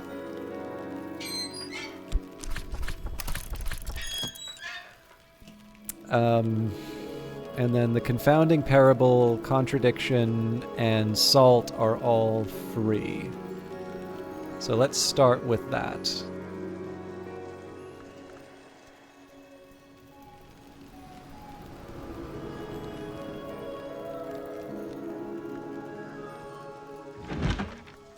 Yeah. Okay, so let's start with the confounding parable. Contradiction will come from Wainscot Histories.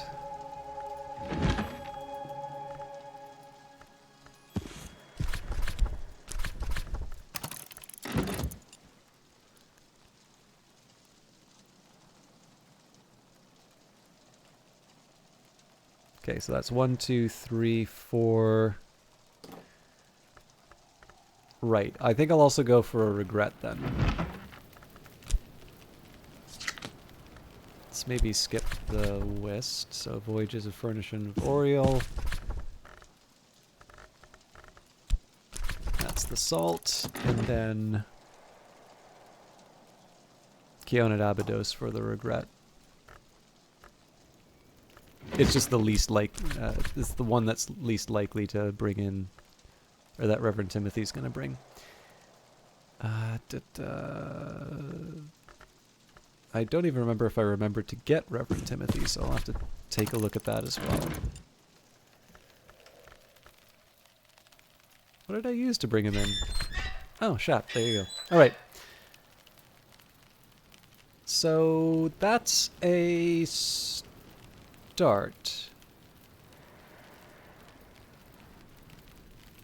I'm going to leave the... Well, I'm not going to leave the... I will leave these in reserve. I'm not going to use them to generate money because I can I can get the shaft and use that for something else. I've carried the memory like a flambeau safe through the mazes of night. Okay. I think we're in good shape.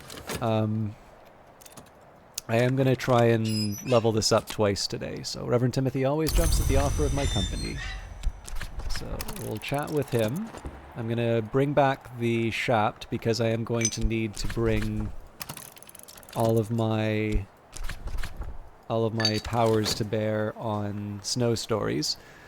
Now, if I was feeling particularly bold, I would try reading something... Oh, wait, we already read A Second Glory. I maybe try to read The Lion in the Glass, but I think I'm just going to cool it and work with what I've got. And then after... I don't know, well... I reserve the right to do, you know, some kind of follow-up, but... I think right now the focus is going to be on snow stories, and then if I have a surplus of elements of the soul, maybe we'll spend that on pets and busts. Okay, Solace doesn't do too much for me. Reverend Timothy is always happy to chat. Okay, so most of these texts I've already read, so I'm going to skip over them. Again, not because I don't think they're interesting, it's just I want to make some progress.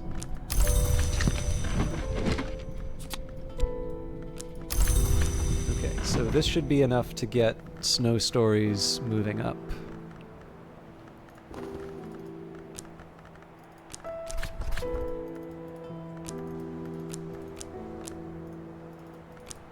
Okay, good.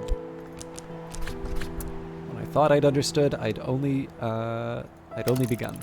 So, first thing that we're going to do is we are going to get another Newman. So that's kind of a free... In fact, all of these elements of the soul can be used to get the ones that Reverend Timothy can't bring in. So Reverend Timothy doesn't know how to make a Newman, for instance. So essentially we're just going to read all those books again, and I will have 3 more... Well, actually, by the end of this, I'm going to have 4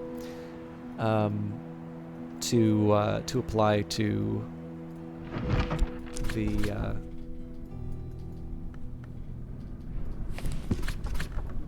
next level.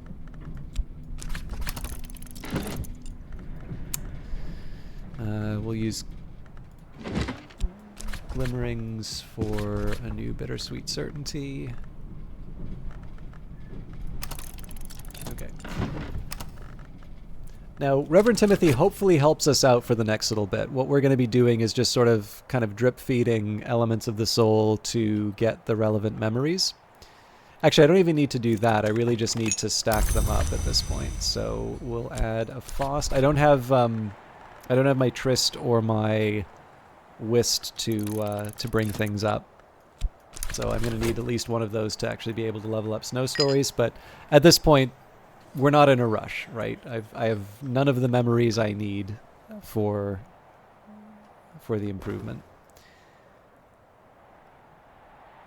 This is one of the reasons I was a little reluctant to try and read another book, because I am going to omit quite a few things. All right, let's hope it is equally possible to forget this again. So this is why I got that Newman before, was basically so I could set up this move later. So the time has come. So that's why I said we'll have 4 when the time comes. We're still just going to rely on Reverend Timothy and the Sweet Bones to get elements of the soul back. And the idea here, it's like what I normally do. I'm going to get a sufficient number of memories and elements of the soul before I make any moves. But once we have enough that we know we're going to be able to level it up at the end of the day, that's when I start taking elements of the soul and maybe investigate different busts and such. I think at this time in the day I'm not going to bother reading the next text. We can save that for the next day.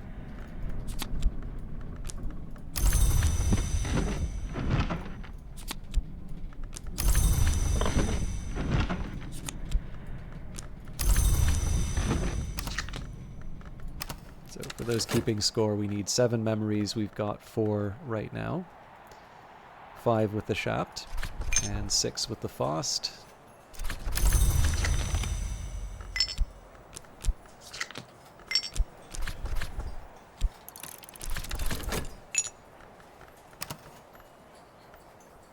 And like I said, if Reverend Timothy gives us a leg up here, then that's just a faster upgrade for us. But in the worst case scenario, I should just be able to brute force my way through restoring my elements of the soul at the Sweet Bones.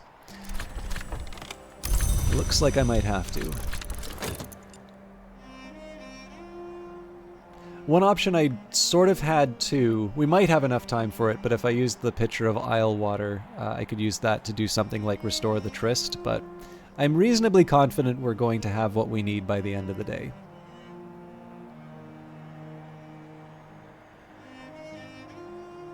Might get a little dicey, but and I guess I can put it to you this way. I have some ideas if we get to an emergency, let's say.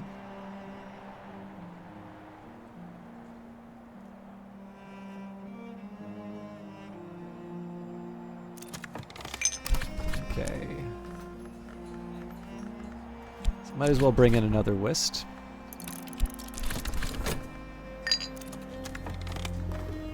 Okay, the stolen secret helps us, so we've got 7, 1, 2, 3, 4, 5. So the Faust and the Shaft already give us what we need for the stolen secret, but this whist would be used to actually commit it. But what I'll probably do here is with this whist, I'm most likely just going to work the sweet bones now, so I can make I'll make a little bit of money. I could also like try and bring back a Newman, but the thing is I actually don't know what I'm going to need for any of these books. Might be setting myself up for a little bit of a tough time with The Lion in the Glass, so I probably want to read that book relatively early. I might even want to read it overnight now that I think of it. Ooh, that regret lets me read it overnight. Okay, I think I am going to do that. It's a weird option, but I actually think having early options at the end of winter is not a bad idea. So,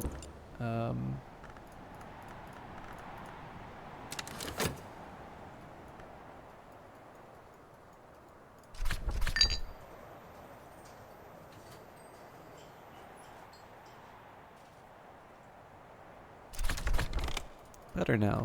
Okay. So we'll use the shaft to do the fixing and mending.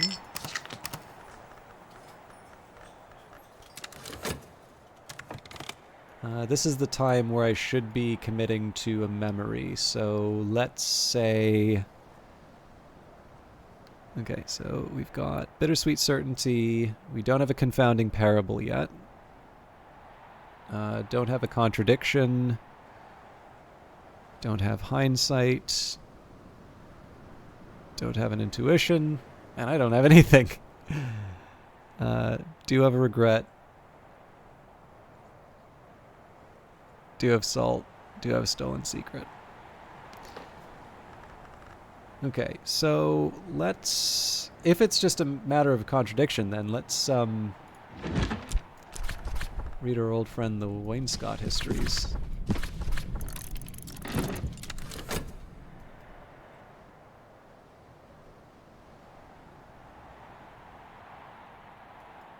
Gonna have a little bit of a juggling act, so I'm gonna wait for, let's say, the halfway point to dusk before I start reading the text. The one problem is if I read it too early, then I actually set myself up in a worse position than I was before.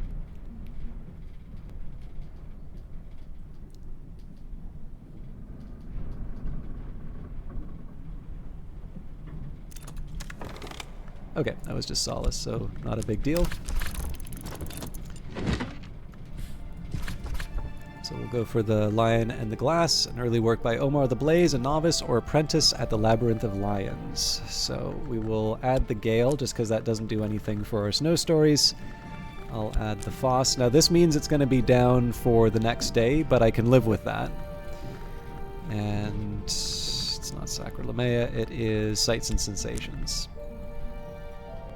And some Deep Mandiac, I keep forgetting. Okay, so the idea is that this is going to take, I think, about 2 minutes to go through. So basically, this should be finishing first thing tomorrow. But the nice thing about that is we'll know all of the memories that we need, and I can just restore the,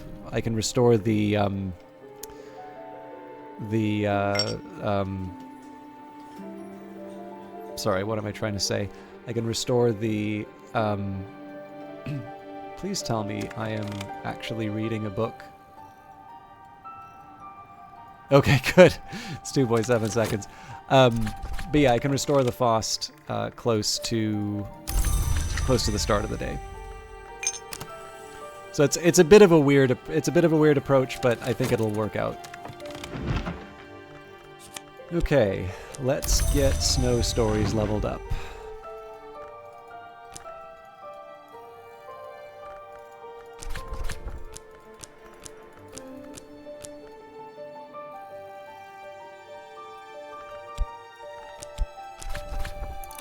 Last I approach mastery.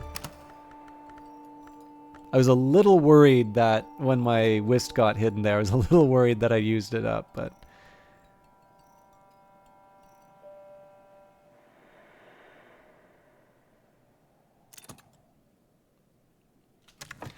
The only mistake was doubting myself.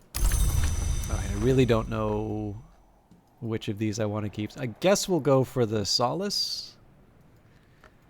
But to be honest with you, I don't really know. I don't really know what I'm going to need for tomorrow. I'm largely just going by the fact that it's a sky mystery, so, you know, the sky from Solace, maybe it does something. I don't know.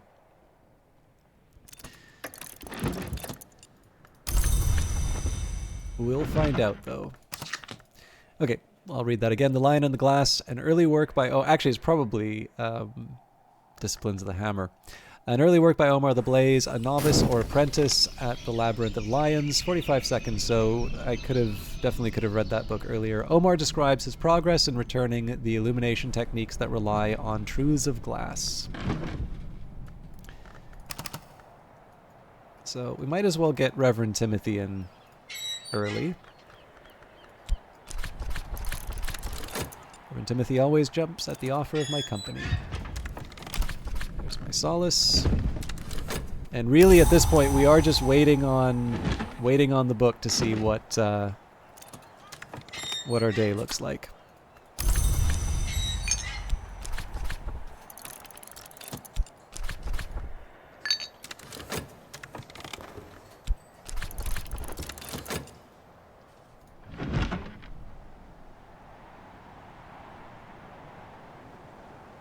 Actually, the other thing for glass might be glass blowing and vessel crafting.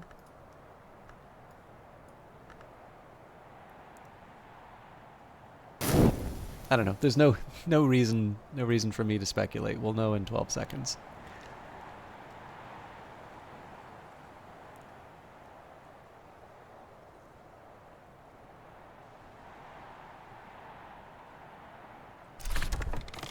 Omar divulges a glassmaker's secret that the ichor vitreous can be filtered and enriched with enough lantern aspect to become the ink ashertine, which resists untruths. So got a revelation from that, and glaziering and lightsmithing I was not expecting.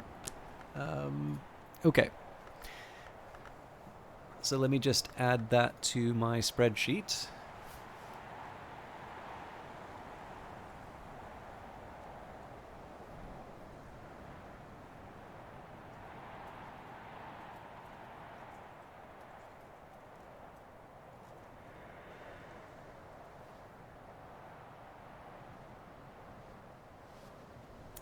Now, this isn't going to be too difficult for us. In fact, I kind of regret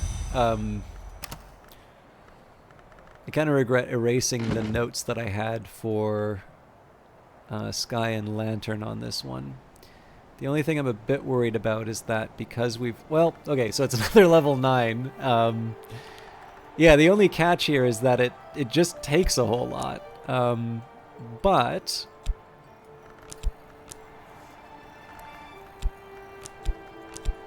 we're already 3 up. So let's go for the low-hanging fruit.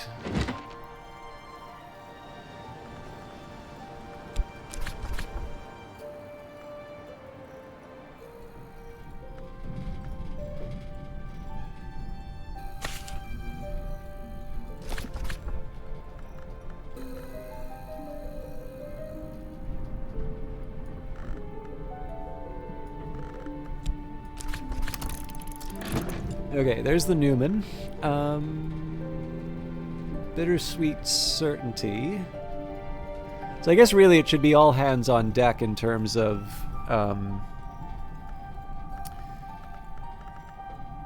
memories.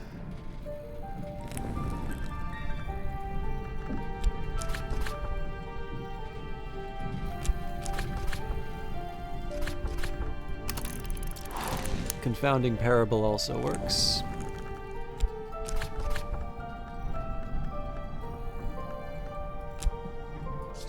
keep the Faust because that's actually used for Glazier and Latesmith. Well, we can get it back. I'll leave one, obviously. Okay. I'm just trying to think of some of the others. You know what? I gotta write this down, otherwise I'm gonna lose track. Alright, the music.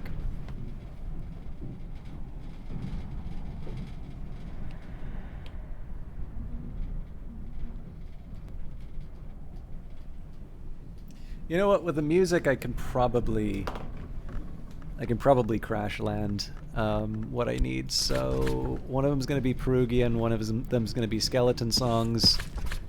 Again, I'd like to have a little more variety in what I'm reading, but this is one of those cases where it actually helps to have my regular go-tos. I am a moron, but we can probably recover this at Nona's.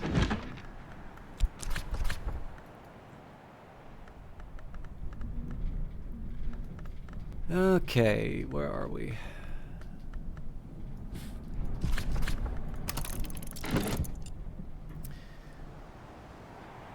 Now, we should be able to use the Savage Hymn at the Hollow Drum.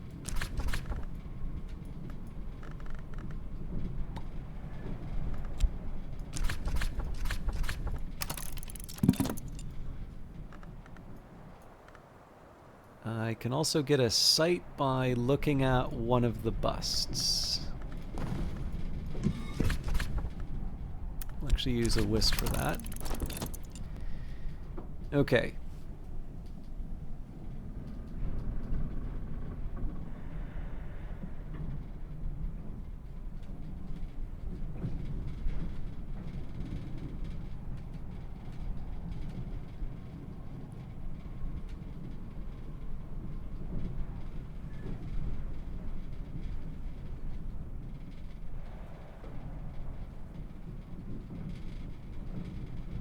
I think there might have been one other sneaky thing I could have done, but the fact that I used up the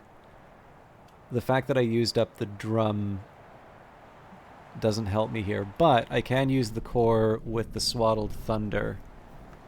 Actually, I wonder if I can use that at a desk. Wouldn't be that desk.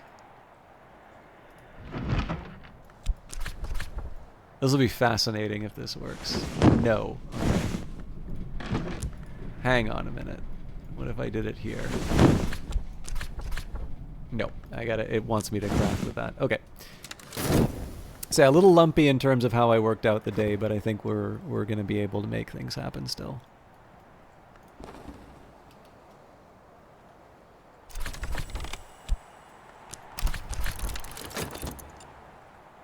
Again, the real goal here will be about getting Glazier and Lightsmithing to level 9. Based on today's actions. It's a reach. I will fully admit that, but I think it's worth trying.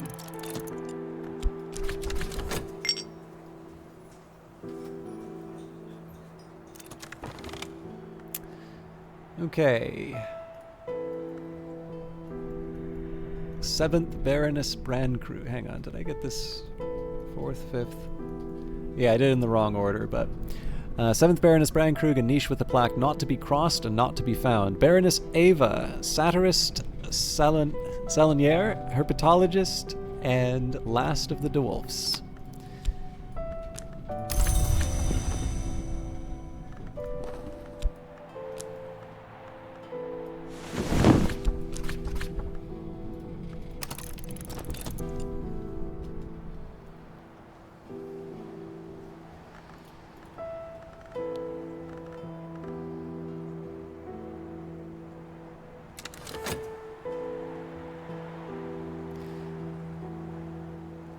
The one thing I don't like about this is just the sitting and waiting, because this Faust and Shat could otherwise be occupied right now, but we are going to get a big stack of memories in a little bit, so it's not a huge hardship. It's just a little nerve-wracking depending on what's going to come out. Okay, the regret doesn't do much for me here. That's fine. We've had a pretty good run of getting useful things. So we're at the halfway point of the day soon. Alright, so Beguiling Melody, a Storm, Savage Hymn, Founding Parable, Bittersweet Certainty, Cheerful Ditty,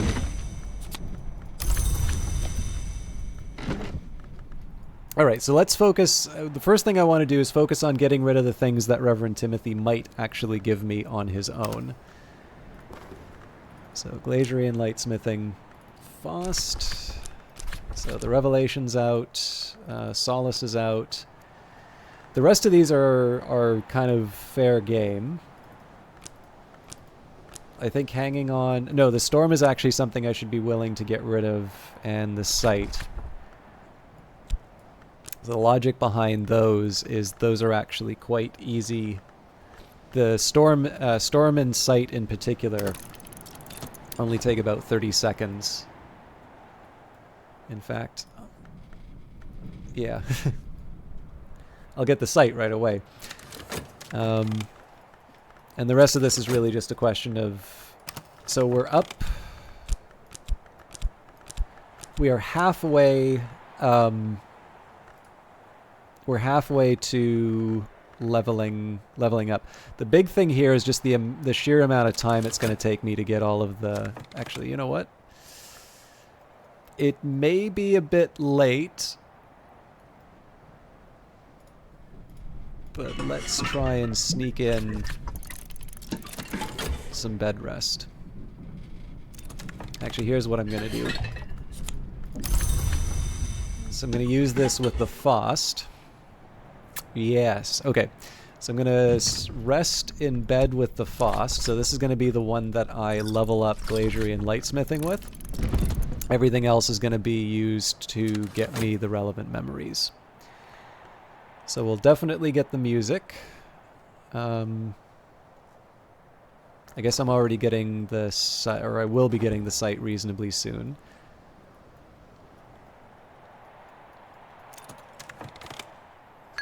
Better now.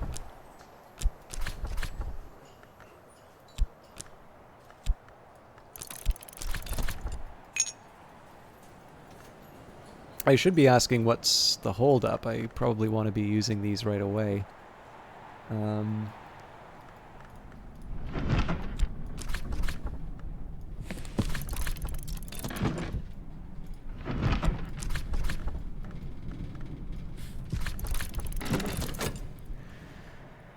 Okay, so we'll have 6 of 8. Yeah, we should be fine.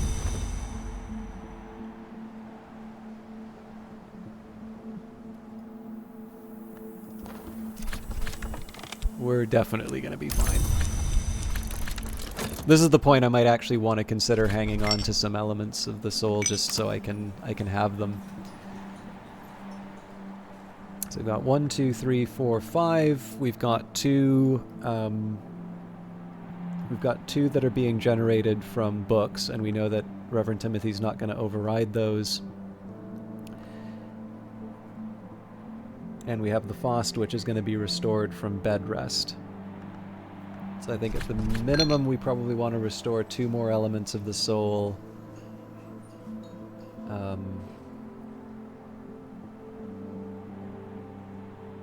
Because I might be able to make money off of it.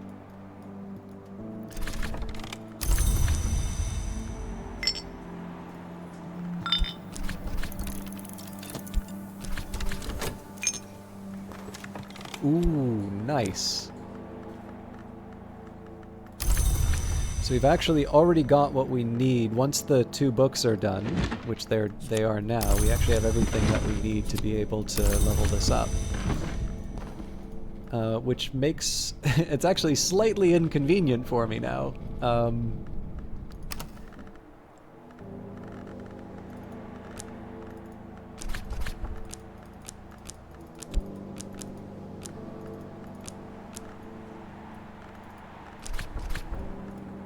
So I'm actually going to have too many elements of the soul available at this point. And unfortunately, none of them can recover the water, but that's life. So I think we'll make money with the Faust. And deserved a little quiet time. Yeah, I don't see a way I can make money off of both of those, but maybe I can make the most of the day by investigating Valentine de Wolf. That, or I can talk with the gull. You know what? Let's talk with the gull, see what it gives me. Time with the beastie. Offer this beast my company. Who knows? Perhaps it will offer something in return. As noisy and demanding as it was in its youth, but much bigger. I'd love to know more about Valentine, but the skill is now level 9. Its power aspects have also increased.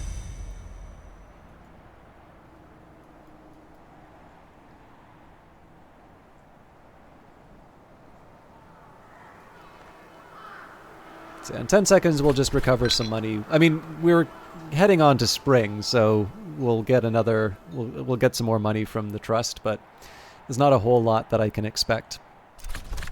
Better now. There's not a whole lot I can expect to do today, so we'll just we'll make something of it, and I do want to make sure maybe I drop some water tomorrow, just some, in prep, and then I don't know what else.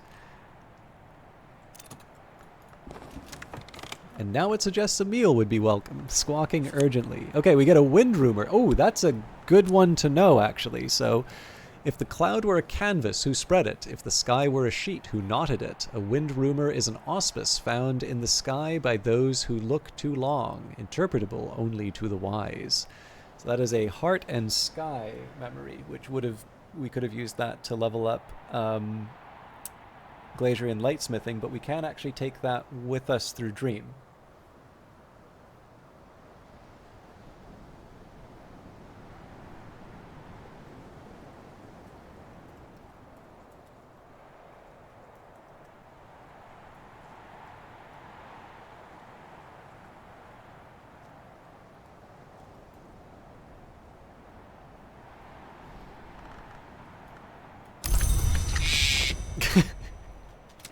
I do like some of the sound work on this. Oh, we can still talk with Timothy. Reverend Timothy is always happy to chat. So in terms of spring, I mean, there's a few different things that I'd like to do. I think it still makes the most sense to, just read through the remaining books. We actually only have 2 now. Looks like the shelves are getting full.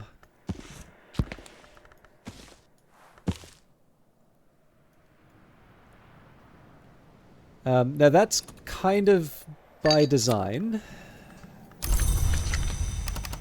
So I was originally thinking that I would spend a little more time working on... Okay. So we'll take the rumor with me. Dream on a memory. But yeah, so I mean, we made some progress through the stairs, which I'm happy about. We learned something about the animals, and we made an okay run on the book. I mean, in the end, this is kind of what happens when you're not super focused on something. I didn't really want to start scouring my library until I had everything dealt with here. But now we're at the point where I'm probably going to want to start reading my De Wolf collection, my St. Brendan's collection. There's a few things that I want to do. First of all, let's see what the weather brings.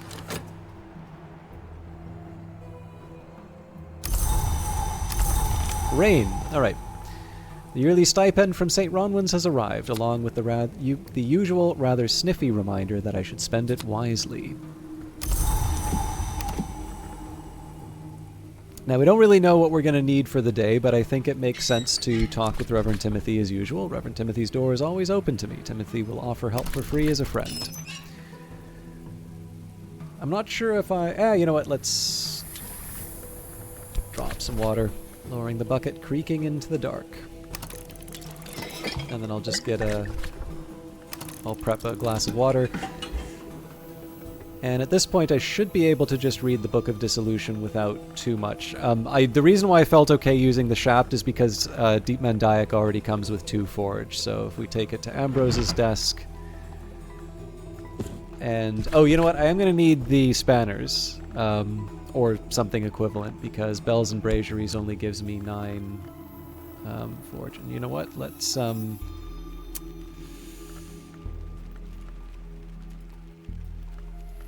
maybe try one of the other desks.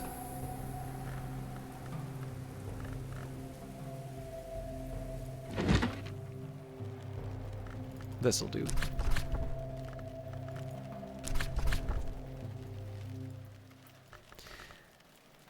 So the reason I did that was I wanted to use an element of the soul that wouldn't... Well, I mean, this would have been nice to use in the sands, but...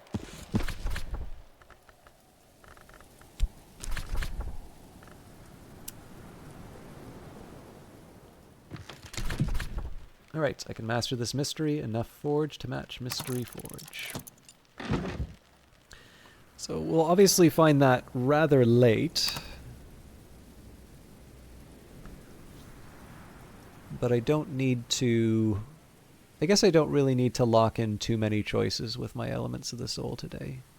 In the worst case scenario, we just have to...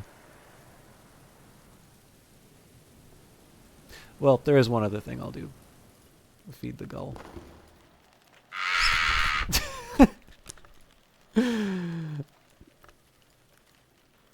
Sorry, those sounds are never not going to be funny. Satisfy this creature's appetite. Food will make a hungry beast or a wild one cooperative. Pour it out. Alright. So yeah, let's see what the visitor to Brandkrug brings. We'll see what the text gives us. Reverend Timothy always jumps at the offer of my company. I probably should have tried to make some money, but what we'll do here is we'll restore the shaft. We'll cycle through the sweet bones while we can. So it is spring, and the landlady has served me a slice of her stargazy pie with the pilchard heads poking cheekily through the hot crust.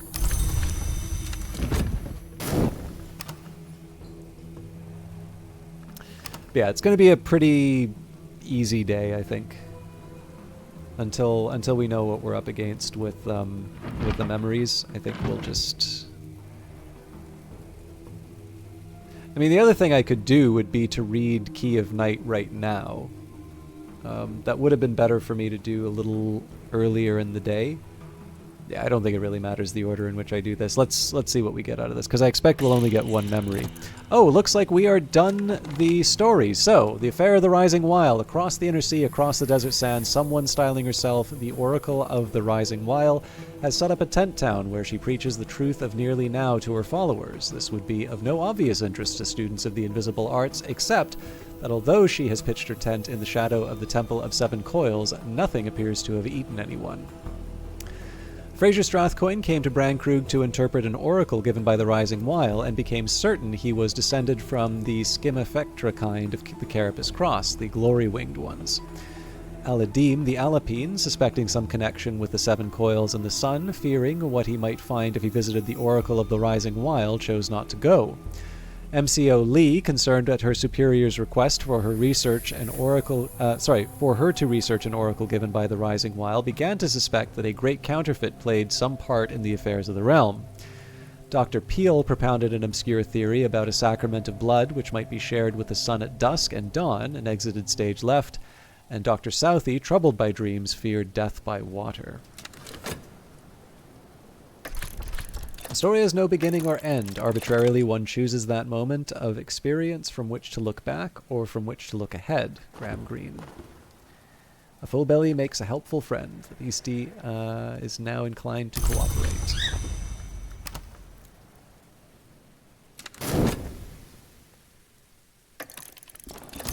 Nothing particular is afoot. Any visitors this season will likely just want a general consultation.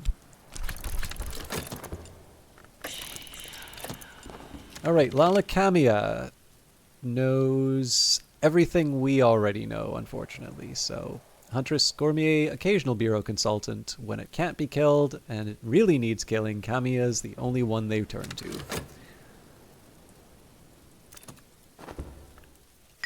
Better know. Alright, we'll just use that to earn a bit of money. I'm in no particular rush to satisfy her request. We'll see what we're up against with this book first, and then... Now, if she knew something like Kernwek Hanevek or Ramson, that would be a different story. But a little water splashes on the stones of the well to nourish the mosses there. And in fairness, we have had a pretty good run in terms of visitors who stop by between sessions who have languages that we need, so I really can't complain about you know, not getting Ramsund or Kernwek. Okay, we'll find out in a little bit what we need. The Book of Dissolution. Alexander Propst recovered a copy of this work from a mountain temple in Persia. Other copies surface now and then, usually seared on rock. The book consists mostly of prayers to the unburnt god, the Forge of Days, which consumes and transforms. It suggests the Forge's power arises partly from its nature and partly from its tools. The book describes an earlier House of the Sun whose doors and ways were different. It praises the Forge of Days for opening the ways into the house and for transforming that which was to that which is, despite the screams of stone. So transformations and liberations and foresight. So I'm going to add that to my list.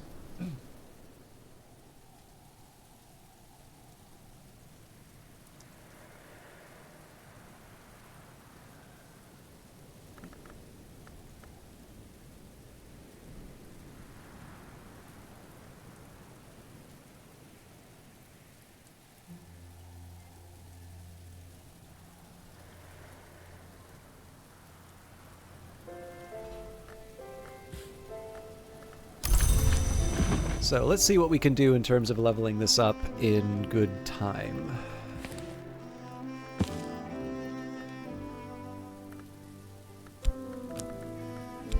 So 2 memories to work with.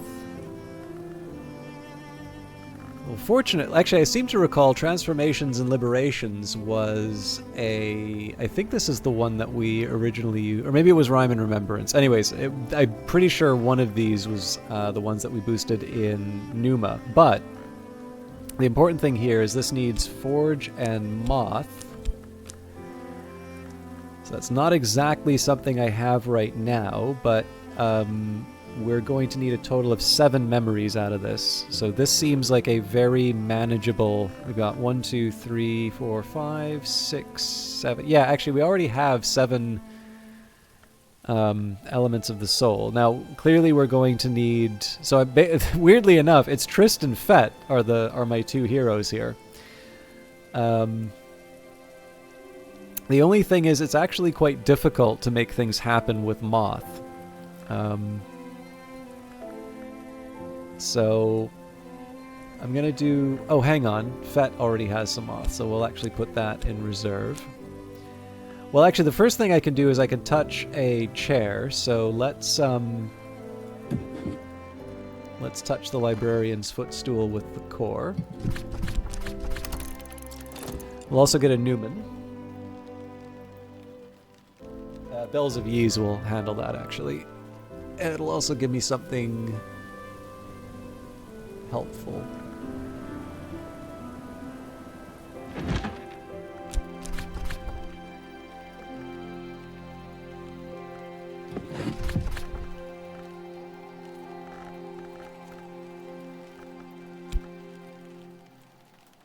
Wrong language.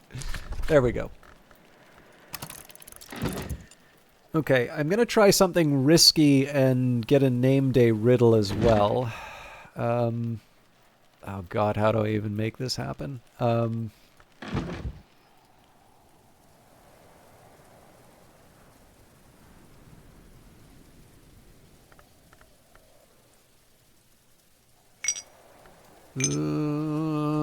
I think I messed it up. Ah.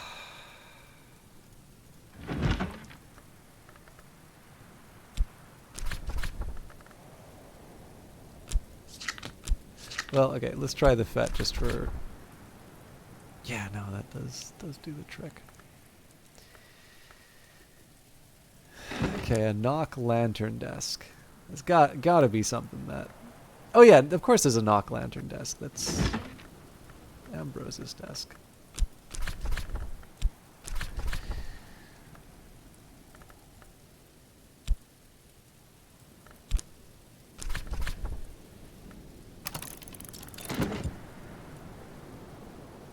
Okay.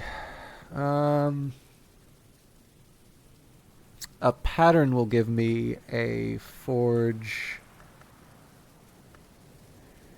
that Reverend Timothy can't.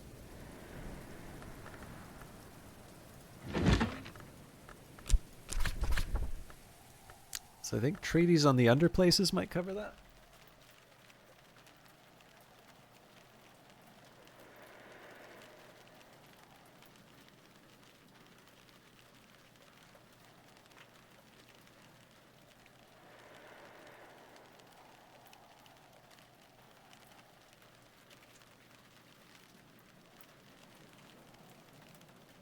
I'm very glad I didn't do that. It is not. Just verse.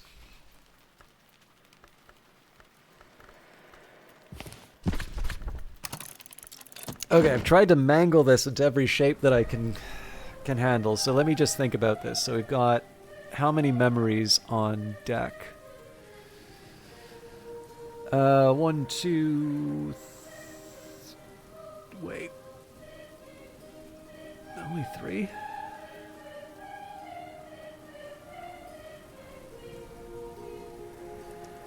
Well, 4 with the memory, but we need 7.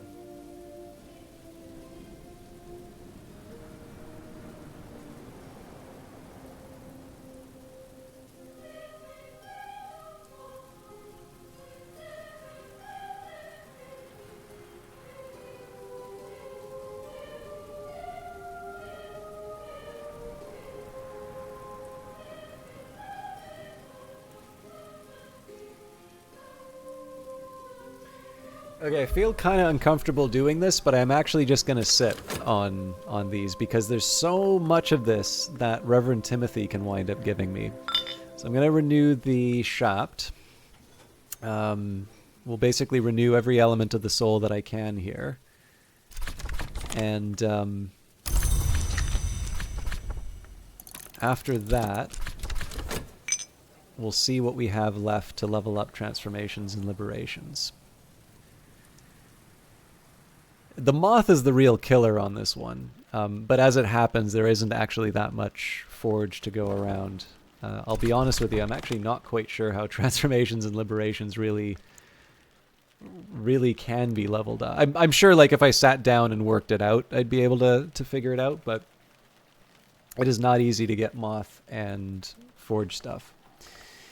Okay, librarian's footstool, a sea-colored star-ornamented footstool. Put your feet up. The house is yours. Your work might not be done, but you've earned a rest. So that's a start.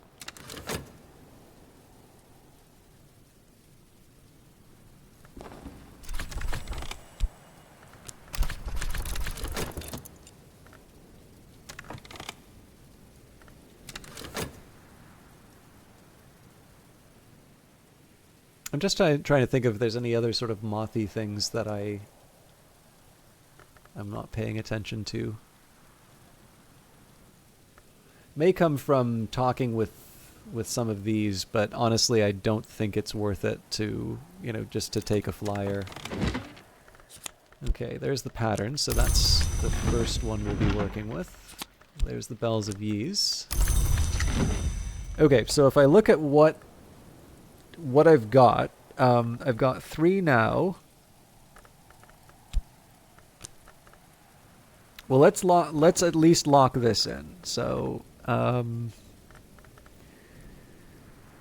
Transformations and Liberations is going to become a level 4, and then it's going to become a level 5.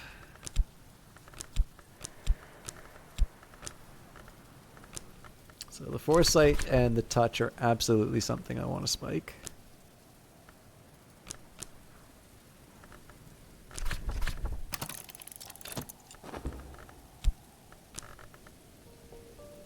Okay, so I have 2 of 4. Yeah, we'll be fine. But there is one thing I want to try and do before I...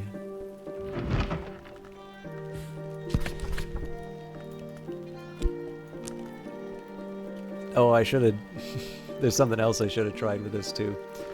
This is absolutely the wrong best to try this.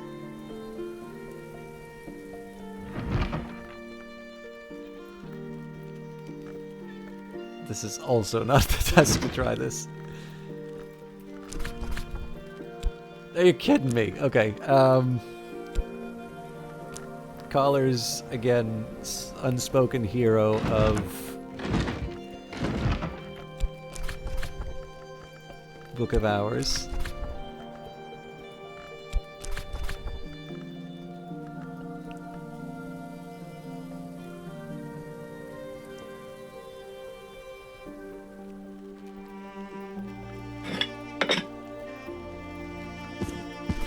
Okay, red, the first flower. The Watchman's Tree is the covenant that forbids knowledge to mortals, but permits it in the covenant houses of the tree, like Brankrug Isle. The red flower of Calyptra, the fire fueled by truth, was its first defense. Fire consumes knowledge, but fire also gives light.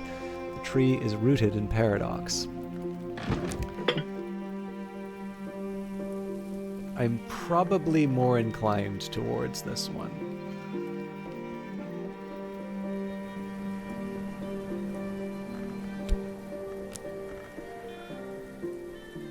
Okay, so I don't need to worry quite yet. I will recover another element of the soul.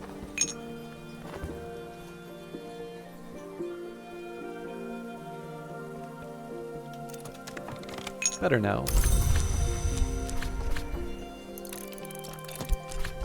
It is spring, and the landlady has served me a slice of her stargazy pie, with the pilchard heads poking cheekily through the hot crust. Okay, we'll see if Reverend Timothy winds up giving me something helpful too, but it's not as urgent. Alright, is this the way to the wood? But perhaps the wood is not a suitable place for the librarian. The skill is now level 4. Its power aspects have also increased. So, one thing I can do, which I know is protected from Reverend Timothy, is to touch something. I guess the catch is, do I have... There isn't really any furniture for me to touch. You know what? We'll take care of the librarian's chair again. We don't need to get fancy about it.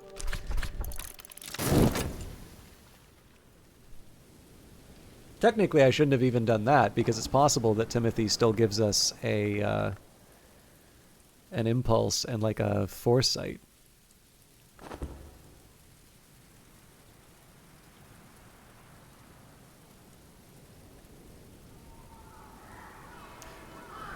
So this would be the point that I want to read. Let's get the pattern.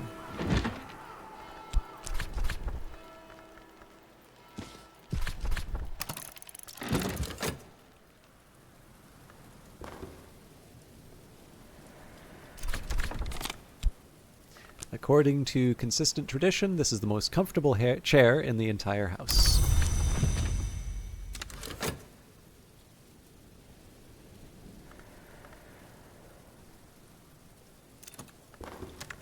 Okay, gossip doesn't do much for me.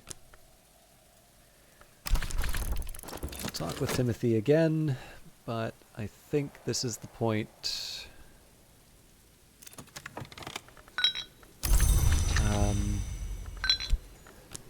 I'm gonna have to use the boss to earn some money. I'm not gonna use it for anything else. So if I screwed up with just verse,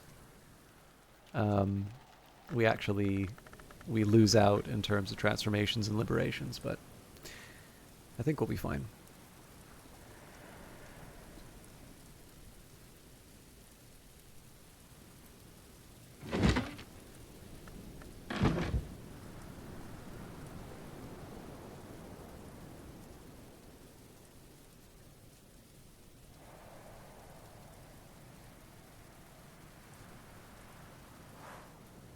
Night is fallen, dawn will come soon.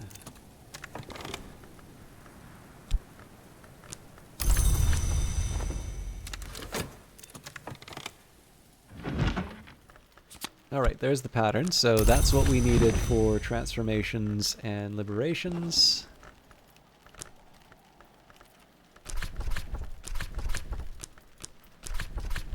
So satisfying to have come so far. Improve the skill to level 5. We'll talk with Lalakamiya about whatever she wants, and then we can boost...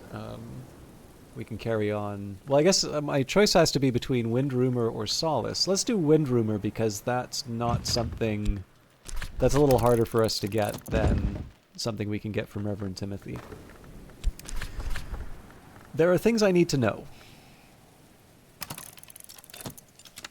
So I'm kind of indifferent. We'll give her the Rose text, let's say. I can identify my visitor's interests and satisfy them with an appropriate book. Alternatively, if they know a language I'd like to learn, I can offer payment.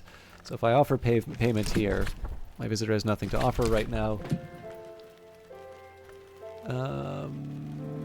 Wow, my Rose texts are quite advanced.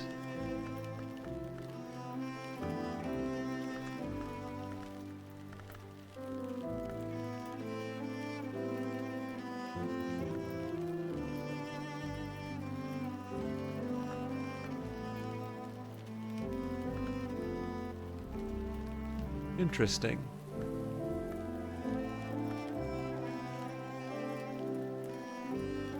I mean, if I don't have a 4 Rose, it is not the end of the world. Like the mission is not to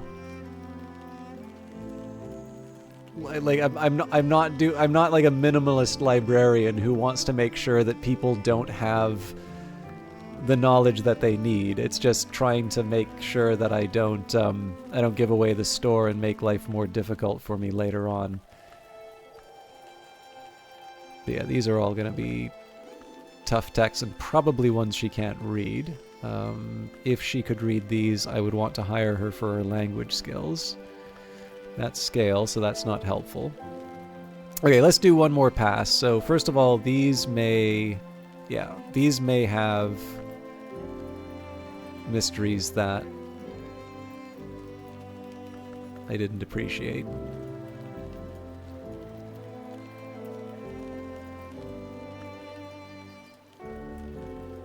Okay, not a huge surprise there. I'm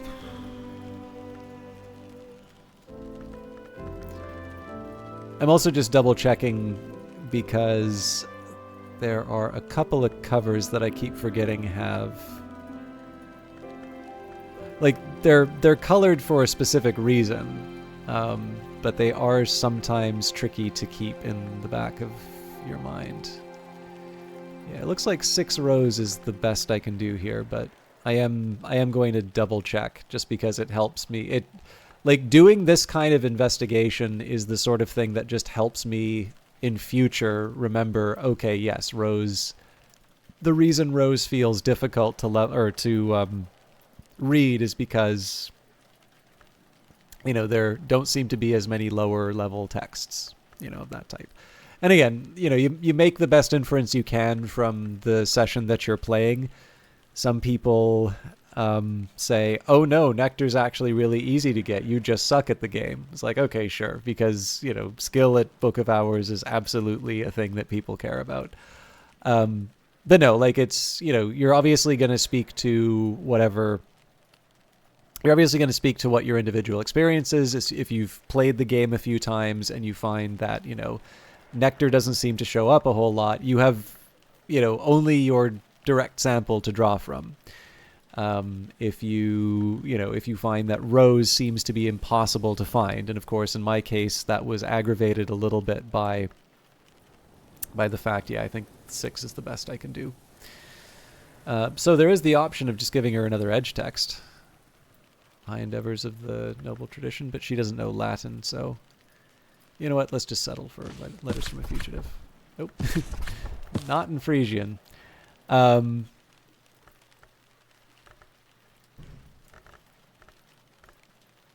not giving her a 12. There are limits. And she's already got the Sun's Lament.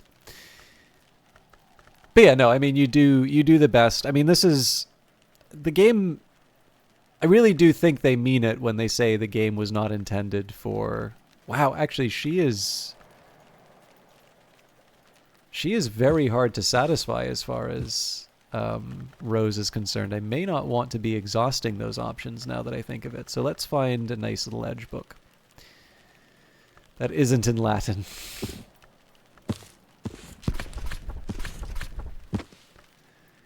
But yeah, no, I mean, one of the things that I think might work in terms of my visitor has an interest in violence. My collection can help.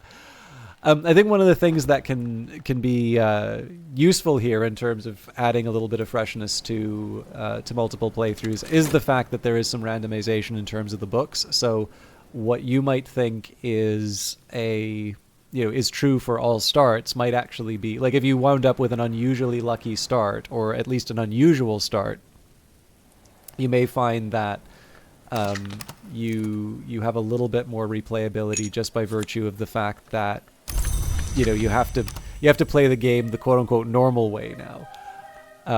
Which, I don't know, I think is kind of neat. I wouldn't rely on it as a source of variation, but it is kind of interesting to see that people have very, very different opinions about what is a quote-unquote easy mystery and isn't, just by virtue of the fact that you have few guaranteed books. I think the treasures in the house seem to be guaranteed. At the very least, they seem to be pointing towards a very narrow subset of books.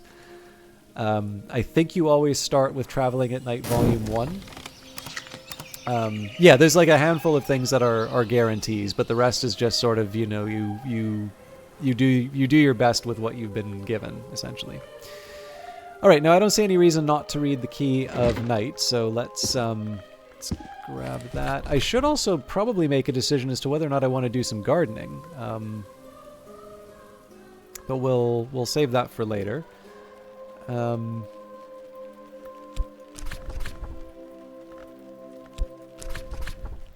master this mystery, enough scale to match mystery scale. And I guess I wanted to make Orpiment Exultant.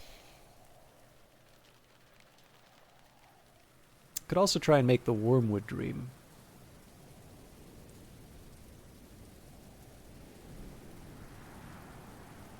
Why not?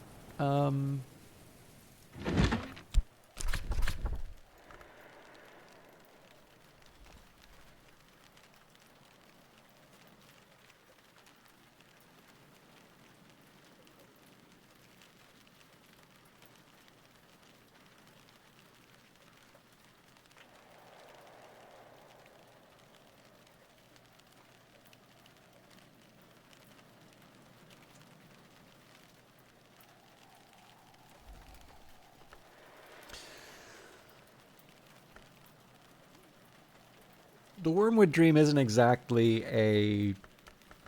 it's not like a major concern right now, but it is persistent. It's kind of nice to have, so. And I've got some downtime, so it's not a bad one for me to pursue. I might as well have a chat with Reverend Timothy. This time I'm going to use Faust. Reverend Timothy always jumps at an offer of my company.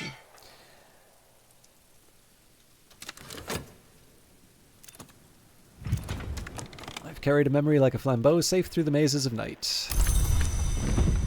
How invigorating. You've satisfied your visitor and earned a reward, but the more they learn, the harder they will be to satisfy in future.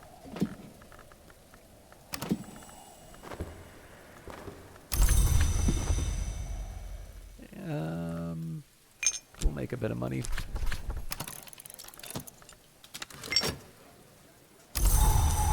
It's a sunny day. So yeah, this first little bit is just going to be hanging out, making things. And then depending on what the lessons are, again, I'm only expecting really one lesson out of this book.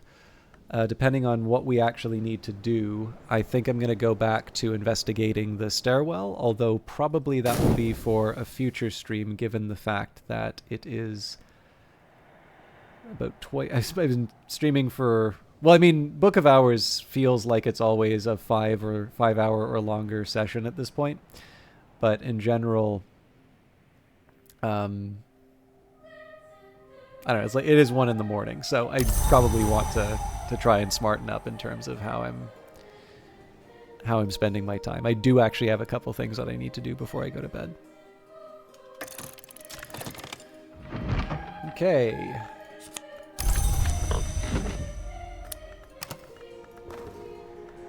Do I need to listen to everything Reverend Timothy says? He doesn't really even expect me to, but I'm often glad when I do. Now, there was an ulterior motive for going for this memory, so we'll add Tradis Mahaira.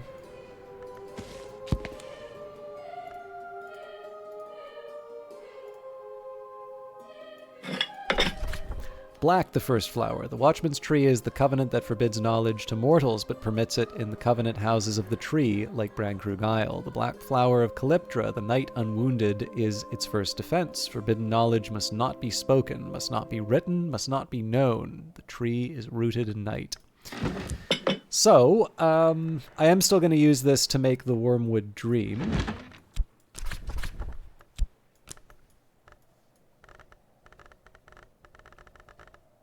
Where are you?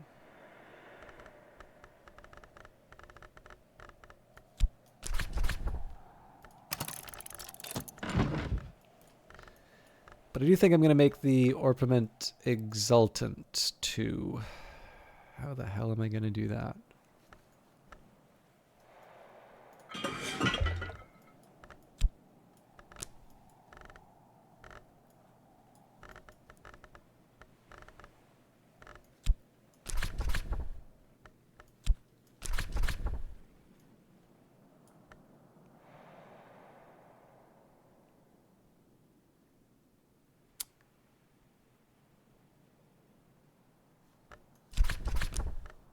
This can't be it. Yeah. Well, we can give it a try, though.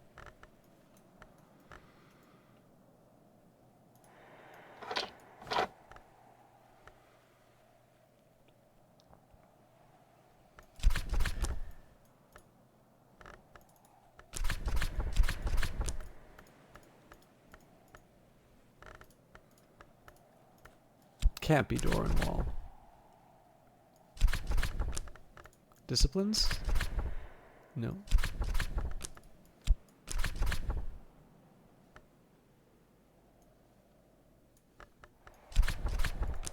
Some of these may actually work, and it's just that I don't have enough. I don't have enough forge, so I may. Yep, there it is. Okay, well that's not a major hardship because I can just use the Fet to get the Bells of Ys. I've been neglecting the Vagabond's desk for the better part of the playthrough, so...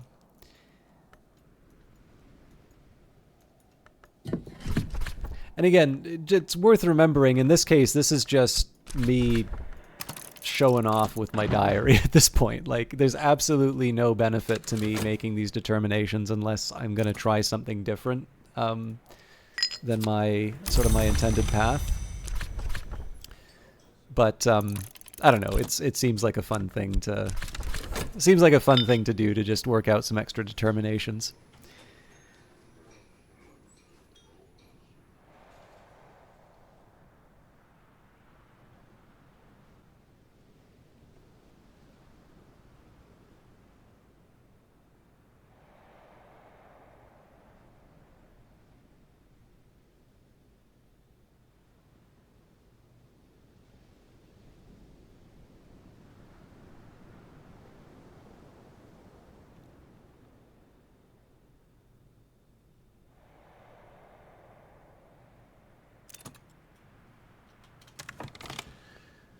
All right. Again, we're kind of counting on Reverend Timothy to give me things that are relevant to the book I'm reading, just because I don't know what's coming up.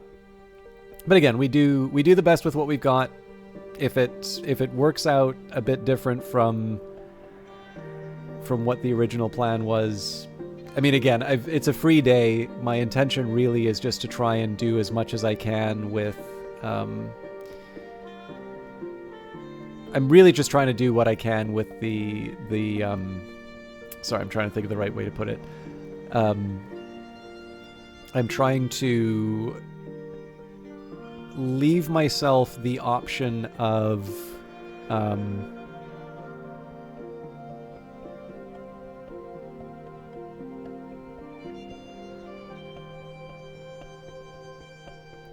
Like leveling up a skill while still having kind of enough in the day to be able to find out what's going on with the busts, I guess, is kind of the way I would put it. Anyway, sorry, just give me a quick second here. I've decided to distract myself with my phone, which is a terrible idea while streaming.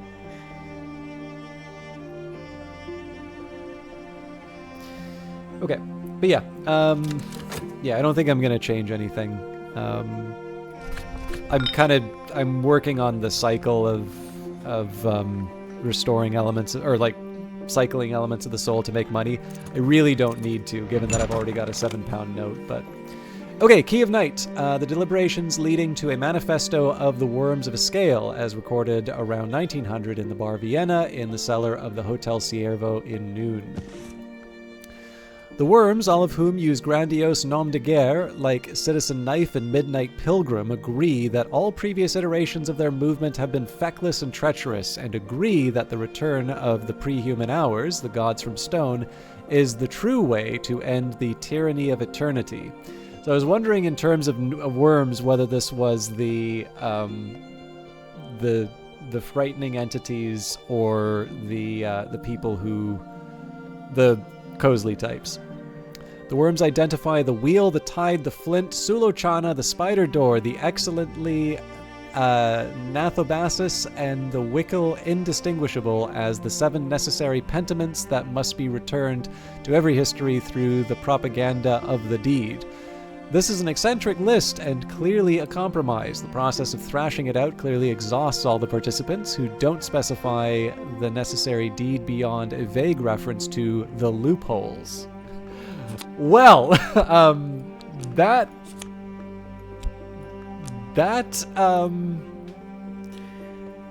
gives me something to think about, actually.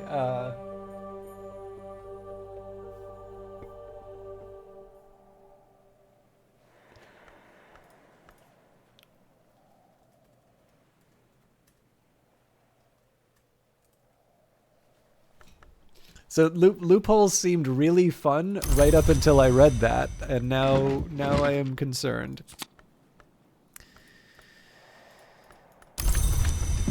Okay, but I definitely, like, I've got some purpose now, so let's get focused. So pentiments and precursors. First of all, where is that in the grand scheme of things? That is a 3, so that is a pretty straightforward boost for us. Unfortunately, I do not have a scale or a grail to kick around, so that is going to be one restoration I need to make. I am also going to try and create that the Orpiment Exultant. However, I am also going to use this as an opportunity to learn a little bit. So we'll add the Iotic Essence. I'll probably want to make another one of those at some point, but let's not worry about that too much now.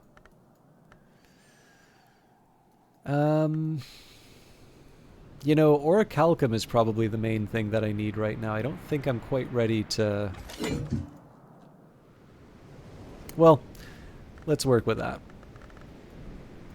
So I am going to try the inks. So that's 13. That's still not going to cover it. I think that's the same story, yeah.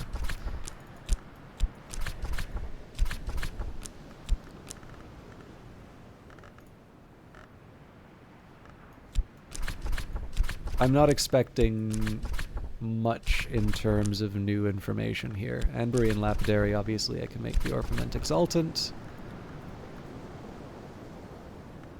In fact, I'm just trying to think if there's anything that hasn't already been investigated. Well, transformations and liberations, possibly. Okay. Maybe that I had that before. Okay, now interestingly enough,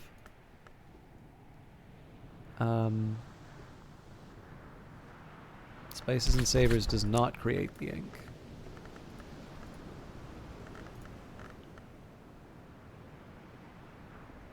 Okay, I really just needed a cursory glance. Anbury and Lapidary is sufficient.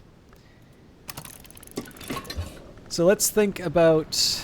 I mean, in practice, what I really just need here are two more Scale or Grail. Now, I could drink something.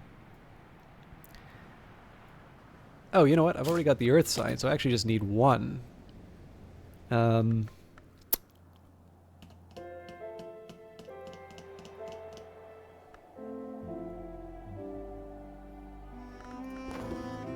I don't see Reverend Timothy giving me a satisfaction. But I bet I could just read skeleton songs, and then it's not even a question.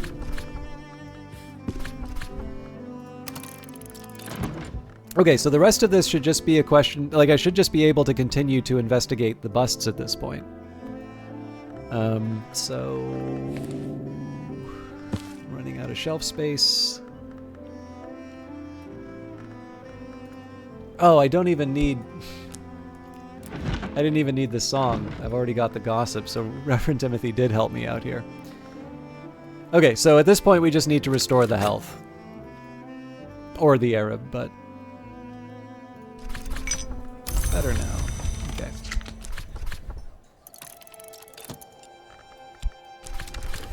So yeah, sorry, that was a little clowny on my part. Ooh, I didn't realize I had so much...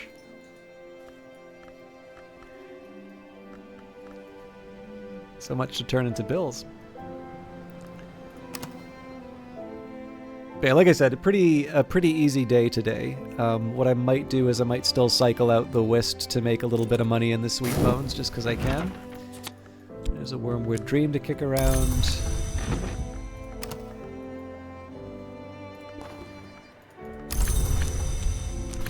I suppose I can keep talking with Reverend Timothy, and if I wind up... Yeah, actually, I guess I can save the Earth sign in this case if I'm getting the song.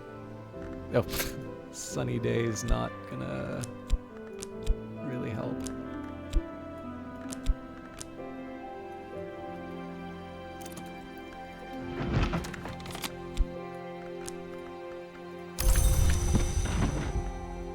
And how much time do I have... Yeah, we'll just let the Sweet Bones do its thing first, and then we'll... Okay. So I'll make a little bit of money just mostly because I can. So we'll use the Arab to level up the skill.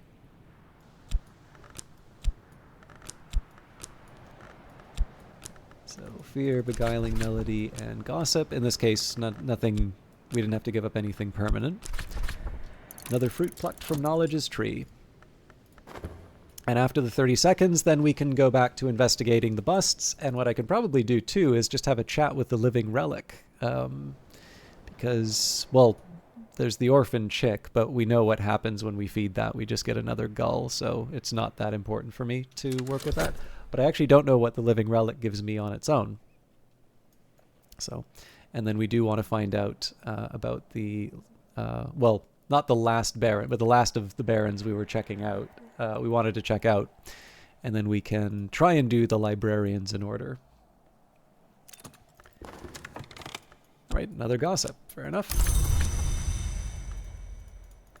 So again, I am curious about the living relic, so we're going to have a conversation with it. Time with the beastie. Add a soul card to interact with the beast. Can use Fost for that. Offer this beast my company. Who knows? Perhaps it will offer something in return.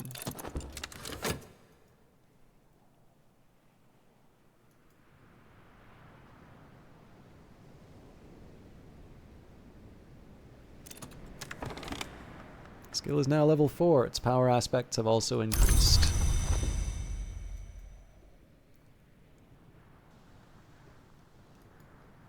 So, Valentine DeWolf.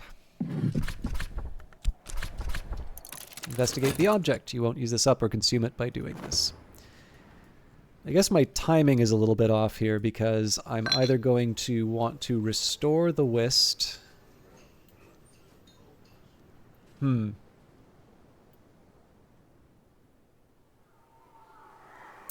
If I restore the Whist, I probably have time to investigate one more item. I don't think it's worth it, to be honest.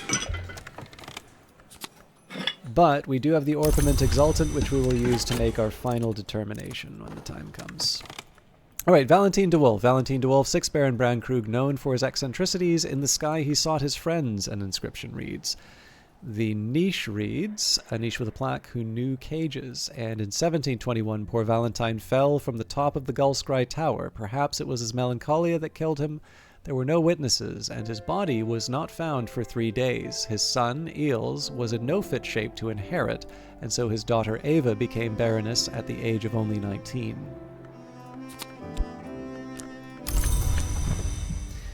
So ends the story of the DeWolfs.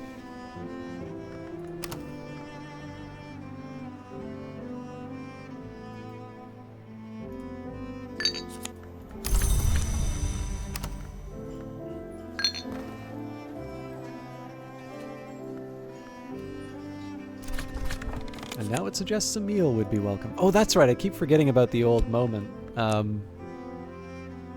So I guess the question is, do I want to keep the old moment, or do I want... So I did actually... Yeah.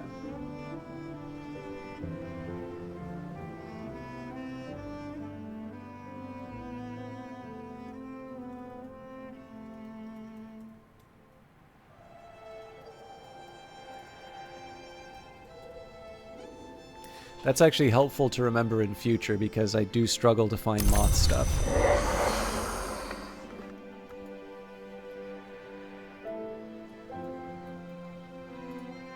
Quarrelsome until it feeds again.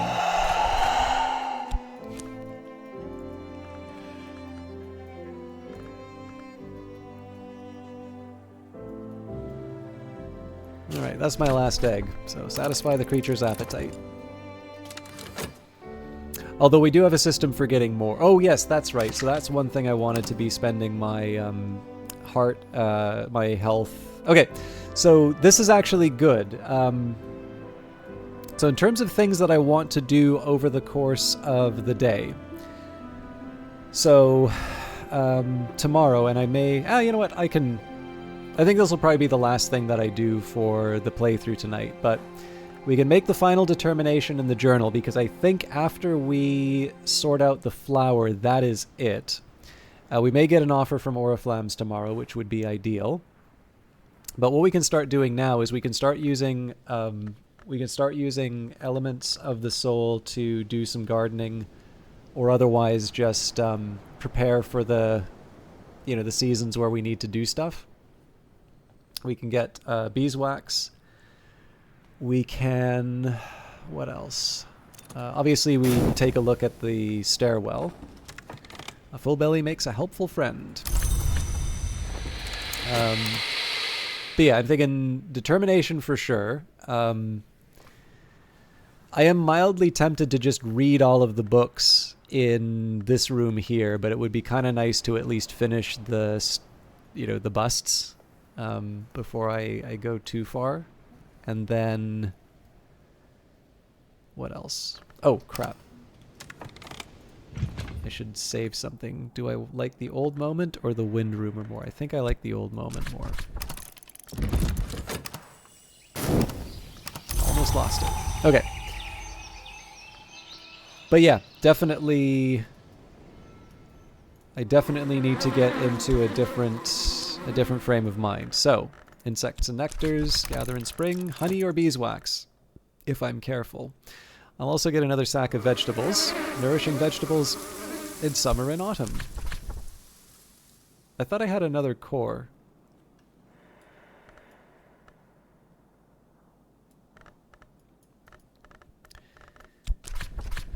Oop, the earth is quiet, not barren. Summer and autumn.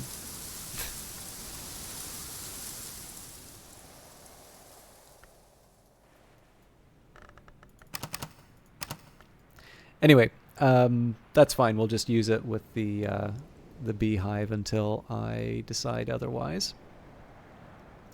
So yeah, the dilemma that I have is I did sort of build up the library so that I could read, you know, these different sections as I went through. Now I suppose, I mean, in reality, I've done the same for the curia, and I don't really. Yeah, you know what? Maybe what I'll do is I'll read all of the different elements moving up the stairs, and then what I can do, maybe I'll worry about shelving the nocturnal stuff.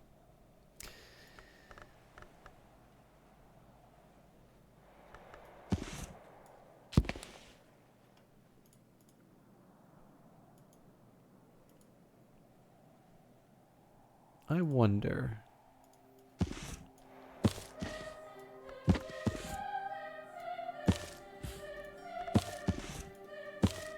No, see, that doesn't really work. Yeah.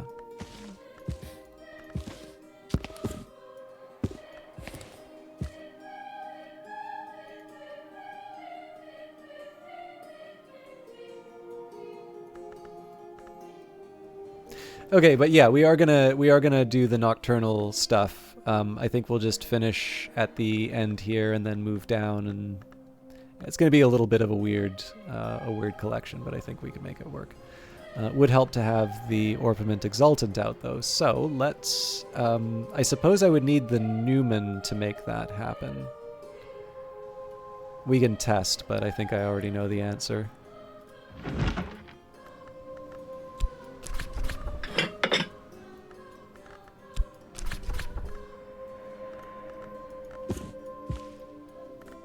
Yeah.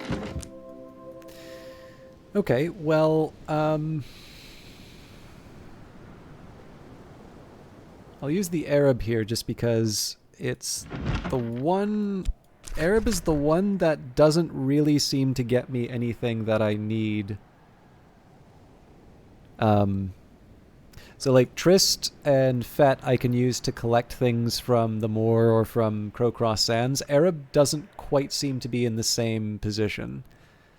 So let's we'll do the Bells of Ys one more time.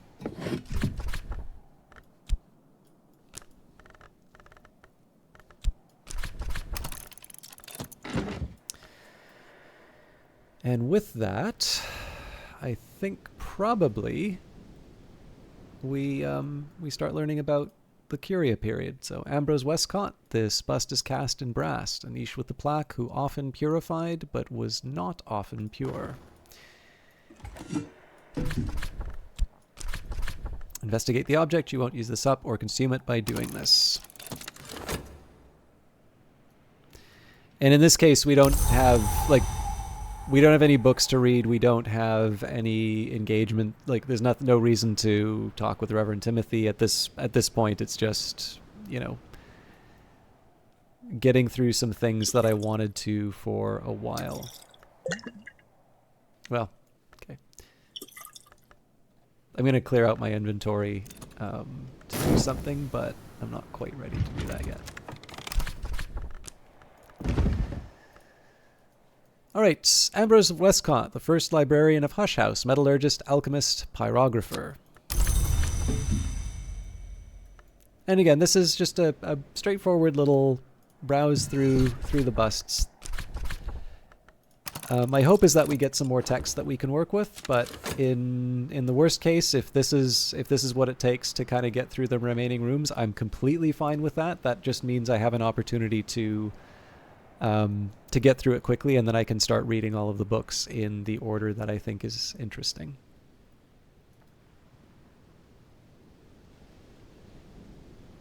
The big dilemma is going to be if I've explored all of the different items and I still don't have the languages that I need. So, Niche with a plaque, who was born of 3 nations and of none.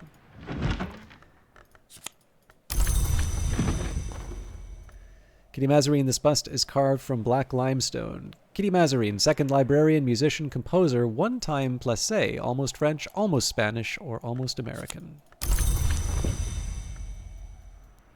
All right, we are ready to make our final determination, and we will choose red for the first flower.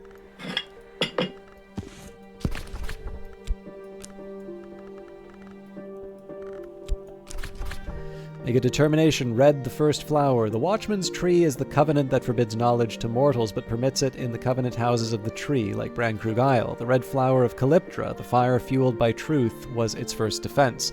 Fire consumes knowledge, but fire also gives light. The tree is rooted in paradox.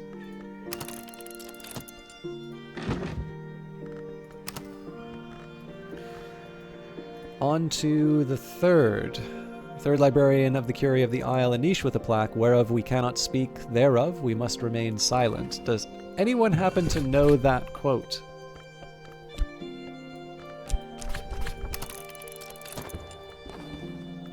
This bust is the palest of white marble. I figured that would probably be one of the better known ones in the chat.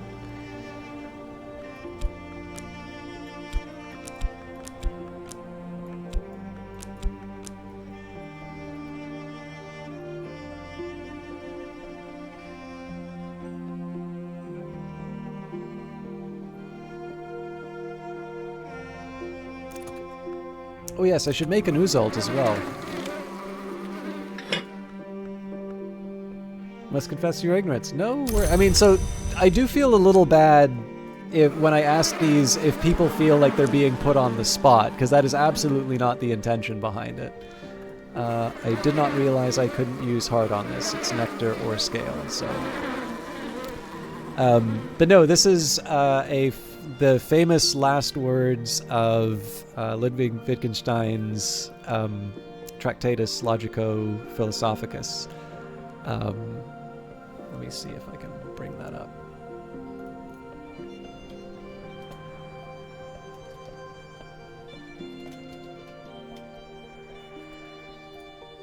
(1921). So there is an interesting structure to it. So one of the big challenges with that particular text is that it uses the old-fashioned logical notation, which I'm actually not familiar with. I know the new kind. I'm reasonably comfortable with that kind of notation, but definitely the old stuff is a challenge for me to read through. But what's kind of interesting about the way that it's written, it is incredibly terse. And what it sort of has is it has these statements. So it will be like 1 and then 1.1, 1.11, 1.12, so on and so forth. So I just brought this up here. It's 75 pages in total, so a very short book. But it says here that it comprises of 525 numbered statements. So there are sort of seven main propositions. So 1, the world is everything that is the case. 2, what is the case? A fact is the existence of states of affairs. 3, a logical picture of facts is a thought. 4, a thought is a proposition with a sense. 5, a proposition is a truth function of elementary propositions. An elementary proposition is a truth function of itself. 6, the general form of a proposition is the general form of a truth function, which is, and then this is where some symbolic notation comes in. This is the general form of a proposition. 7, whereof one cannot speak, thereof one must be silent. So that is obviously not at all clear, and every one of those propositions I just mentioned have these subsections, sort of carrying through. What I do find interesting is that this is the only work that Wittgenstein published in his life.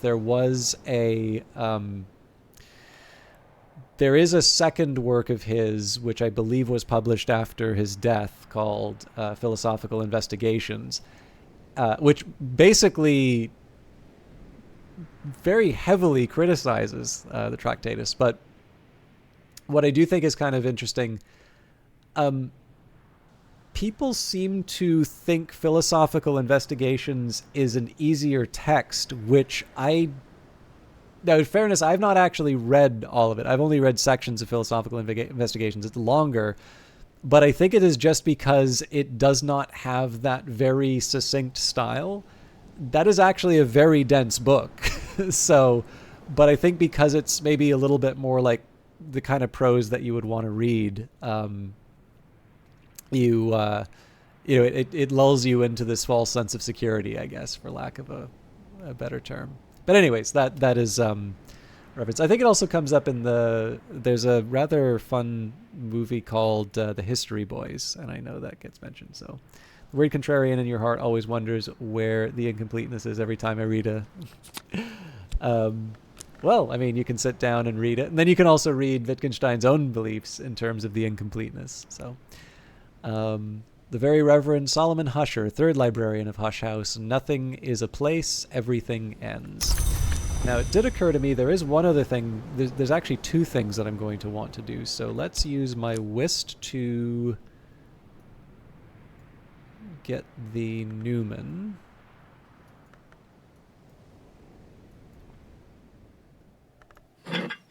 Honey and mackerel.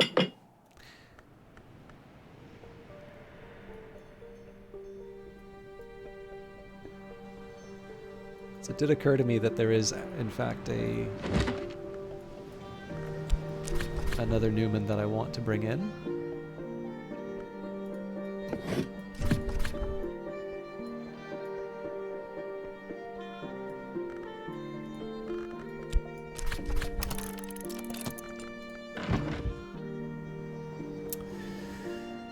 Okay, and Uzalt.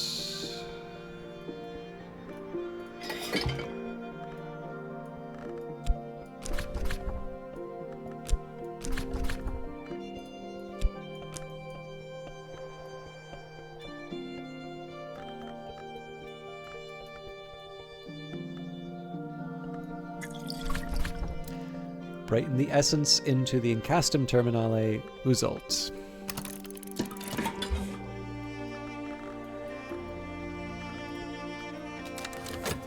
Oh, actually, if you want another thing to really piss you off about the Tractatus, does anybody know who Frank Ramsey is, out of curiosity?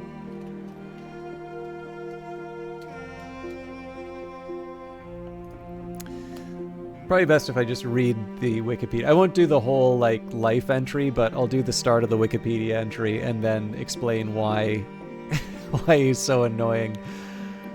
Frank Plumpton Ramsey was a British philosopher, mathematician, and economist who made major contributions to all three fields before his death at the age of 26. He was a close friend of Ludwig Wittgenstein as an undergraduate, translated Wittgenstein's Tractatus Logico-Philosophicus into English. He was also influential in persuading Wittgenstein to return to philosophy and Cambridge. Like Wittgenstein, he's a member of the Cambridge Apostles, the secret intellectual society from 1921. So the rest of the the rest of this Wikipedia entry is basically a list of what the hell are you doing with your life, you absolute ignoramus. And then there is the legacy, in which the bottom, the Ramsey effect. In 1999, the philosopher Donald Davidson gave the name the Ramsey effect to anyone's realization that their splendid new philosophical discovery already existed within Frank Ramsey's body of work. This is absolutely true for economics, in which there is a model known as the Ramsey-Cass-Koopmans model.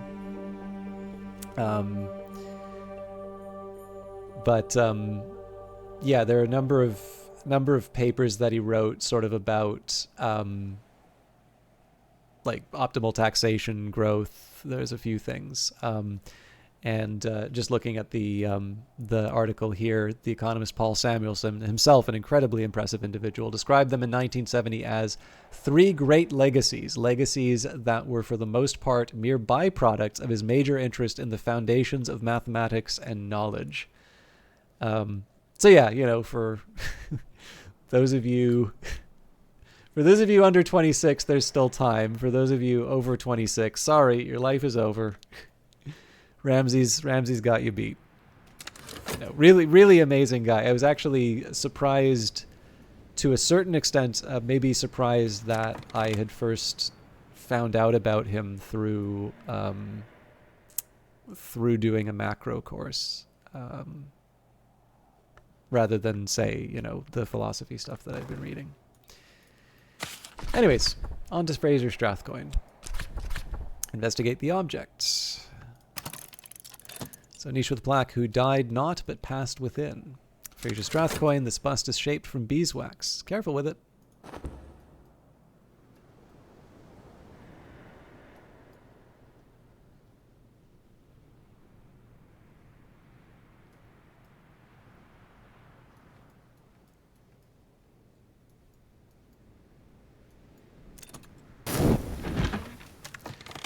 I am the librarian of Hush House, and I have made my determination. If you're considering a forge history, from nowhere origin is relevant, or if you're considering a rose history, speech the key is relevant.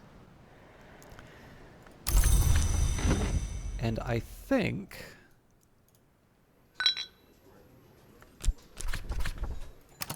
I'll make some money with the Foss, but then I'll earn back 2 elements of the soul.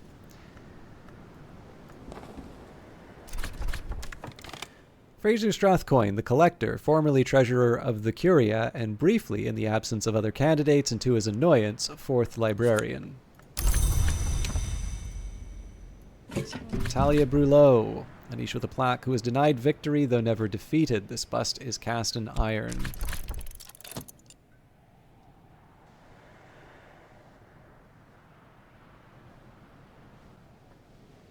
Sorry, just 1 second.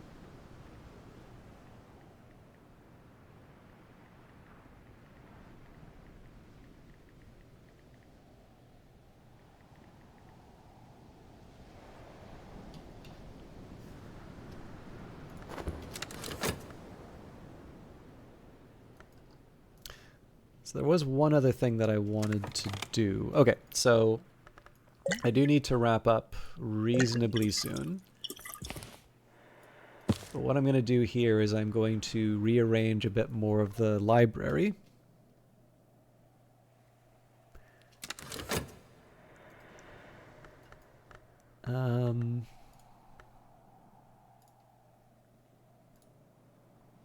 And unfortunately, this is going to be a question of just individually clicking on each book until I come up with a better system.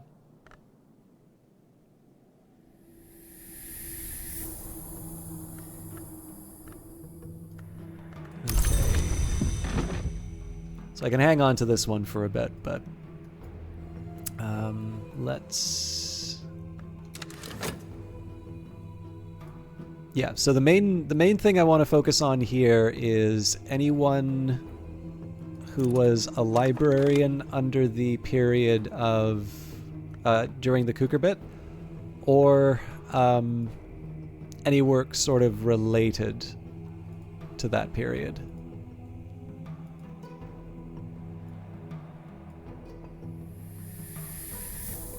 I'm not quite sure where Schaller falls in all of this, so I'm not going to bring that one in. Natalia Brulot, 5th librarian, duelist, mystic, traveler. Oop. Okay.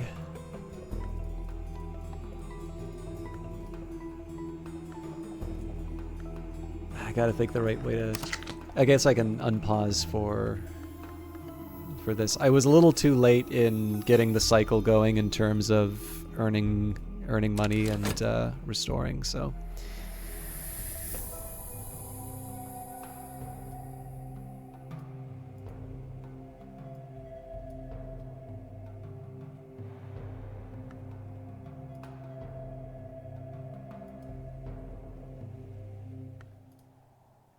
Okay, well, there's another Alexander Sparrow I can...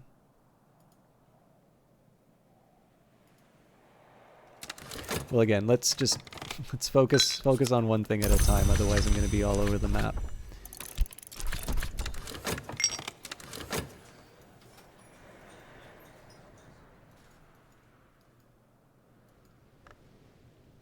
You know what? I don't even remember what the Natalia Brulot thing said. I might actually pick that up again just because I got...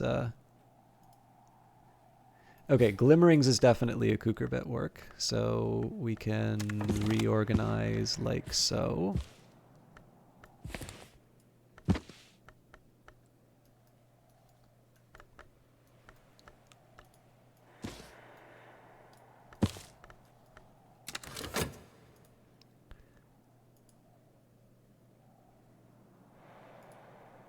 I'm not quite sure where I can put Cosley in terms of the...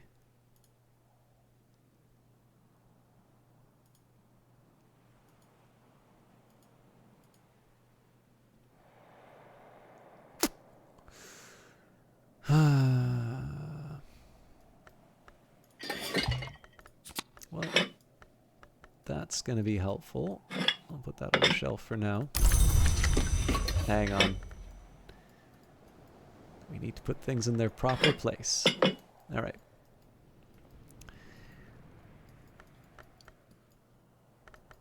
B again. I'm specifically looking for Kukerbit. All right, there we go. Natalia Brulot. That one works. Although, actually, no, hang on. Natalia Brulot would have been a standard Curia figure. So that's before William Harry's. This is why we do this, by the way. Can put Kitling right beside. So Serenity of the Blackwood is a tough one just because we don't know if it is the same. By the way, I think there was a Vincent reference earlier. Yep.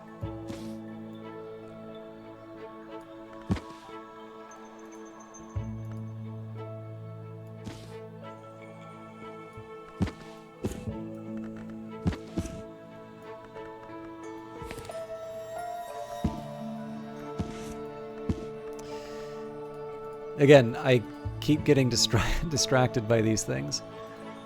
Okay, we'll take a look at the overflow here.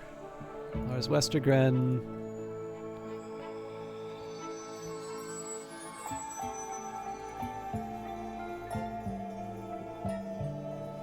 Okay. And I don't see...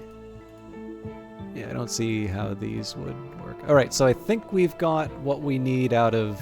Actually, sneak snare of the tree in there. Okay, so we definitely... This is the one that I was looking for. So we've got these. Gervenius van Loren would also count as that period. Yessie in the Stars, it is lovely to see you. I was actually... Okay, tell you what. I was getting ready to wrap up, but I feel like... I'll take a small break, because there are some other things I can do. This is a game that I love, and I know that you know English, but one thing that I know about this game is that people have used this to improve their English. So if you are going to be around for a little bit, I would love to show you around Hush House. But I am going to need a second to step away because I was actually planning on wrapping up. But before I go on a small break, I wanted to just share with you, Yessie in the Stars is somebody I met through Brian on the Rocks, who I know a number of you have seen. I've hosted his channel before. He is a developer at Respawn, used to work on Apex Legends, and is now currently working on the announced but untitled Star Wars. I believe it's an FPS, but again, you can all wait for Respawn to announce this. But I would be wrong to just, I'm not going to turn Yessie into Of Brian or something like that. I got to know of her through Brian's stream, but she is in fact a very talented broadcaster. I believe a Spanish language broadcaster on YouTube, but has actually been building her channel on Twitch most recently. And I know put a lot of work in terms of finding a name for herself, but also has just been putting a lot of effort into building up that channel. So for those of you who are looking to, first of all, just hang out in a really nice community. But also for those of you that like smaller communities, ones where you're able to sort of get that individual attention and have some conversations. I know a few of you have already seen the raids, but this is definitely a strong recommendation I can make for you. I know she does a lot of just chatting and has lately been playing Tears of the Kingdom, the Zelda game.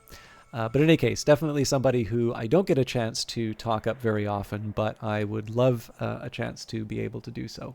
But again, I must apologize. It's a rotten time for me to do this, but I am going to do a very brief break, just so I can sort of stretch my legs and get myself sorted out. We won't spend too much more time tonight, but especially for those of you who are maybe just joining the stream and want to know a little bit more about Book of Hours, I'm going to do an introduction to the game and just show off a few of the fun things, and then I can also tell you all what Ys is, because I don't think anybody said yes to that. But all of that will happen in about, let's say, 2 or 3 minutes. I will see you then.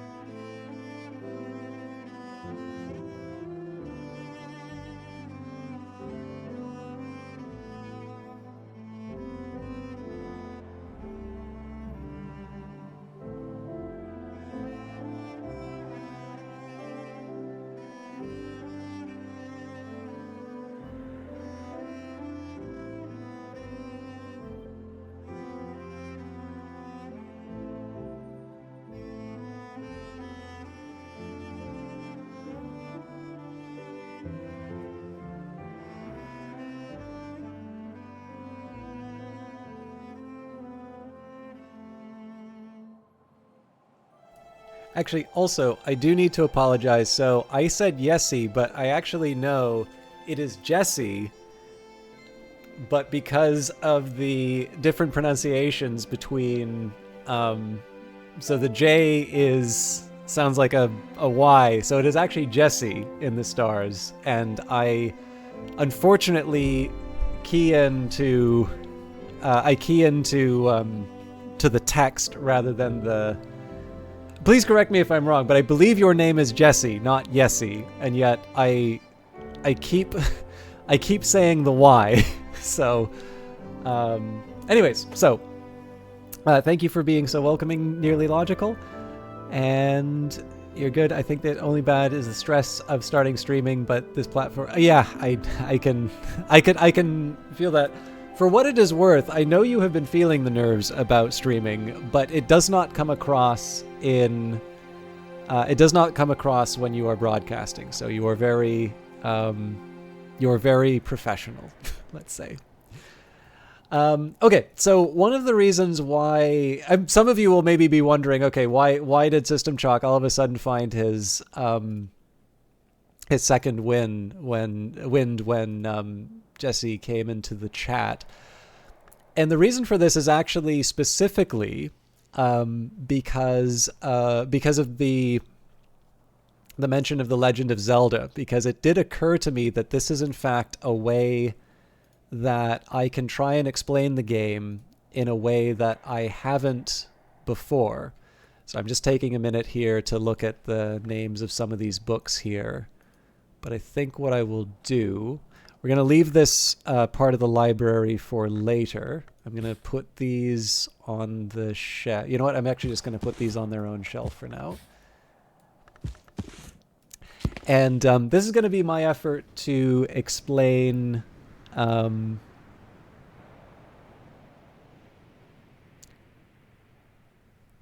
all right, let's see if I can pronounce.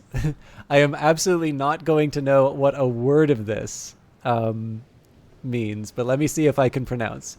Y te voy a decir por qué, and I'll tell you why. En español, esta diferencia de sonido de mi nombre casi no lo percibimos.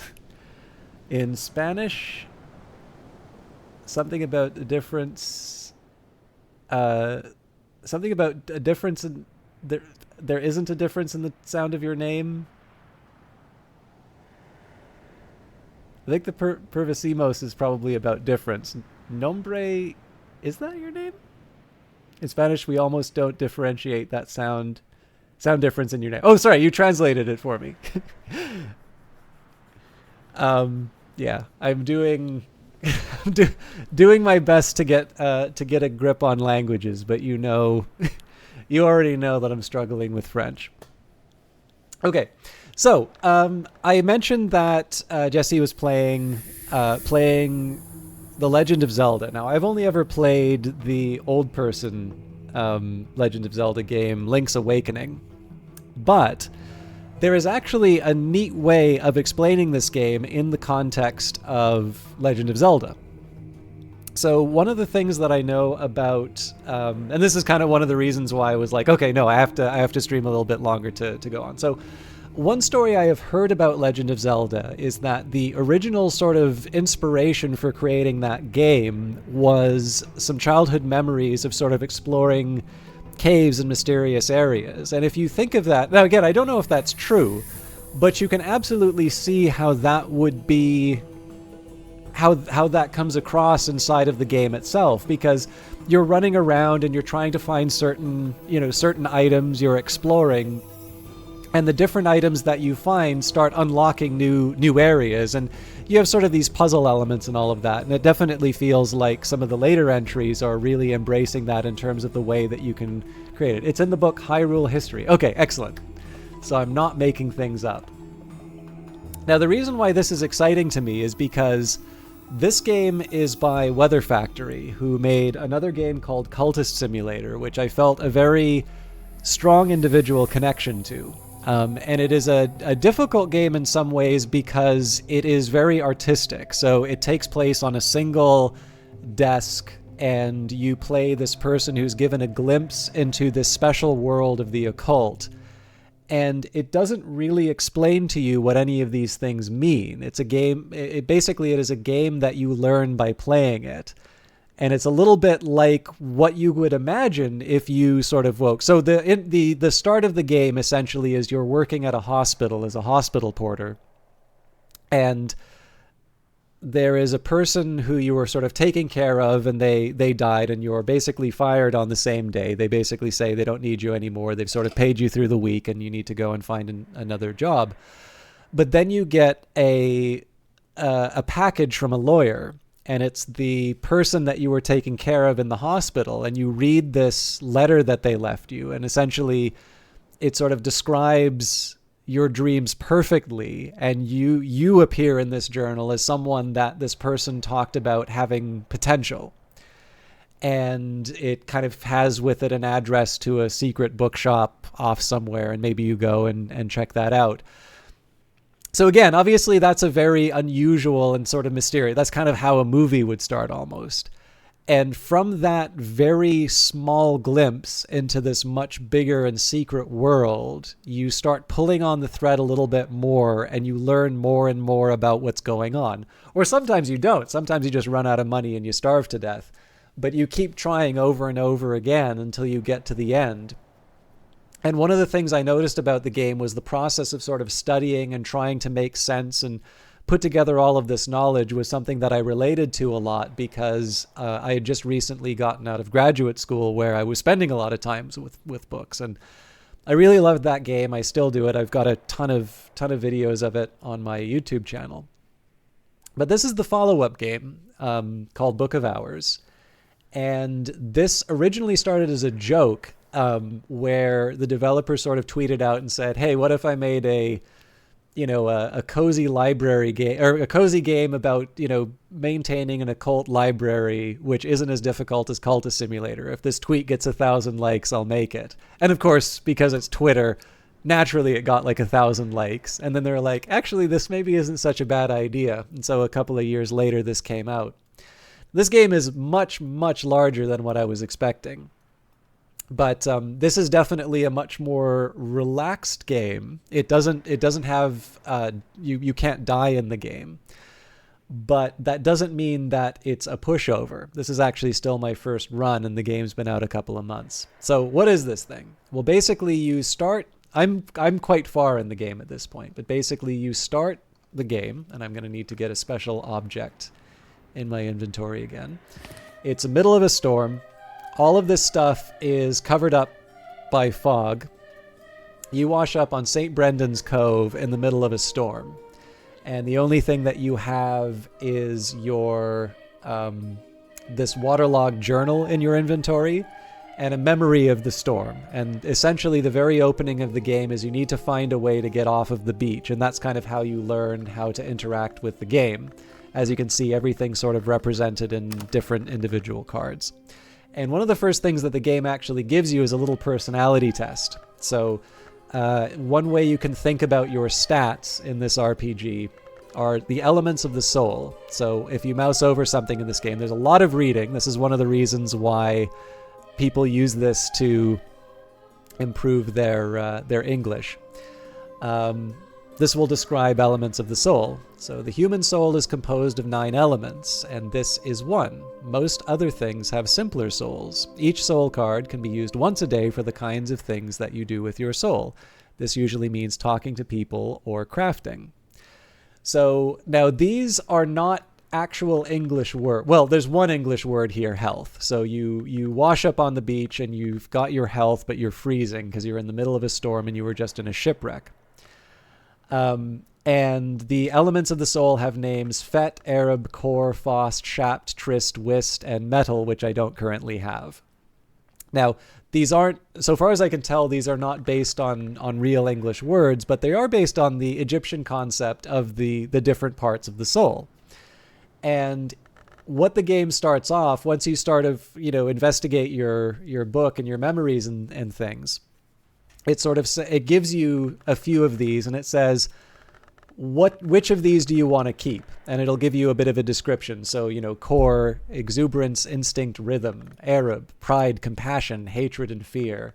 One of my favorites, Fost, sight, perception, inspiration, all the glory's gifts. And Shapt, eloquence and understanding. The door opens both ways. Again, these are all different ways of describing a person.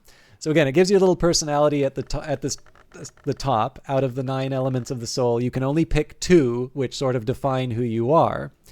And eventually you run into a fisherman and you convince him to go to Brankrug village. And in Brankrug village, you will have a friend depending on which elements of the soul you chose, your friend will be different. So you could be a friend with the priest in the village, Reverend Timothy. You may be a friend of the midwife, Mrs. Kill, or the undertaker, Mr. Kill. Or you may be friends with the local blacksmith, Denzel. And again, each of them are going to give you different assistance.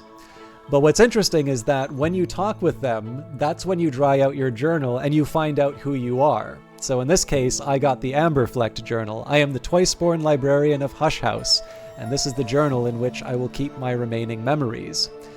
The Twiceborn's third choice might be life as the librarian, or it might be something more radical, but you can complete the game by recording any history. You might wish to begin your studies with the Illumination wisdom. So some of this stuff isn't going to make sense. But one of the things about this game is that if you have individual cards, each of these cards have a different aspect. And one of the ways you can learn about things is by studying their aspects. Now, I have a lot of aspects here because I've been doing lots of things with my journal. But one of the first ones that you get in this says, Memories the Twice Born. So this is a description of who I am. I remember that once I walked in the house of the sun as a bodiless immortal, but there was a matter that could only be resolved if I returned to flesh. Now, if I go back to the house of the sun, I will be hunted and punished. If I stay in flesh, I will be hunted and devoured. I need a third choice. To remain at Hush House as librarian would be one such choice, but there might be something more. Now, this is not the only legacy that you can have. You can actually be one of many different people in the game depending on what elements of the soul you picked, but this is the one that I got because I picked the elements of the soul that were most interesting to me. And what you start then doing is you start unlocking different parts of the village. You were originally on the ship to come to this village called Brandkrug, and specifically this library called Hush House, but it doesn't start unlocked like this. You actually need to use the assistance of all of the different villagers to unlock each of the different rooms one by one. And some of them will actually be quite challenging. And as you can see, inside of every room, there are lots of different things to interact with. So this is where the Legend of Zelda thing comes in. This is, in a very, very simple way, a completely different take on the same fundamental idea that Legend of Zelda is focused on, which is this process of sort of going into mysterious places and learning more about it. And what's especially interesting is that the only thing you really know about Hush House is that, one, it's a library, and number two, that apparently it has been abandoned for 7 years due to a fire. But as you keep going through the library, you do not see any evidence of a fire. You see lots of different things inside of it. And obviously, I've been playing around with the house and organizing things, so you find books in every single room, whereas right now I've just started to put together my whole little library here. But what you start doing is that as you start opening up the different rooms of the house, you get to learn a little bit more about what's been going on. But on top of it, if you want to get into sort of what makes this an interesting story, as you are healing the house, you are also doing actions that may wind up giving you more elements of the soul. So as you're sort of healing yourself from the crash that you had in the ship, you're also sort of healing the house. But the one thing that I really loved about this is that the more I have played this game, as I'm learning more about what's happening on inside the house and all of the different librarians that it's had and the history and so on and so forth, the one thing that I think really keeps coming back to this game is this idea of acquiring and arranging knowledge. The way that you level up in this game is you sort of gain different memories and you attach them to the different skills that you have. Yeah, okay, fair enough. It's called Hush House, but you're right, it is a mansion. This is actually inspired by two real places. So there's St. Michael's Mount, and then in France there's a place called Mont Saint-Michel, and there's sort of these big monasteries that are on a tidal island. But some of the photos of Mont Saint-Michel are very beautiful. But what's kind of fun about this is, like I said, there's this wonderful idea of, so in this game, like, there's no experience points, but as you continue to read books and you gain knowledge, you can use those to combine them. And again, you don't start off with any of these skills. You acquire them through reading the books and through combining the memories. Sometimes you'll get them from your friends. Sometimes you'll get them from reading the different books.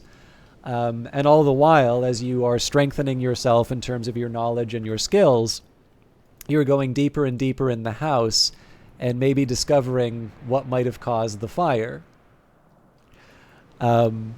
There's also crazy things down below here. This might this is no relation to recent holidays, but sure looks like it.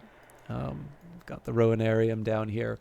But you can actually find, like, as you go through the house, you'll see there's these different phases. So there's the baronial period from the 16th century, but before the baronial period, there was the Solar Gothic period from the 11th century to the 16th century. There's the more recent time where it was a prison called the Nocturnal period from the 20th century onwards. And then these caves down below are actually the Dawn period, 599 AD. And this is probably the last room that everybody unlocks. But yeah, I don't know. Like, it's a very hard game to a certain extent, it's all text. But I guess the one thing that I think is so fun about it, because I'm able to say, again, I'll use my description of my character. I remember that once I walked the House of the Sun as a bodiless immortal, but there was a matter that could only be resolved if I returned to flesh. So when it says, well, what's the House of the Sun? If you've played Cultist Simulator, you know what that is, but this game doesn't, you don't have to do homework to play this game. So as you go through the house, you'll see the Mantis. There have been many attempts to depict the House of the Sun. This, by the visionary painter known only as the Magyar, is the best known. It's signed and dated. If it really is the original, it must count as one of the great treasures of the house. So you can inspect this and you can learn a little bit more about it. But this is, essentially, you will learn that the House of the Sun is sort of this world of dream where these gods known as the Hours live. And this is the one thing we have discovered, is that we're in the process now of making a recommendation. There are 5 contradictory histories in this setting. And what we are doing is we are preparing to make a recommendation to these Hours to try and resolve try and resolve some of the contradictions between history. So again, it is a very complicated story and game to try and explain. I don't know if I did a good job of explaining it. There is actually maybe one other thing that I'll do to explain to people why I think this is so cool. But it is a game I love to nerd out about, and because you are all being so lovely and patient, I'm going to share the trailer that they put out just before it came out, because to a certain extent, the greatest fun of this game is what happens inside your brain while you play it. And I think the last trailer they put out does a good job of communicating it. And then I'll actually do some gameplay. But it is a good chance to show off their cool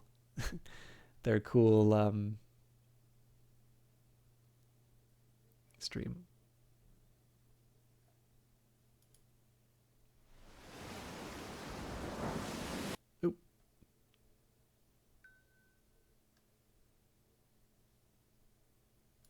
This is not the one. Here we go.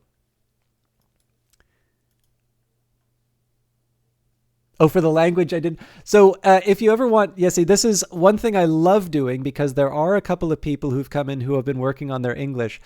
If I ever use words that don't make sense, please do feel free to ask. I know I talk very quickly, but I am happy to spend the time to explain it, because I would much rather be understood rather than make people feel small. I have been branded on the tongue, unfortunately. I've watched a lot of British comedies, so my words tend to be unconventional. But here's the trailer for this game.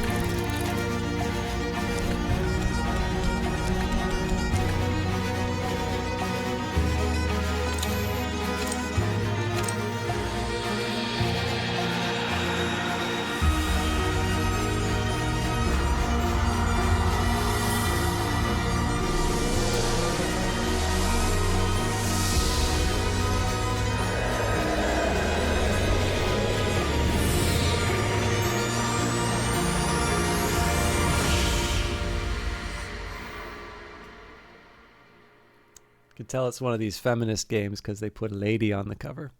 Anyways, I am so sorry to hear that happen to you, Jesse. That is not okay. I am happy that you didn't hear that at the time, or that you didn't understand that at the time. But I'm still sorry that I'm still sorry that happened. But yes, I think you don't need to worry about that here.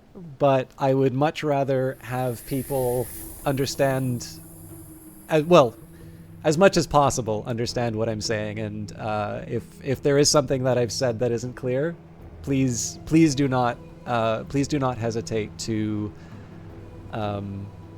ask. Or if you just want to hear the sound of my voice, that's totally okay too. But I did actually forget to show one other important thing, which is the Tree of Wisdoms.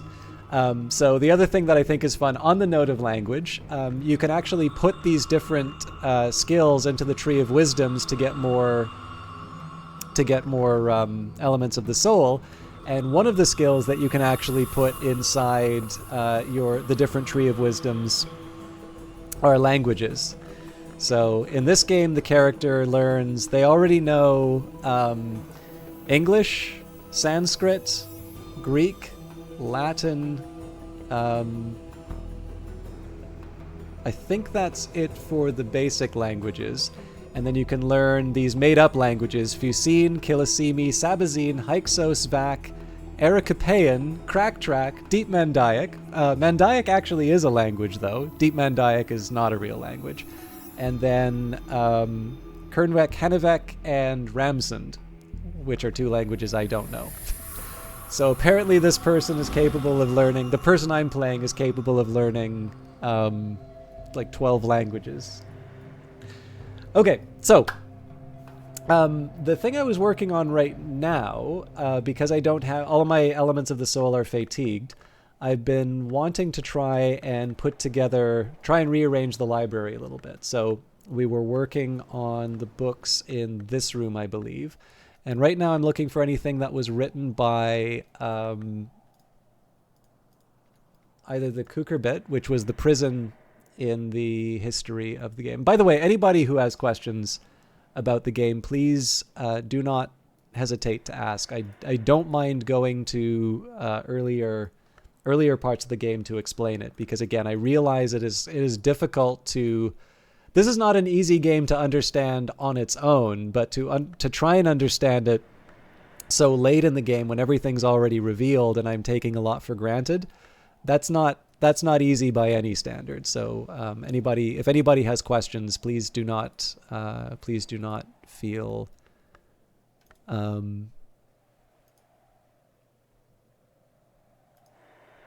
please don't feel scared to ask the questions. Okay. So when it comes to the nocturnal period, there doesn't actually seem to be that much. So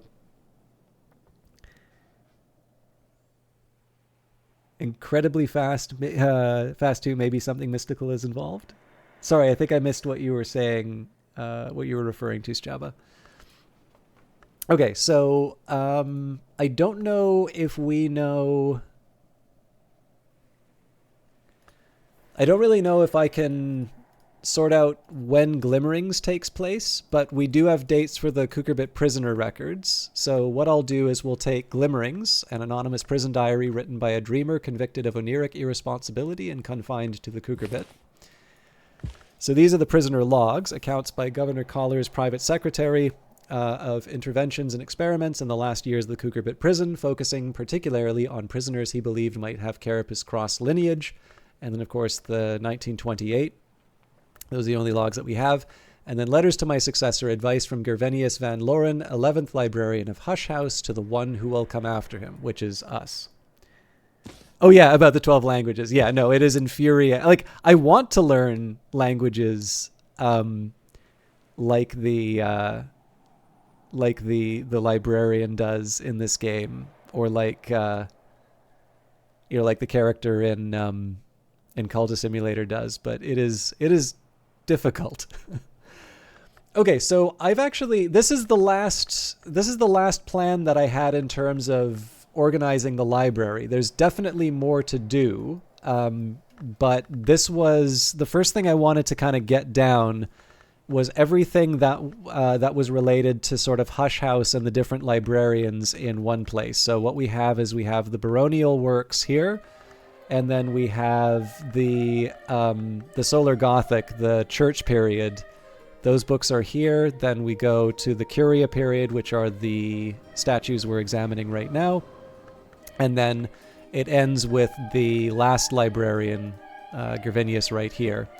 So at some point, I'm going to need to sort out for myself where I want to put the remaining books. But maybe we'll worry about that later. Maybe one thing I can do is I can focus on reading what I already have and moving on.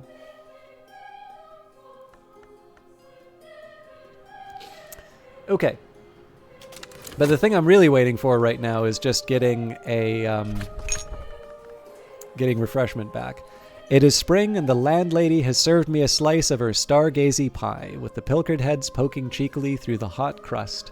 For those of you that don't know what stargazy pie is, well, that's a fun Google. Actually, you know what? There is one last thing that I'm going to do. I'm sorry to those of you that have already seen stargazy pie, but it did occur to me, because we are talking about difficult to understand words or language, I will show you. You're fine, you consent to the pie? All right, here we go. First of all, this is what stargazy pie looks like.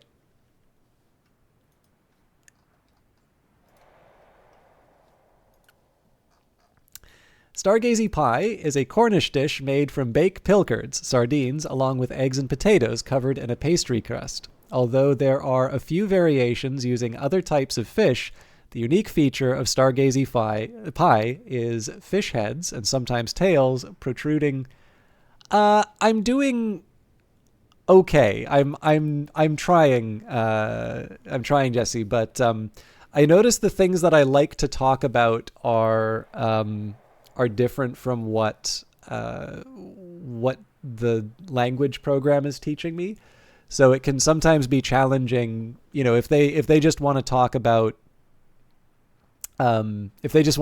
food, for instance. Now, food is fine, but I'm usually going to be talking about other subjects. But I'm working every day, and I hope your Japanese is working well too. Yeah, so the unique feature of stargazy pie is that fish heads and sometimes tails protruding through the crust, so they appear to be gazing to the stars. The dish traditionally originates from the village of Mousel in Cornwall and is traditionally eaten during the festival of Tom Bowcock's Eve to celebrate the heroic catch during a very stormy winter. According to the modern festival, which is combined with the Mousel village illuminations, the entire catch was baked into a huge stargazy pie encompassing 7 types of fish, saving the village from starvation. The story of Bowcock was popularized by Antonia Barber's children's book, The Mousel Cat, which featured the stargazy pie. In 2007, contestant Mark Hicks won the BBC's Great British Menu with a variant of the dish.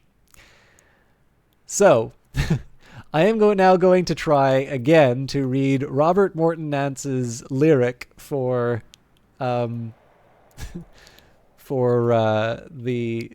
the pie, and just so you can all see, this definitely is not a traditional English spelling. So, a merry place you may believe was Mousel Pond Tom Bowcock's Eve. To be there then, O wouldn't wish to sup of 7 sorts of fish. When Morgy Bra had cleared the path, come lances for a fry, and then us had a bed o' scad and starry gazy pie. Next come for mads, bra thusty jads, as made our oozels dry, and linganack enough to make a ronin shark to sigh. And each we clunked as elth were drunk, and bumpers bremen aye, and when up came Tom Bowcock's name, we praised unto the sky. So that's apparently an effort to try and I did not do the Cornish accent at all, but apparently the spelling there is an effort to try and capture the Cornish dialect. I believe it says here, Robert Morton Nance was a British writer and leading authority on the Cornish language, a nautical archaeologist and joint founder of old. So there's a few things. So a merry place, Place, you may believe, was, W-A-S, Mousel. So that's the name, Mousel here, upon Tom Bowcock's Eve, the holiday. To be there, then, who wouldn't wish to, basically, to eat 7 sorts of fish. I'm actually not as clear on when Morgie Brett. Oh, probably the fog had cleared the path. And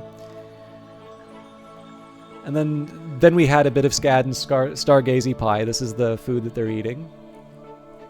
I think the oozles is basically the, like, all of the different, like, ingredients, like they're like emptying out the pantry to make the food. Specifically because they're talking about the shark. Like, basically there's so much fish going into this thing that the sharks are getting jealous. And each weed Clunker Elf was drunk with Bumpers Bremen High. So, you're raising a toast. And when up came Tom Bowcock's name, the fisherman who's responsible for the stargazy pie, we praised him to the sky. That's at least what I'm able to get out of this. If anybody happens to be familiar with Cornish, they have it. But anyways, for those of you who are looking to have a pie that you would lose a staring contest with, there is stargazy pie. They seem to be kind of mad that they've got the the vegetables in their mouth, but that's what the librarian of Hush House is having. So I hope that was a worthwhile experience. But yeah, Jesse, I hope that there will not be a quiz on Cornish. I think we'll work with a big. But yeah, it is spring and the landlady has served me a slice of her stargazy pie with the pilchard heads poking cheekily through the hot crust.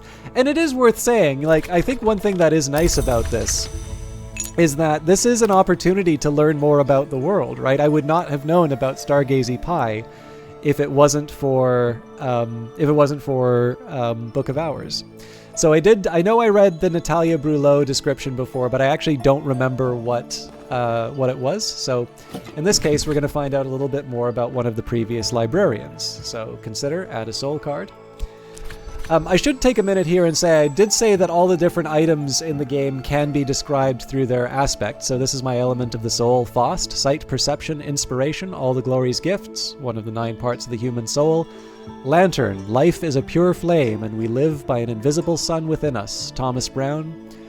Lantern is the principle of the secret place, sometimes called the House of the Sun, and of the light above it. It also has the aspect sky, wind, storm, echo, song, the intricacies of mathematics, and the principles of flight. Law's touch is lighter than we sometimes think. Matters of balance, harmony, and necessity. So for those of you who are not familiar with the world of the Secret Histories, the setting of this game, the world sort of is divided into these different principles, these different kind of ideas underlying it. So if you think of kind of creativity, that might be touched by something called moth. Whereas here, when it talks about wind, storm, echo, song, the intricacies of mathematics, matters of balance, harmony, and necessity, in this case, when you run into different skills related to music or different pieces of music in this game, often it will have the sky aspect. And sometimes you can solve some of the puzzles in this game by thinking about what principle might be relevant. So for instance, in this case, Natalia Brulot, her bust is cast in iron, and it has the aspect edge. All conquest occurs at the edge. One who dwells there is blind and cannot be wounded. Another is strong and grows stronger. And that we, because we've been playing this game for months, know who the one who is blind and the one who cannot be wounded. One who dwells there is blind and cannot be wounded. Another is strong and grows stronger. We know who each of these two people are. I'm curious if anybody in chat would know who these two people are referenced to, because I feel like that's a kind of basic one for people who are familiar with the setting. But I figured we could get some audience participation in on this. But anyways, so we know that in this case, the bust of Natalia Brulot has the edge aspect. So why might Natalia have the edge aspect? Doesn't really say, but Natalia Brulot, 5th librarian, duelist, mystic, traveler. But one thing we do know is the dueling hall. The Golden General. So is the Golden General the one who is cannot be wounded, scarred and cannot be, or blind and cannot be wounded, or is the Golden General the one who is strong and grows stronger?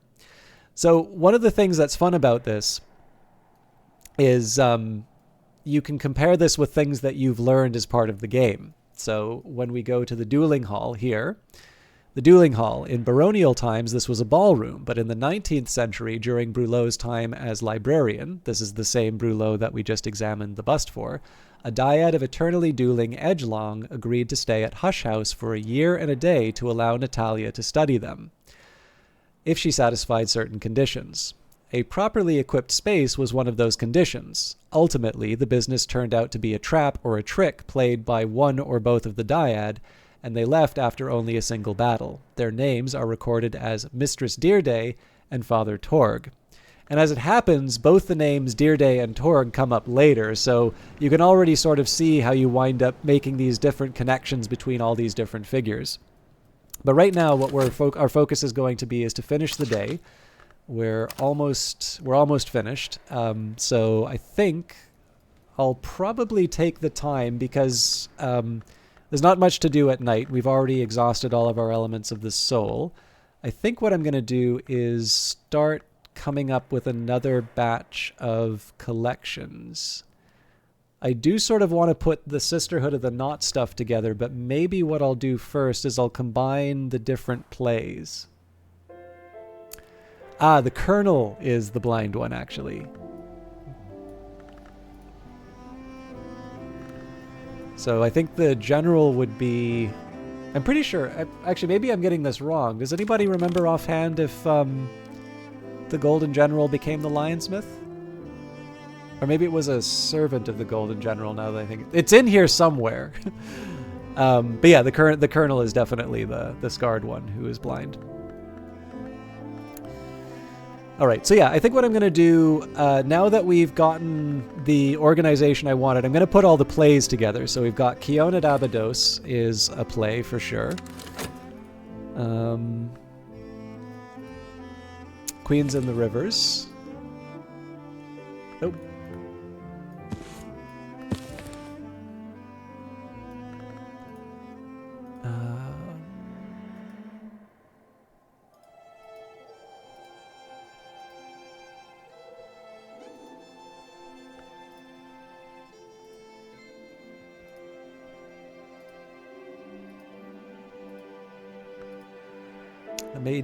No, that's based on, so we won't worry about that.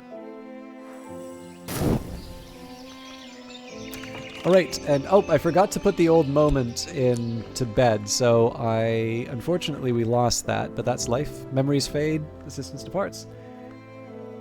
The Lionsmith is the one who grows stronger and stronger still. So the idea is that the Colonel and the Lionsmith are like the Edge Dyad, and their conflict, known as the Chorovality, is the engine that lets the world continue. Essentially, it is their eternal fight that causes them to it's the engine that makes the world work effectively. Out of curiosity, did you play the Exile DLC in Cultist Simulator? Because the idea of an Edge Dyad definitely can be a big part on that one in a really interesting way, but I don't want to step on the possibility of you discovering that.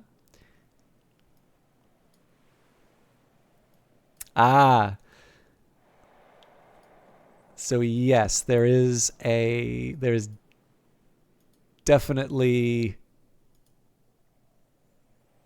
some wild stuff that you can do in Exile if you so choose. I'll leave it there.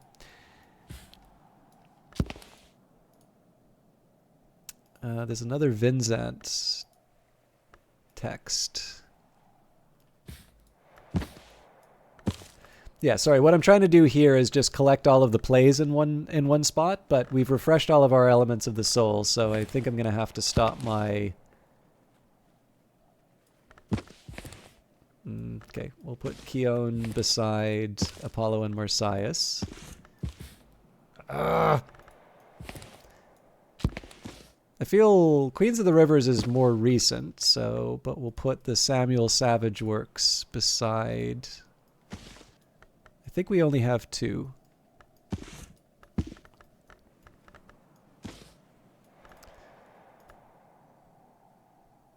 Yeah, so I'll put the... I guess Seventh Voice will start off there.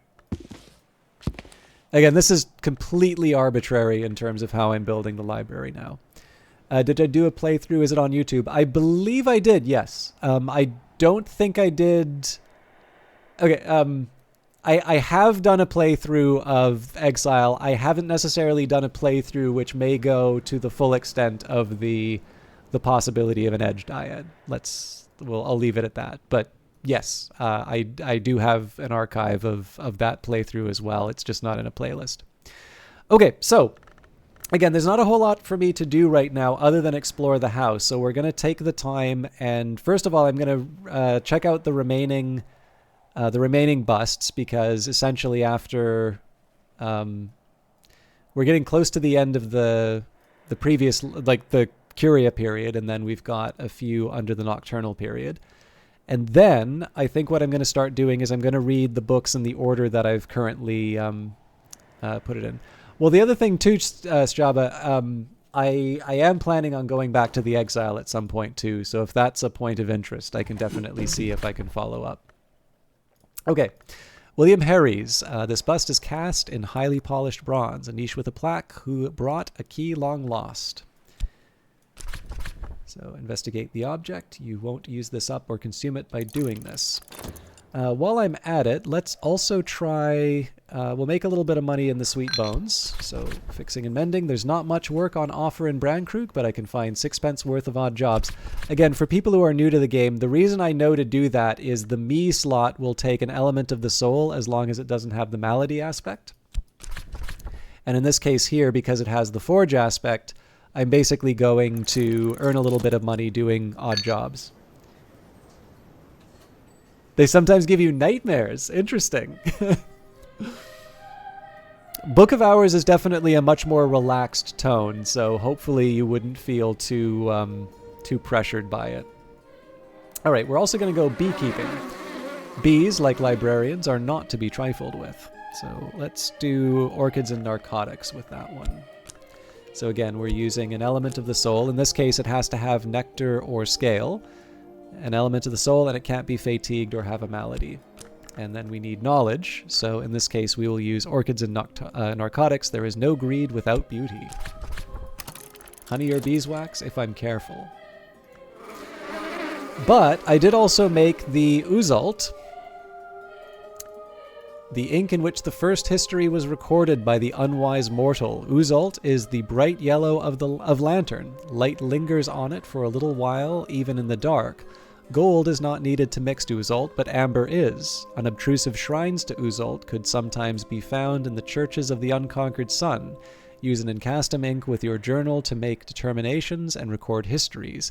If the hours listen, the world changes. Now, I feel like I should use one of these special desks. So we've got the Spire Prospect, which has moth and sky.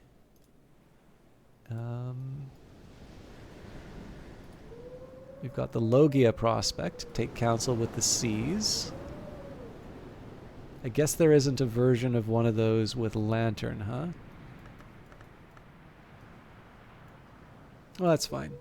Sky has its charm. Although it would not let me use the Auroral Contemplations. All right, that's fine. We'll use Governor Collar's desk because, as we know, Governor Collars is the real hero. So we are now going to make our recommendation. Well, we're not going to make our recommendation, but we are going to record the Newman in my journal. So we'll use Auroral Contemplations to know what will pass in what has passed.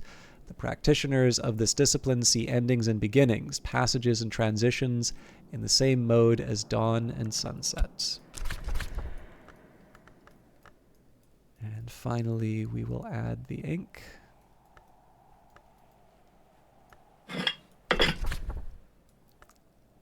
Twice-born victory, the second dawn is nigh. In this history, the new king will enter the Whoa! This tells us what happens. Okay. In this history, the new king will enter the paths of the sun, and the second dawn will change everything. I will have my third choice. Okay, so there are, on Paths of the Sun alone, there are actually 3 different possibilities. So let's see if we can find out what these other ones are. So I don't have the forge, I don't think. But we can probably make the knock work. Oh no, the knock's probably not going to work either. But let's give it a try.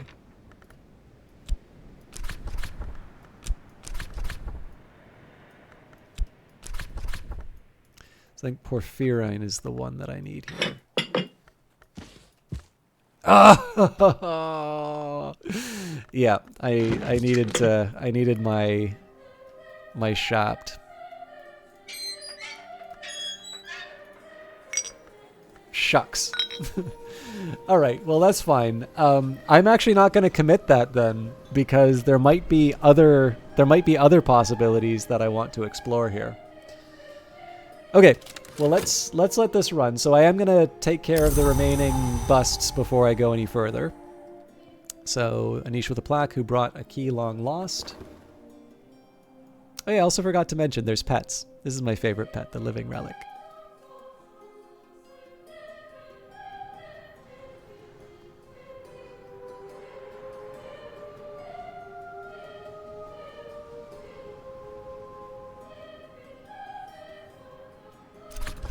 There is a dog. Let me just read my description of William Harry's. So this bust is cast in highly polished bronze. Knock, the principle called knock, permits no seal and no isolation. It thrusts us gleefully out of the safety of ignorance. Knock opens doors and unseams barriers. William Harry's, 6th librarian, priest, and nyctodromist, whose end has always remained obscure. So we got the sight memory from that. These eye sees more than the heart knows. Blake. We do have a doggo. Where did we put it? Right here. Loyal dog. Walkies are surely a small price to pay for his unshakable fidelity. And we can actually learn a little bit more about the dog by seeing the different aspects that it has. So dogs have edge. All conquest occurs at the edge. One who dwells there is blind and cannot be wounded. Another is strong and grows stronger. Edge is the principle of battle and of struggle. Heart. The heart relentless beats to protect the skin of the world we understand. The heart is the principle that continues and preserves. Hermoso. Scale, hard without, hard within, hard to rouse, harder to subdue, what is left of the crude powers of the deep earth. A beast when it moves and when it's not the wind and it's not a... Oh, actually, you might like this, yes. So, this may, I think you'll have, because you've had to put up with me in chat before, you may actually get a little bit of an understanding as to why I may like this game. This is how it describes a beast. This is almost like a riddle. When it moves, and it's not the wind, and it's not a person. Now, it could have just said that it's an animal, but instead it decided to describe a beast as when it moves, and it's not the wind, and it's not a person. And when I sit down and think about it, I actually can't really come up with an alternative. I'm sure there's a way around that, but anyways. It's a comfort. Hush House has been called bleak, but usually only by those who have ever been inside. And it is cooperative. No trouble at all, at least not just now. Now, if I want, I can actually spend some time with the dog. Time with the beastie? But I do have other things. So we will spend, oh yeah, I should let you hear the sound.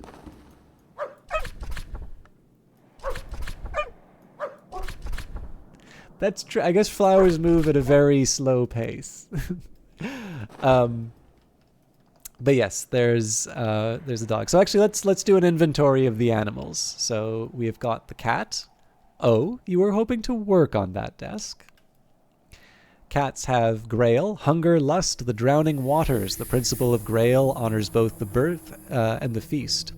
Also has heart and moth. I knew a man who captured moths in a bell jar. On nights like this, he would release them one by one to die in the candle. Moth is the wild and perilous principle of chaos and yearning. Cat purrs. I do happen to know that the developers, Weather Factory, have a couple of very, very nice but quite rambunctious cats named Sulo and Chi. We have a viper, a tame viper, an avid student of warm fireplace stones, warm mice, and warm milk. So it is knock, scale. We have a pet gull, which we nursed from a chick, so as noisy and demanding as it was in youth, but much bigger.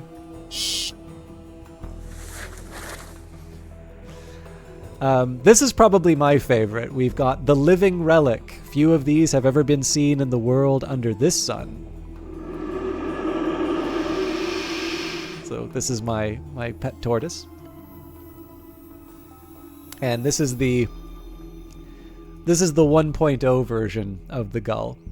An orphan chick, a peeping little thing, its mother is dead or flown. So one thing you can notice here, right, is I can take a look at the gull. The gull is tamed, as is the viper. But the orphan chick is just a beast. It's not actually tamed yet. So if you want to tame a creature, you just feed it. But yes, if you want, you can pet the turtle. I don't know if you want to pet the viper, but you have the option too. You can pet the gull, you can pet the cat. And it's not that I dislike the dog, but the dog was loyally here even after the fire. So I decided we wouldn't move this friendly little fellow.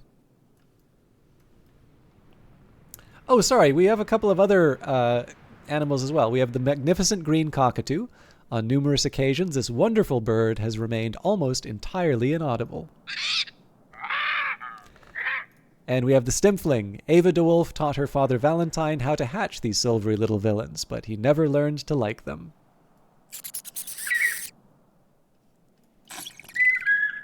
Oh yes, the wildcat has has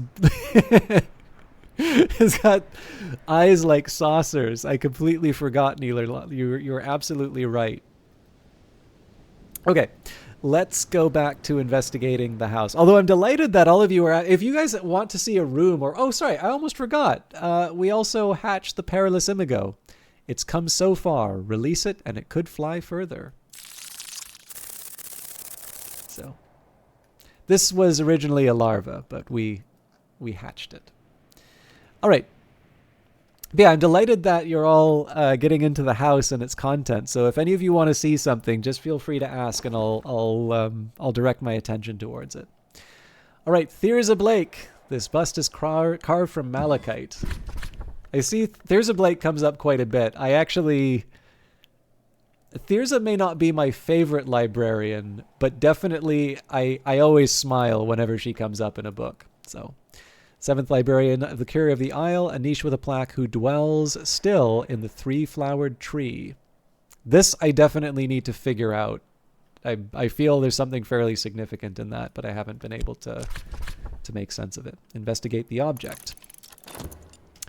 All right, I'm going to see if I can find any more plays to put in the collection. Actually, maybe what I'll do is I'll take the Proverbs and children's stories, and maybe we'll add that to the... Yeah, actually, here's what we'll do. We'll maybe do things that count as fictions, like the epics and the like Kitling Ripe and things like that. As they used to say in my youth, the day is done, and so am I, but I've earned my pay. Okay, so we're gonna get that shopped back so we can learn a little bit more. Thirza Blake, 7th Librarian, Mistress of Wood Lore, Squanderer of Fortunes, Giver of no dams whatsoever. Oh, I like that description a lot.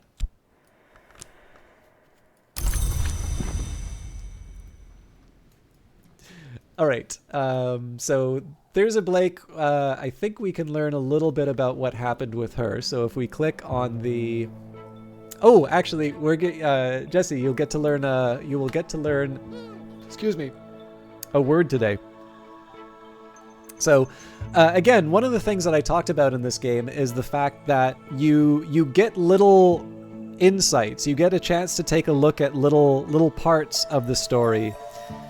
But again, this game is very much like I've been in a centuries-old house full of rooms with things that are even sometimes from when the house was first brought down. And this game very much is like going through that and trying to make sense of what you see in there. It's really interesting to see that. So we've seen Thirza Blake come up in a few different cases, but the Flood Gallery is probably the one that's most relevant in terms of the description here. So the Flood Gallery. Thirza Blake, 7th librarian of the house, extended this space, decorating it with semi-precious materials and filling it with the finest art Hush House's money could buy. Of course, after her enthusiasms brought the house to the brink of penury, much of it had to be sold off. So I'm going to guess here that even the majority of English speakers in the chat are not familiar with the word penury, but this will be our English lesson for today. So penury basically means extreme poverty, so in this case, when it says the brink of penury, it's not completely bankrupt, but it's about as close as it could be. And then as we learn a little bit later on in the game, in fact, I think if we click on here, Brandkrug Jail, built in 1896 at the behest of Nocturnal Branch to contain troubles unseemly and occult. A mere 6 years later, after the Ortuccio incident, the branch came itself to be considered unseemly and occult, and its functions were absorbed into the Suppression Bureau, but the jail still stands. Over the gate is the Bureau's motto, Alice si licit, tibi non licit, commonly rendered as, it is permitted to us, it is not permitted to you. So what about...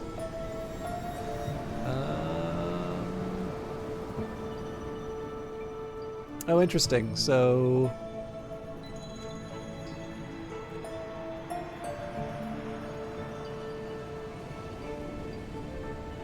this little detail isn't in here, but essentially the story goes that the Barons de Wolf... So originally this was a church, and we still have some remnants of the church here. These are actually some images of the hours. So this is the Watchman, the Menascate, the Sun in Rags, and the Madrigad.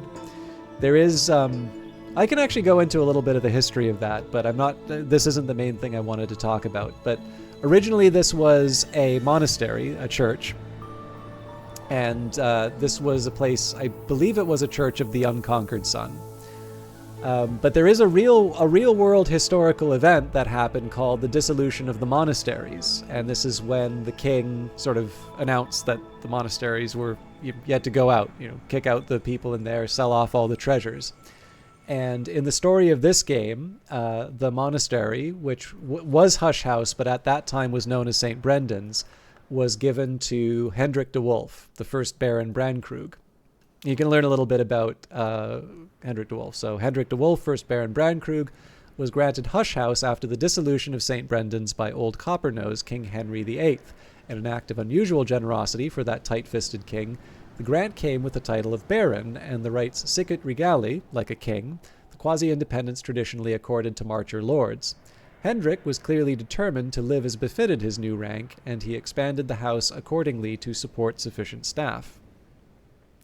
So the first story that you hear is not so much about the abbots of the monastery, but rather the story of the de Wolfs. So Hendrik, Thomas, Walter, I think it's Musgrave, Gideon, Ava, and Valentine. We went through all of those stories, and eventually I'm going to read the books in order so we can learn a little bit more about what's going on.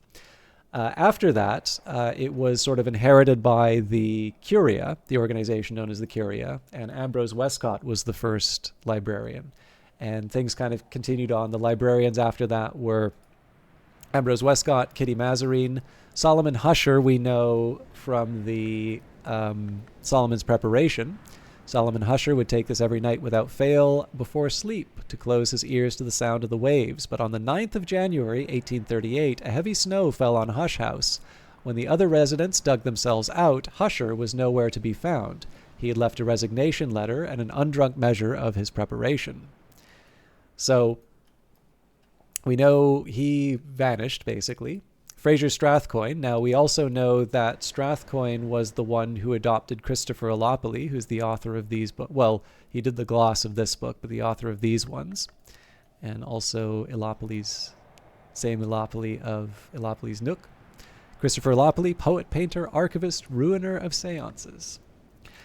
But we also know from his description that he reluctantly took on the job because nobody else was going to do it after Solomon Husher vanished. We did Natalia Brulot and William Harries. Apparently William Harries, we're not sure what happened to him. But we know that with Thirza Blake, she was the one who basically, well, we'll use our new English word, brought the house to penury. And what happened there was this group known as the Nocturnal Branch essentially stepped in, and they were able to keep Hush House going, but it was on the condition that they transformed part of it to the jail, known as the Cucurbit.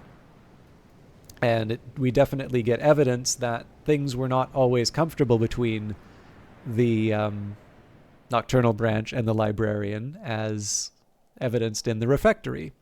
Here the whole curia used to meet, the librarian and the secretary solvent, vigilant, and enigmatic.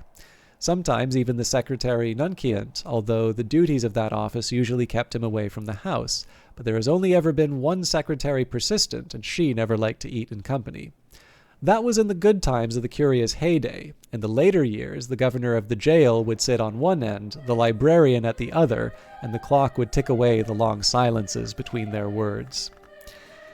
So, over that period, we had Sir David Green, Brian Levinson. So Brian Levinson is the one, red-blue. It's a decent copy of Picasso, painted 20 years before Picasso painted the original. Brian Levinson, up to his tricks again. So he's the one who had dreams of paintings that would happen in the future and painted them. So Brian Levinson, Serena Blackwood, although we know that Sereno Blackwood is sort of a name that people will use in this occult world to remain anonymous. Then the librarian who came before us, Gervenius van Loren. And finally, I decided to use the cranial tchotchke to represent myself. We all of us come to this condition in the end, but not all of us are fortunate enough to be lovingly buffed and fixed carefully to a stylish wooden stand. So what we're about to do now, so we know a rough idea in terms of what happened to Hush House, but what we're about to do now is we're going to start learning about the librarians during that nocturnal period, which of course ended with the events in the Cognator. Hey, Pandora Carp. So let's find out about David Green. Investigate the object. Incidentally, if we want to know more about David Green already, we actually have the map room. At the turn of the century, David Green, 8th librarian and former Nocturnal Branch superintendent, had this room refurnished to plan his explorations, to manage the operations of his many agents. And I am going to go keep looking for works of fiction that I can add to the next to the plays.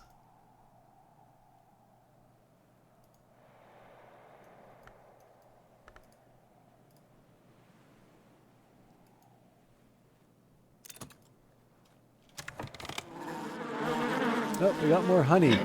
I'm looking for beeswax though, so I can make some candles.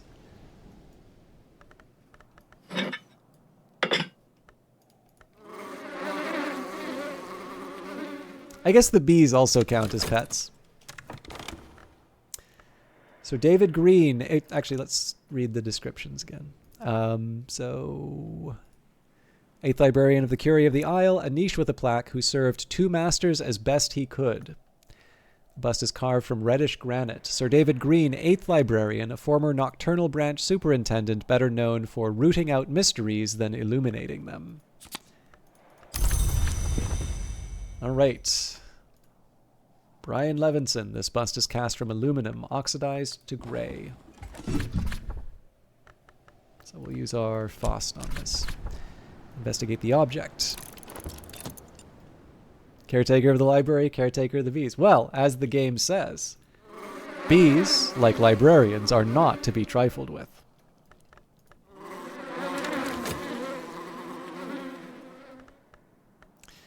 Okay. So Serenity of the Blackwood, an allegorical history of the House of Leith, which is here implied was inspired by the centipede. Serrano Blackwood is an occult alias to this day. Okay. So here we go. Joel of the Bridge, a retired soldier and sometimes tollkeeper, wrote this epic poem about Alexander's famously inexplicable decision at Issus to withdraw from the war with the Achaemenids and his subsequent return to Macedonia. So this is an example of these contradictory histories that we're talking about, where there certainly was an Alexander. Rumor is he was pretty great, but we know that he fought and won at Issus. He defeated Darius. Whereas in this particular story, he is told a great secret of betrayal and turns around. So again, the recommendation that we're going to be making to the hours is going to help resolve these kinds of contradictions. Okay, I'm trying to decide how I want to. Let's do. We'll do the Proverbs and. Yeah, let's do Kittling Ripe and Moldywarp's Grave. We'll do those first. Ooh, I'm running out of space here. Okay.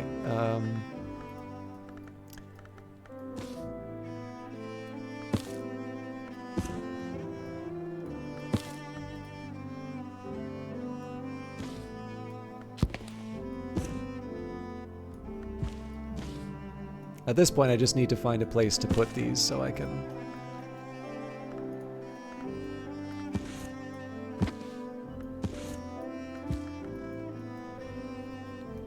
Okay. Sorry, I know this must be tedious for some people, but I kind of put off doing all of these. Oh.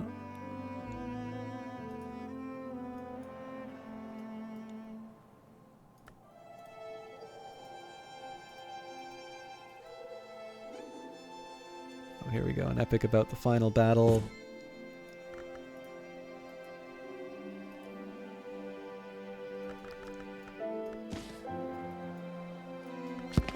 I think De Oris should also be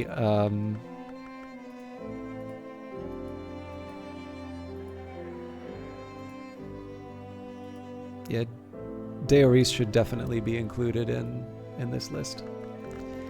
It really is. And again, the soundtrack is coming out reasonably soon. I am really looking forward to just putting this on. Like, I'm pretty sure no matter what happens at work, if this is playing, I am going to be so much more relaxed. But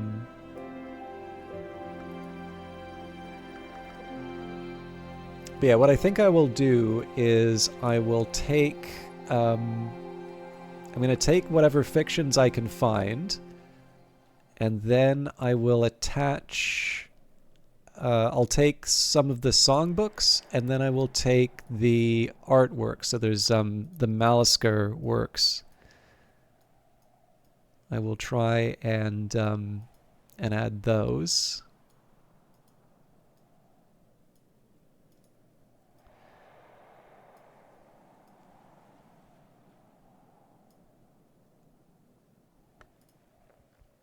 But yeah, the tricky part here is I'm just trying to give a quick glance to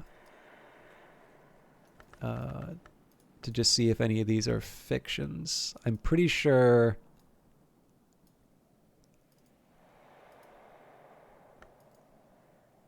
I'm gonna miss some of these, but manuals, okay.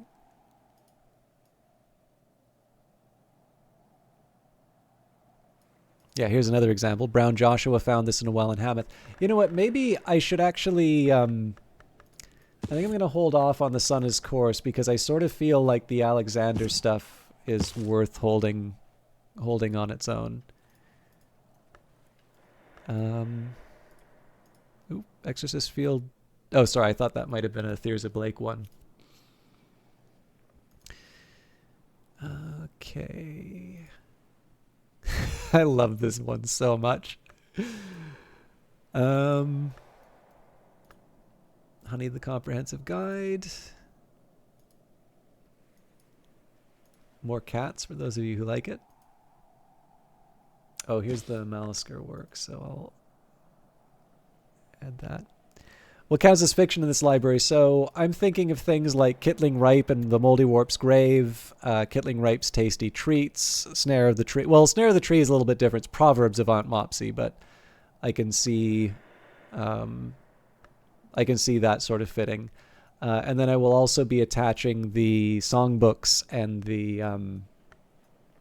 the painting works.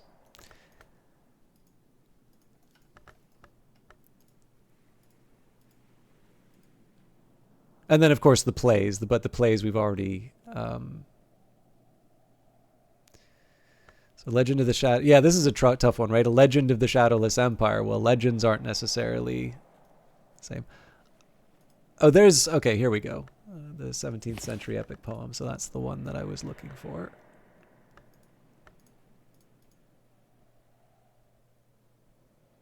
The disgraced oracle Damon Azenaton sifts through the tall tales of Penelope of Gordian, the work of the court poet Cal, and the forbidden fragments of the work of the adept Aratres, identifying common themes. I think this counts close enough.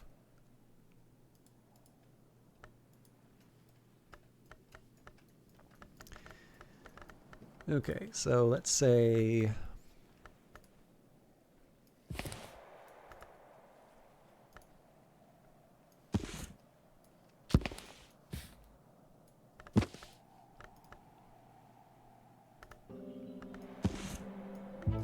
There's definitely another Malisker work, which I've...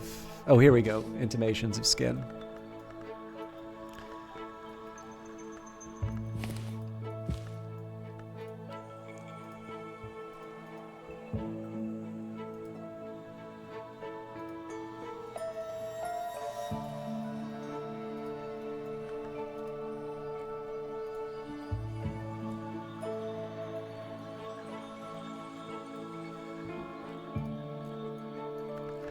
Okay, now we're getting somewhere. So I think I might even be able to start moving some of my overflow books into the library proper.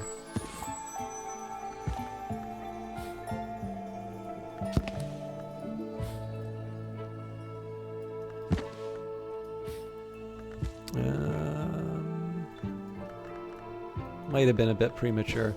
I am, however, going to move these ones out.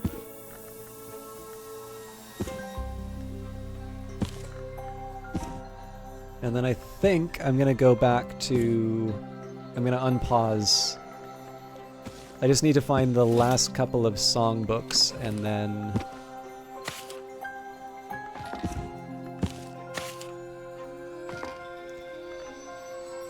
And then I can move on. So just give me a second. I'll use my spreadsheet for this.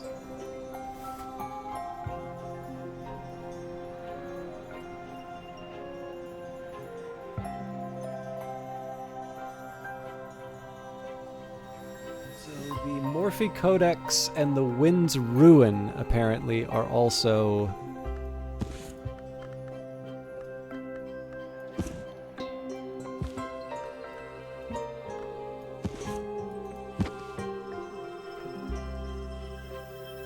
I'm pretty sure we have the Morphe Codex.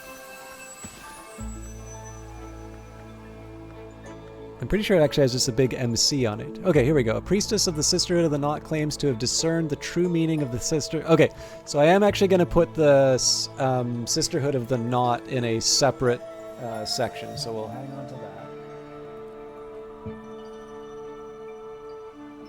And then the Geminiad is already accounted for, so we'll leave that one aside. Instruments of the Heart. It's not formally a musical work, but I'm going to count it as one. That's Introduction to the Histories. Oh, that's so frustrating. I'm pretty sure it's a Sky text. Well, it's also my daft filing system. Like, I've got some very arbitrary... Oh, that's right. It was On Resonance was the one I was thinking of. Yeah, I've got some pretty arbitrary choices that I'm making here. So the way that I've got it set up so far is that we've got all of the books sort of from the baronial period in this room. And then we go... So first of all, we've got sort of collected works from authors. So this is Teresa Galmier. This is Christopher Alopoli. On Matthias, Amethyst, and Amethyst, the Amethyst Imago. Orchid Transfigurations? Yeah. Deoris 1 through 3, the Geminiad 1 through 3, Rose of Woznai, Rose of Nuriel, Rose of Hypatia. These would be the Solar Gothic period ones, so the Annals of St. Brendan's and all of the different works by the abbots and abbesses. Then we move on to the Curia period, and then it just sort of crosses over to the Cucurbit. And that's sort of it for the history of the house, and then I decided that I'd start putting the plays together, and then moving on from plays, we'd go into other fictional works, and then sort of things like music, and then painting. And then at some point, probably this room, I might put all of the triple knot stuff in. But yeah, essentially I'm just trying to put these by subject in a way that it might be interesting to sort of read them together, which is obviously a very different sort of filing system than what I think people prefer, which is to do things like either sort it by, the mystery or sort it by the memory that you get. But one of the things that keeps these games interesting for me is to try different styles. So I decided I'd run with this one. Okay, I am completely baffled by where I put Instruments of the Heart. I know I have it.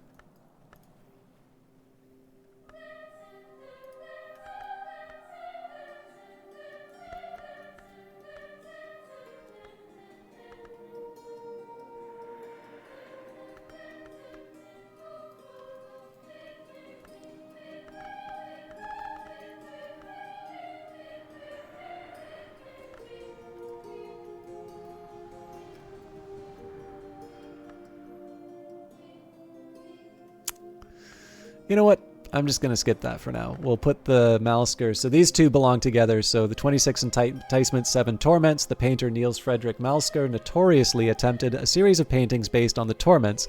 By the 5th torment, the demands of the painting had grown so dire that he died of blood loss. The diagrams in this text are thankfully less detailed. Does this game have to be specific, or is it as long as you wish? Yeah, so this is a big difference from Cultist Simulator. This game you can take as long as you want to do anything. The previous game was quite harsh. You always had to make sure you had enough money for like food and so on. Otherwise, you absolutely would die in that game, and you have to start all over again.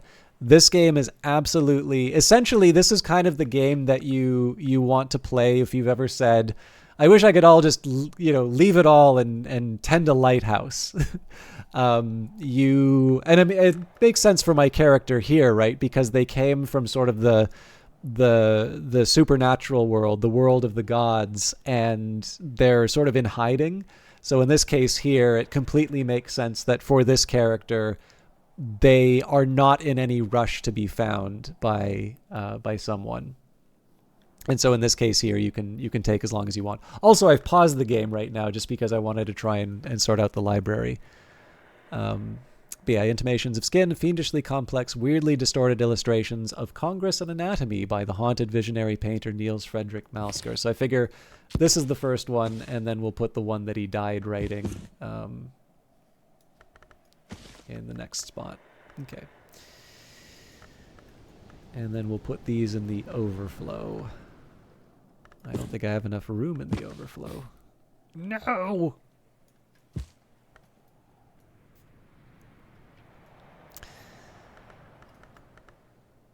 All right, so I'm gonna live with that for now, because my priority after I check out all of the different busts is actually going to be start reading these books, and then once I maybe finish reading all of the different texts, I can think about maybe my next steps.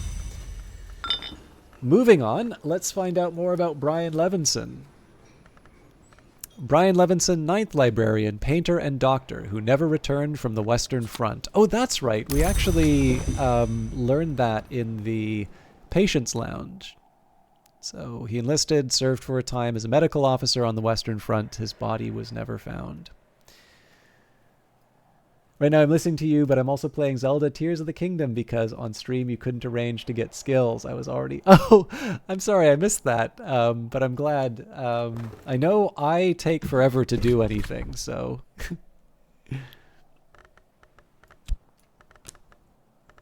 Okay, so let's use our whist to check out Serena Blackwood, investigate the plot, and Anish with a plaque who departed but did not forget.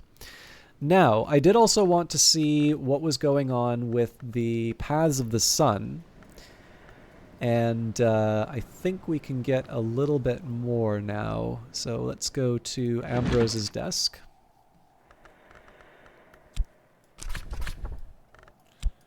Shapt, preliminal meter. So we need porphyrin for the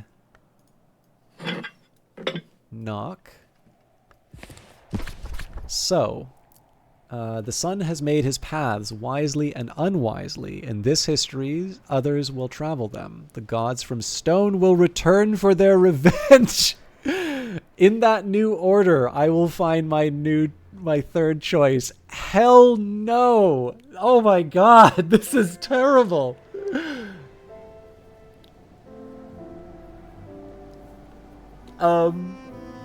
Yeah, we're not doing this ever. I believe I've actually committed skills that specifically avoided the revenge of the gods from stone. Oh my god, this game this game definitely goes. So, for the benefit of those who aren't familiar with it, this game has over like 140 different endings. And there is some very, very significant that's a pretty big deal. Okay, actually, I'm going to trying to explain the lore of this game is absolutely impossible. But I'm going to do my best to try and explain a bit of what's going on. So, in the Solar Gothic era, and particularly here, we've got the Sol Invictus symbol, the eternal symbol of the unconquered sun, all the way back to the Shadowless Empire, even through the wild heresies of the Intercalate. So this is going to be an opportunity for us to learn some more English words as well. So there is this hour known as the Sun in Splendor, and this is the sun that is being referred to as the...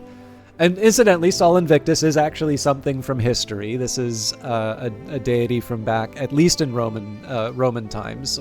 Some would argue even before that. But in the case of the Sun in Splendor, there is a very significant event known as the Intercalate. Now, it is actually worth mentioning that Intercalate is in fact a real English word. It essentially refers to... I think it's like the division of a calendar. I'll double check here.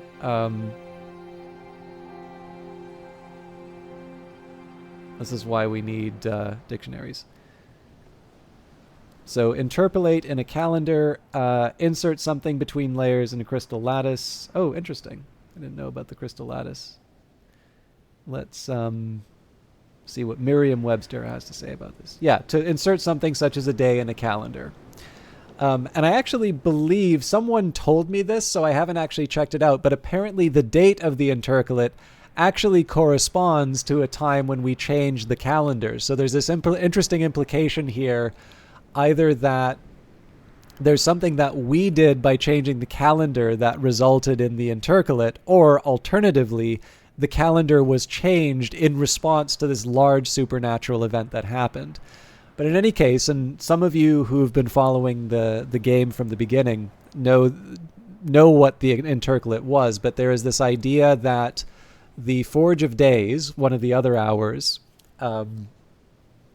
loved the sun and splendor, but ultimately divided the sun in the Mallory, which has an interesting implication here, because you see that this symbol of the sun is actually divided into four. And there are now four gods from light, four lantern hours, basically. There is the Watchman, stained glass window, the Watchman. The way is lit for the willing and the unwilling. The Meniscate, the stained glass window, the Meniscate, what is within, without, what is without, within. The sun in rags, when it ends, it will be a beautiful ending. And the Madrigad, that which is not needed, that shall be quenched. And I believe there's even, when you take a look at the times of day, it mentions midday. Before the great division, this was the 6th hour, when the priests led hymns to the sun in splendor. Now noon, as they say, is not as it was. Perhaps the new king will change that. We can even learn a little bit more about it just by looking at the descriptions of the rooms. So for 1,000 years, the unconquered sun has been worshipped here in all his aspects, though since the heresies of the intercalate, many of those aspects are considered distinct hours in their own right, and the sun's death and birth are both now celebrated. The abbey church used to be more golden, but many of the valuables were lost in the abbey's dissolution, including the original stained glass. These magnificent windows are of recent manufacture, financed by the 8th librarian Green, who was a believer of the Second Dawn variety. We also have the secret rooms here, so the Radiant Stair. The Watchman's Shrine here is decorated with the eye Elagabalus. Elagabalus, the Roman emperor, is referred to, and I didn't know this at the time, but apparently Elagabalus was responsible for originally introducing Sol Invictus, although I think it was Aurelian, the later emperor, who actually made it a thing. I think Elagabalus was largely unsuccessful in introducing that. But again, like, it's kind of neat how the game sort of weaves the real history in with this secret history. The Elagabalus rites have always had shaky doctrinal status. It would not often have been seen, of course. These stairs were reserved for choir monks who sang the Liturgy of the Hours, the only ones permitted to enter the chancel. Still, it is a little surprising that the eye was allowed to remain when the monastery was dissolved and the aisle given to the de Wolfs. We can get a little bit more information about hours that are related to the sun in here. The chancel of the Abbey Church. The Church of the Unconquered Sun acknowledges only a handful of hours: the sun in rags or splendor, the Meniscate, the Madrigad, the Watchman, and reluctantly the Wolf Divided. So my understanding of the Wolf Divided is that it is actually the wound of the divided sun. So the reluctance about the Wolf Divided may be either because the Wolf Divided is a very menacing hour, or it is because it is an admission that the sun in splendor has been divided. So any other so-called hours must be lesser powers, wicked impostors, or superstitions. And then there's a little bit more about, this is a mystery for a player, which I haven't quite figured out. So the church denies 2 of the 3 hours of the chancel, and yet it is the chancel who are said to determine which of their peers qualify as hours. That's theology for you. Abbot Geoffrey decreed that all 3 should be venerated in this holiest of rooms. To avoid actual heresy, he would not permit any of the 3 to be named. That's theology too. There's actually a little bit of a discussion in the most recent episode of Skeleton Songs about the chancel as well. But in any case, so yeah, I'm definitely on Team Sun and Splendor. I like the lantern hours, and I definitely do not like the idea of definitely do not like the idea of the gods from stone coming back and kicking ass. So we're not going to do that. But I am going to get that description of the lantern one again, because it may be that I just want to go for an entirely different Newman. So let's go back to the Pale Desk. So I'll take the results, my journal. Newman, paths of the sun. The sun has charted his paths beyond the walls and woods and bounds. When the sun lights our way, when we are ready, all of us will enter eternity, at least in the right history. And then we'll add auroral contemplations. Twice-born victory, the second dawn is nigh. In this history, the new king will enter the paths of the sun, and the second dawn will change everything. I will have my third choice. Okay, so this is something I can live with. Now, let's see if we have enough Forge to find out what the Forge version of this history is. You have to go to bed. It was, hope you're still having fun. See you soon. Jesse, I really appreciate you staying as long as you did. I really just wanted a chance to talk a little bit about how I think this game relates to something I think is interesting about Legend of Zelda, and I know you have been enjoying. You've been very, very generous with your time. It is like 4 o'clock in the morning here, so I should probably be wrapping up myself. But it was an absolute pleasure to have you hang out in the stream. I hope at least some of this was interesting to see. And just a reminder for all of those of you who didn't see it the first time, Jesse in the Stars is definitely looking to build their Twitch following. They're already a very successful Spanish-speaking streamer on YouTube, but it is a lot of fun to hang out either with just chatting or with Zelda Tears of the Kingdom. And I know a lot of you do like the chance to be able to talk individually with the streamer, so I think a lot of you will very much enjoy hanging out in Jesse's stream. I hope that you get a chance to see you again, hopefully on your side. I know my stuff isn't for everyone, but I hope you have a very good sleep, and I hope you enjoy a long weekend. So we'll see you again sometime. All right, where was I? All right, so we were looking at Serena Blackwood. And, right, I wanted to see if I could get the Forge for this. I'm thinking it's unlikely, but you never know. Right, the Orpiment Exultant. 22, that's not... Well, now we need 25. Oh, interesting. Yeah, so I would need... Not only would I need the metal, but I would also need... I would need to level up Bells and Braziers as well. Okay. So the interesting question here is, do I want to take the time to commit this memory now, or do I want to look at my other possibilities? Because we know we've got Twice-born Newman, which will work for the Sun Disfigured, and also the Shretic Book of Suns. And I can see a lot of sense in choosing my Newman wisely. So, you know, I'm just going to sit on that. We're not going to bother committing any of this. This is more just me taking a chance to see what I could do.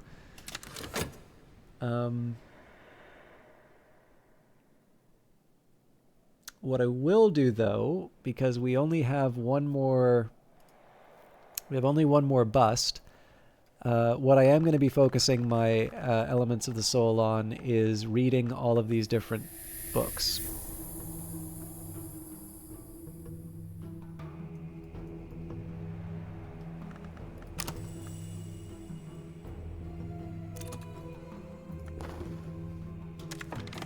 Serena Blackwood, 10th librarian, a redoubtable scholar and administrator who quarreled with the prison governor and never completed her term. Okay, on to Gervenius van Loren. This bust is cast in highly polished bronze. Oops. Investigate the object. You won't use this up or consume it by doing this. Now, in terms of things for me to investigate, I think most of this is going to be consumed. So technically there are other things that I want to investigate up here, but I think most of it is going to be... I guess I still need to do it vertically, so there's nothing else in this room. Yeah, we'll play it by ear, but I think my attention is definitely going to be going towards my collection of books. Because remember, the main reason for me organizing the library like this is so I can read things in order, keep track of them, and see if I can find something about the different secrets in the house. So I do actually want to work this. I do actually want to make sure that there's sort of a system in place to make sure I get the information. So, Gervenius van Loren, 11th Librarian of Hush House, an enigmatic, recluse, and reluctant ally of the Suppression Bureau, as skilled at closing ways as his predecessor Harry's was at opening them. And that is it for the librarians, unless we want to put the cat on as the 13th librarian. Okay. I also think I've got...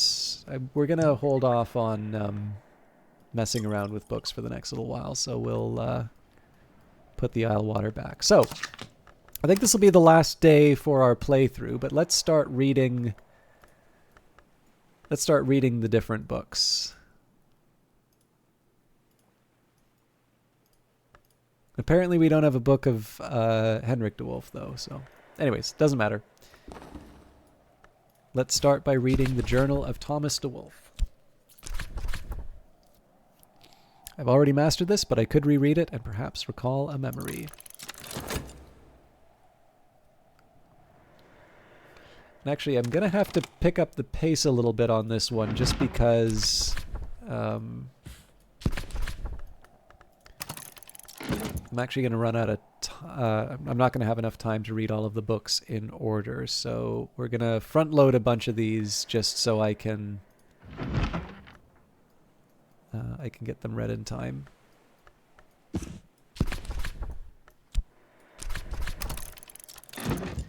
And then we'll go all the way over to Collars on this side, just because it's a little more... It's just a little easier for me to kind of move left to right to... right to left to remember the order that I did this in. Wasn't there a reluctant librarian too? That would be Fraser Strathcoyne. He was reluctant to do it because Solomon Husher sort of vanished and nobody else wanted to do it, so he was too rich and powerful to bother himself with the... I'm curious, how many people have found the secret letters? Because I can read one of them on stream, or I don't know if people would like to just do that for themselves. But one of the secret letters is, in fact, something that Weather Factory has released before, so I wouldn't feel too bad about sharing it.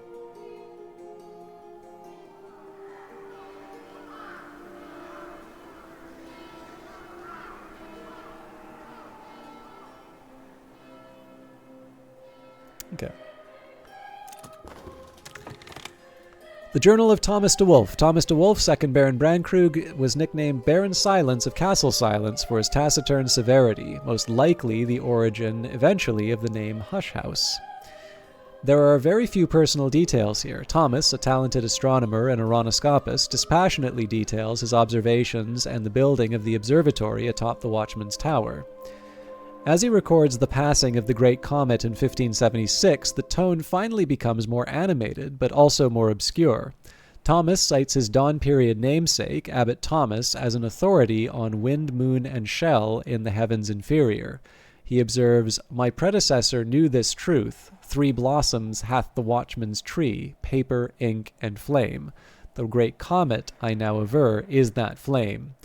So I think we can associate the flame with the red. Now my guess here, I guess, would be paper would be the white and ink would be the black. But we don't know that for sure, I suppose.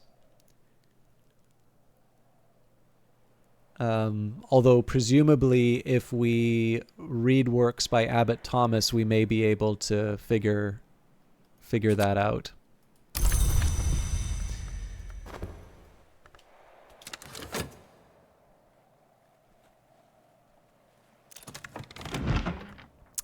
Journal of Walter de Wolf. Walter de Wolf, 3rd Baron Brankrug, was the grandson of Thomas, son of the disgraced Giles, who eloped with Pale Halfrin. The de Wolf line might have ended here if Seneschal Ernestine, by then over 80, had not managed to reconcile Thomas with a dying Giles.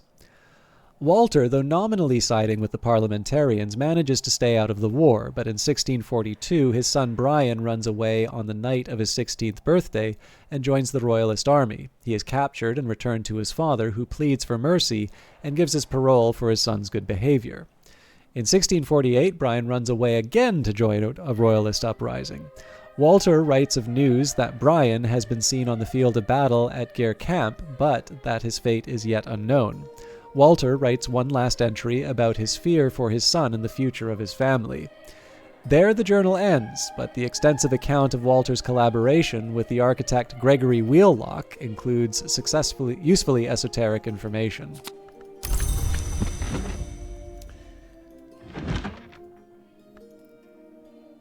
The hunting journals of Brian de Wolf. Brian de Wolf, son of the third Baron Brankrug, gives advice on hunting in the Bounds. It is clear from Brian's journals that he sought unorthodox trophies and put them to unorthodox uses. He was in fact hanged as a witch by the age of 24 and never inherited the estate. Brian describes how a sky-inspired fife can be prepared using these fur and feathers techniques in the presence of greater sky aspect to make the winds good neighbors. It's a powerful technique to be described so casually. Brian's main interest seems to be in ensuring good weather for his hunts. And finally, Musgrave sketches. Musgrave, 4th Baron Brankrug, was widely mocked as the Bleating Baron and the Lamb de Wolf, but these sketches reveal a complex, somber inner life. Art begins in colors, grows dappled, finally is either mostly darkness or mostly light. Musgrave discusses the temptation of the perfectly minimal palest painting. He has so far managed to resist this temptation, but does guiltily describe success in using sights and sensations with winter aspect to create first a chilly elixir from flowers, which he believes he can refine further into a final pigment.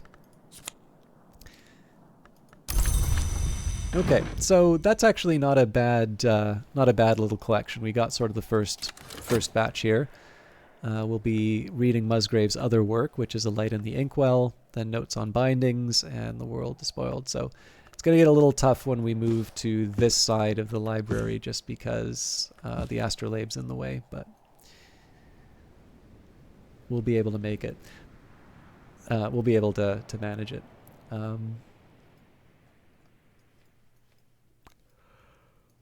Excuse me. So, tell you what, I'll let the evening cross over. I guess we can keep the bittersweet certainty. I don't know if I'll remember to do it every night, but we might as well hang on to something. But what I'll do is I'll take it into dawn for the next day, and then I'll bring up those secret letters and I'll read one of them, because I think it'll be, well, you'll probably know the reason why it's relevant, but I figured it's the game's been out long enough that it's probably okay to be a little more open with a couple of the secrets.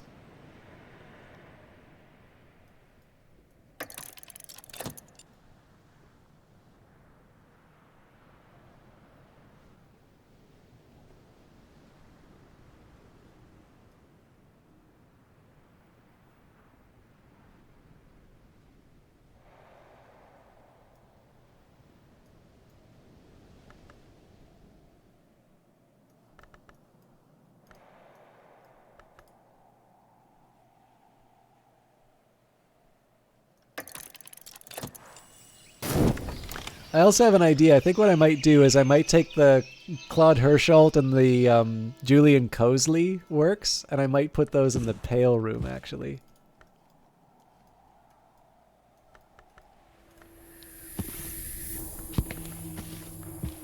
Obviously, I won't do that for Cosley's masterwork, but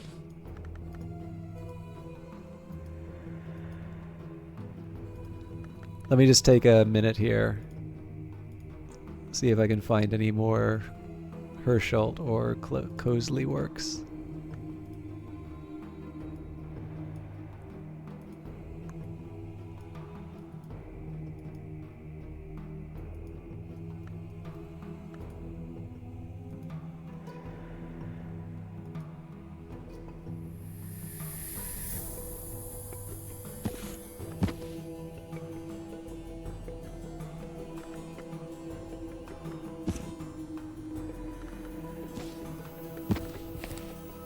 These are a bunch of works by Omar the Blaze.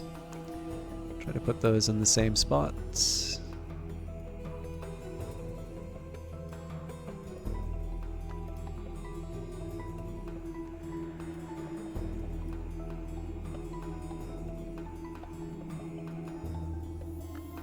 Okay, I think that's it, but...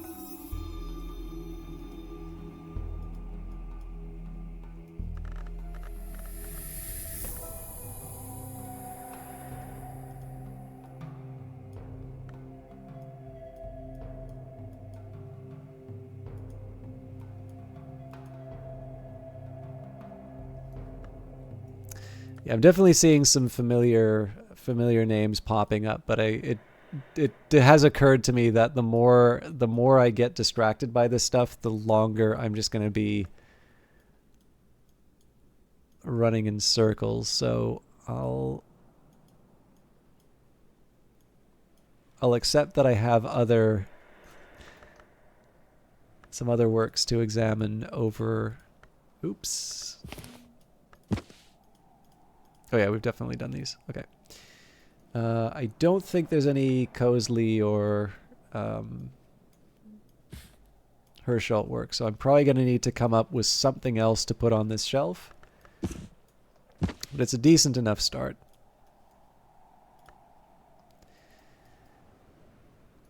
And I now also have some more space for the overflow.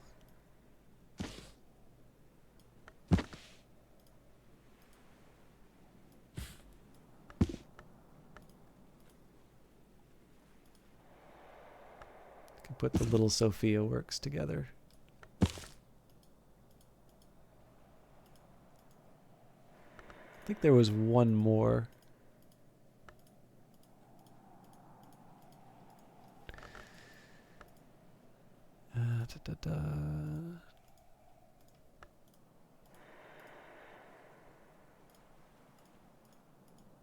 Oops. Well, if they are, I'm probably... At this point, I'm just guessing, so... I think maybe that's something for me to...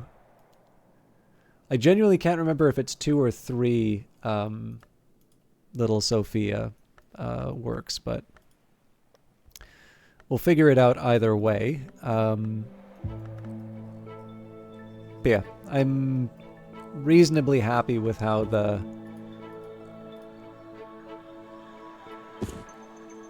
library's turning out. Just trying to take a chance to fill the shelves with as many things as I can. That's not going to make the slightest difference. Okay.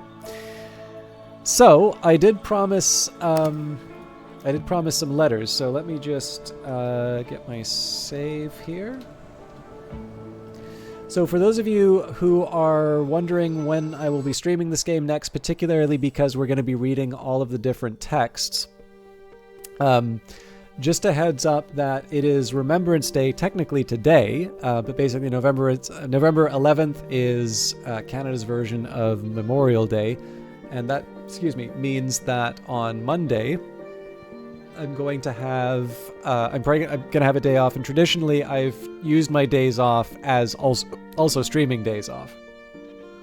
So if I do that, then that will mean that I won't necessarily have the time to do Book of Hours. But the other thing that makes it awkward is that on Wednesday, which would normally be when I do Cobalt Core, that is actually when the local game dev meetup happens. And so in that particular case, I have essentially 2 days off in a row. So it may be that it'll be a week before we get a chance to see each other. But I certainly look forward to covering this again. It is possible that if I don't do Cobalt Core next week, I will do Cobalt Core on Friday, just because that is a game that has recently come out and it's really, really good. But needless to say, if we don't do Book of Hours next week, it will definitely be back, and it will get a nice, it'll get at least 2 days, and we will be going through all of those texts that I organized.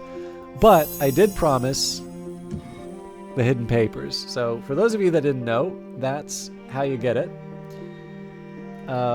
There is a plain formatting version of these, but let me find...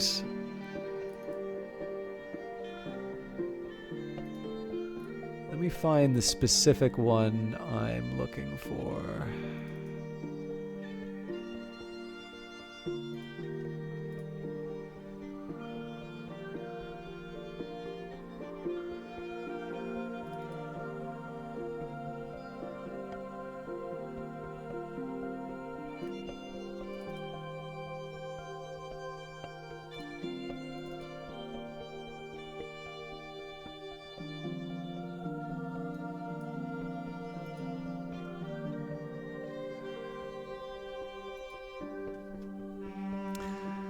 The Sweet Bones, Brankrug, June 28, 1929.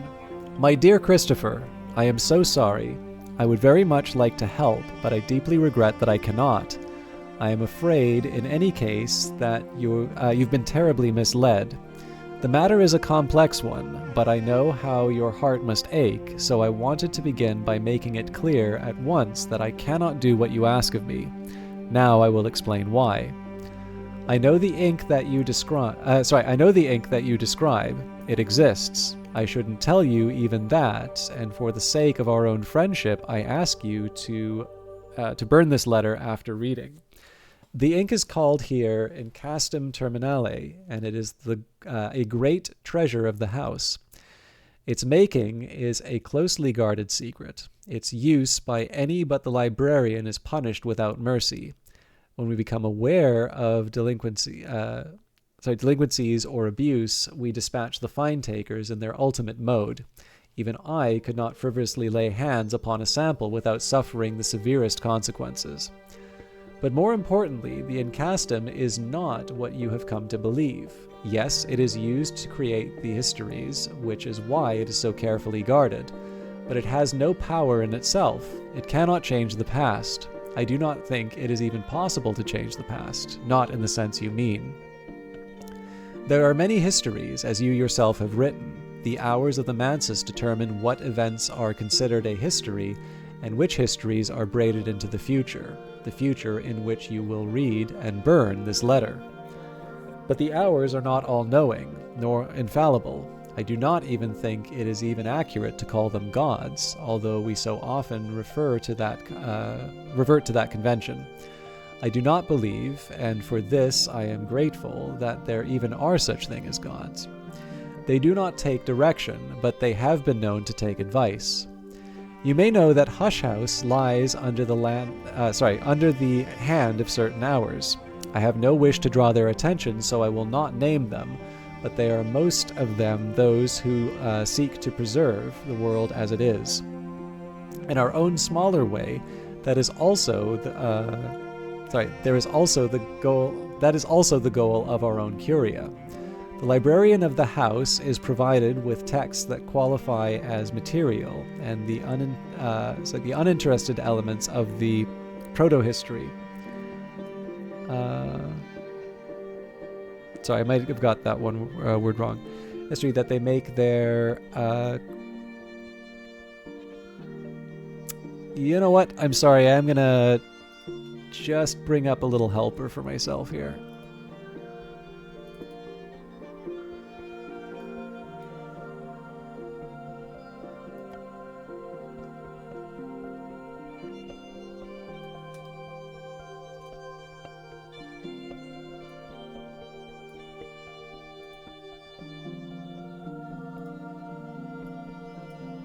That out of the way. Lies under the hand of certain hours. I do not wish to draw their attention, so I will not name them, but they are most of them those who seek to preserve the world as it is. In our smaller way, that is the goal of our curia. The librarian of the house is provided with texts that qualify as material, the unintercised elements of proto-history, and they make their curations and determinations upon it. When they make those curations and determinations in the Incastum Terminale, the hours take note, and they value the librarian's opinion if the librarian is of sufficient significance. So that is all the Incastum can do. When it is used the right way, by the right person in the right circumstances, it can draw the attention of the hours, and that is a very considerable thing, but it is not something you could use, and if it were, it would not have the effect you desire. I am sorry, my friend. She is lost to you. I can offer you only this slender comfort. One that you love has that for which she so dearly wished, and you had your reasons not to follow, and those reasons, I think, are very noble. You cannot change the choices you have made. None of us can, but I earnestly believe that you both made choices you should not regret. The sea does not regret the tide, and after the tide withdraws, something always remains, which we call memory. In very deep affection, your friend, F. P.S. I know I can be an old bore, but for a third time, I must beg you to burn this letter.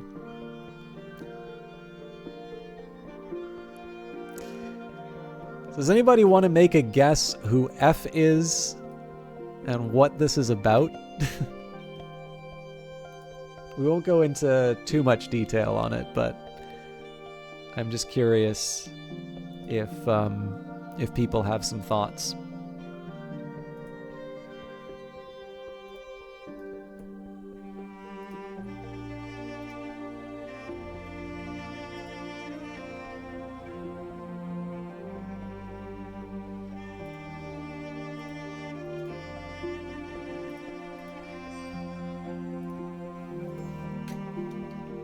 I'm also just taking a minute here to see if I can find someone to host. Fruit Melody's on.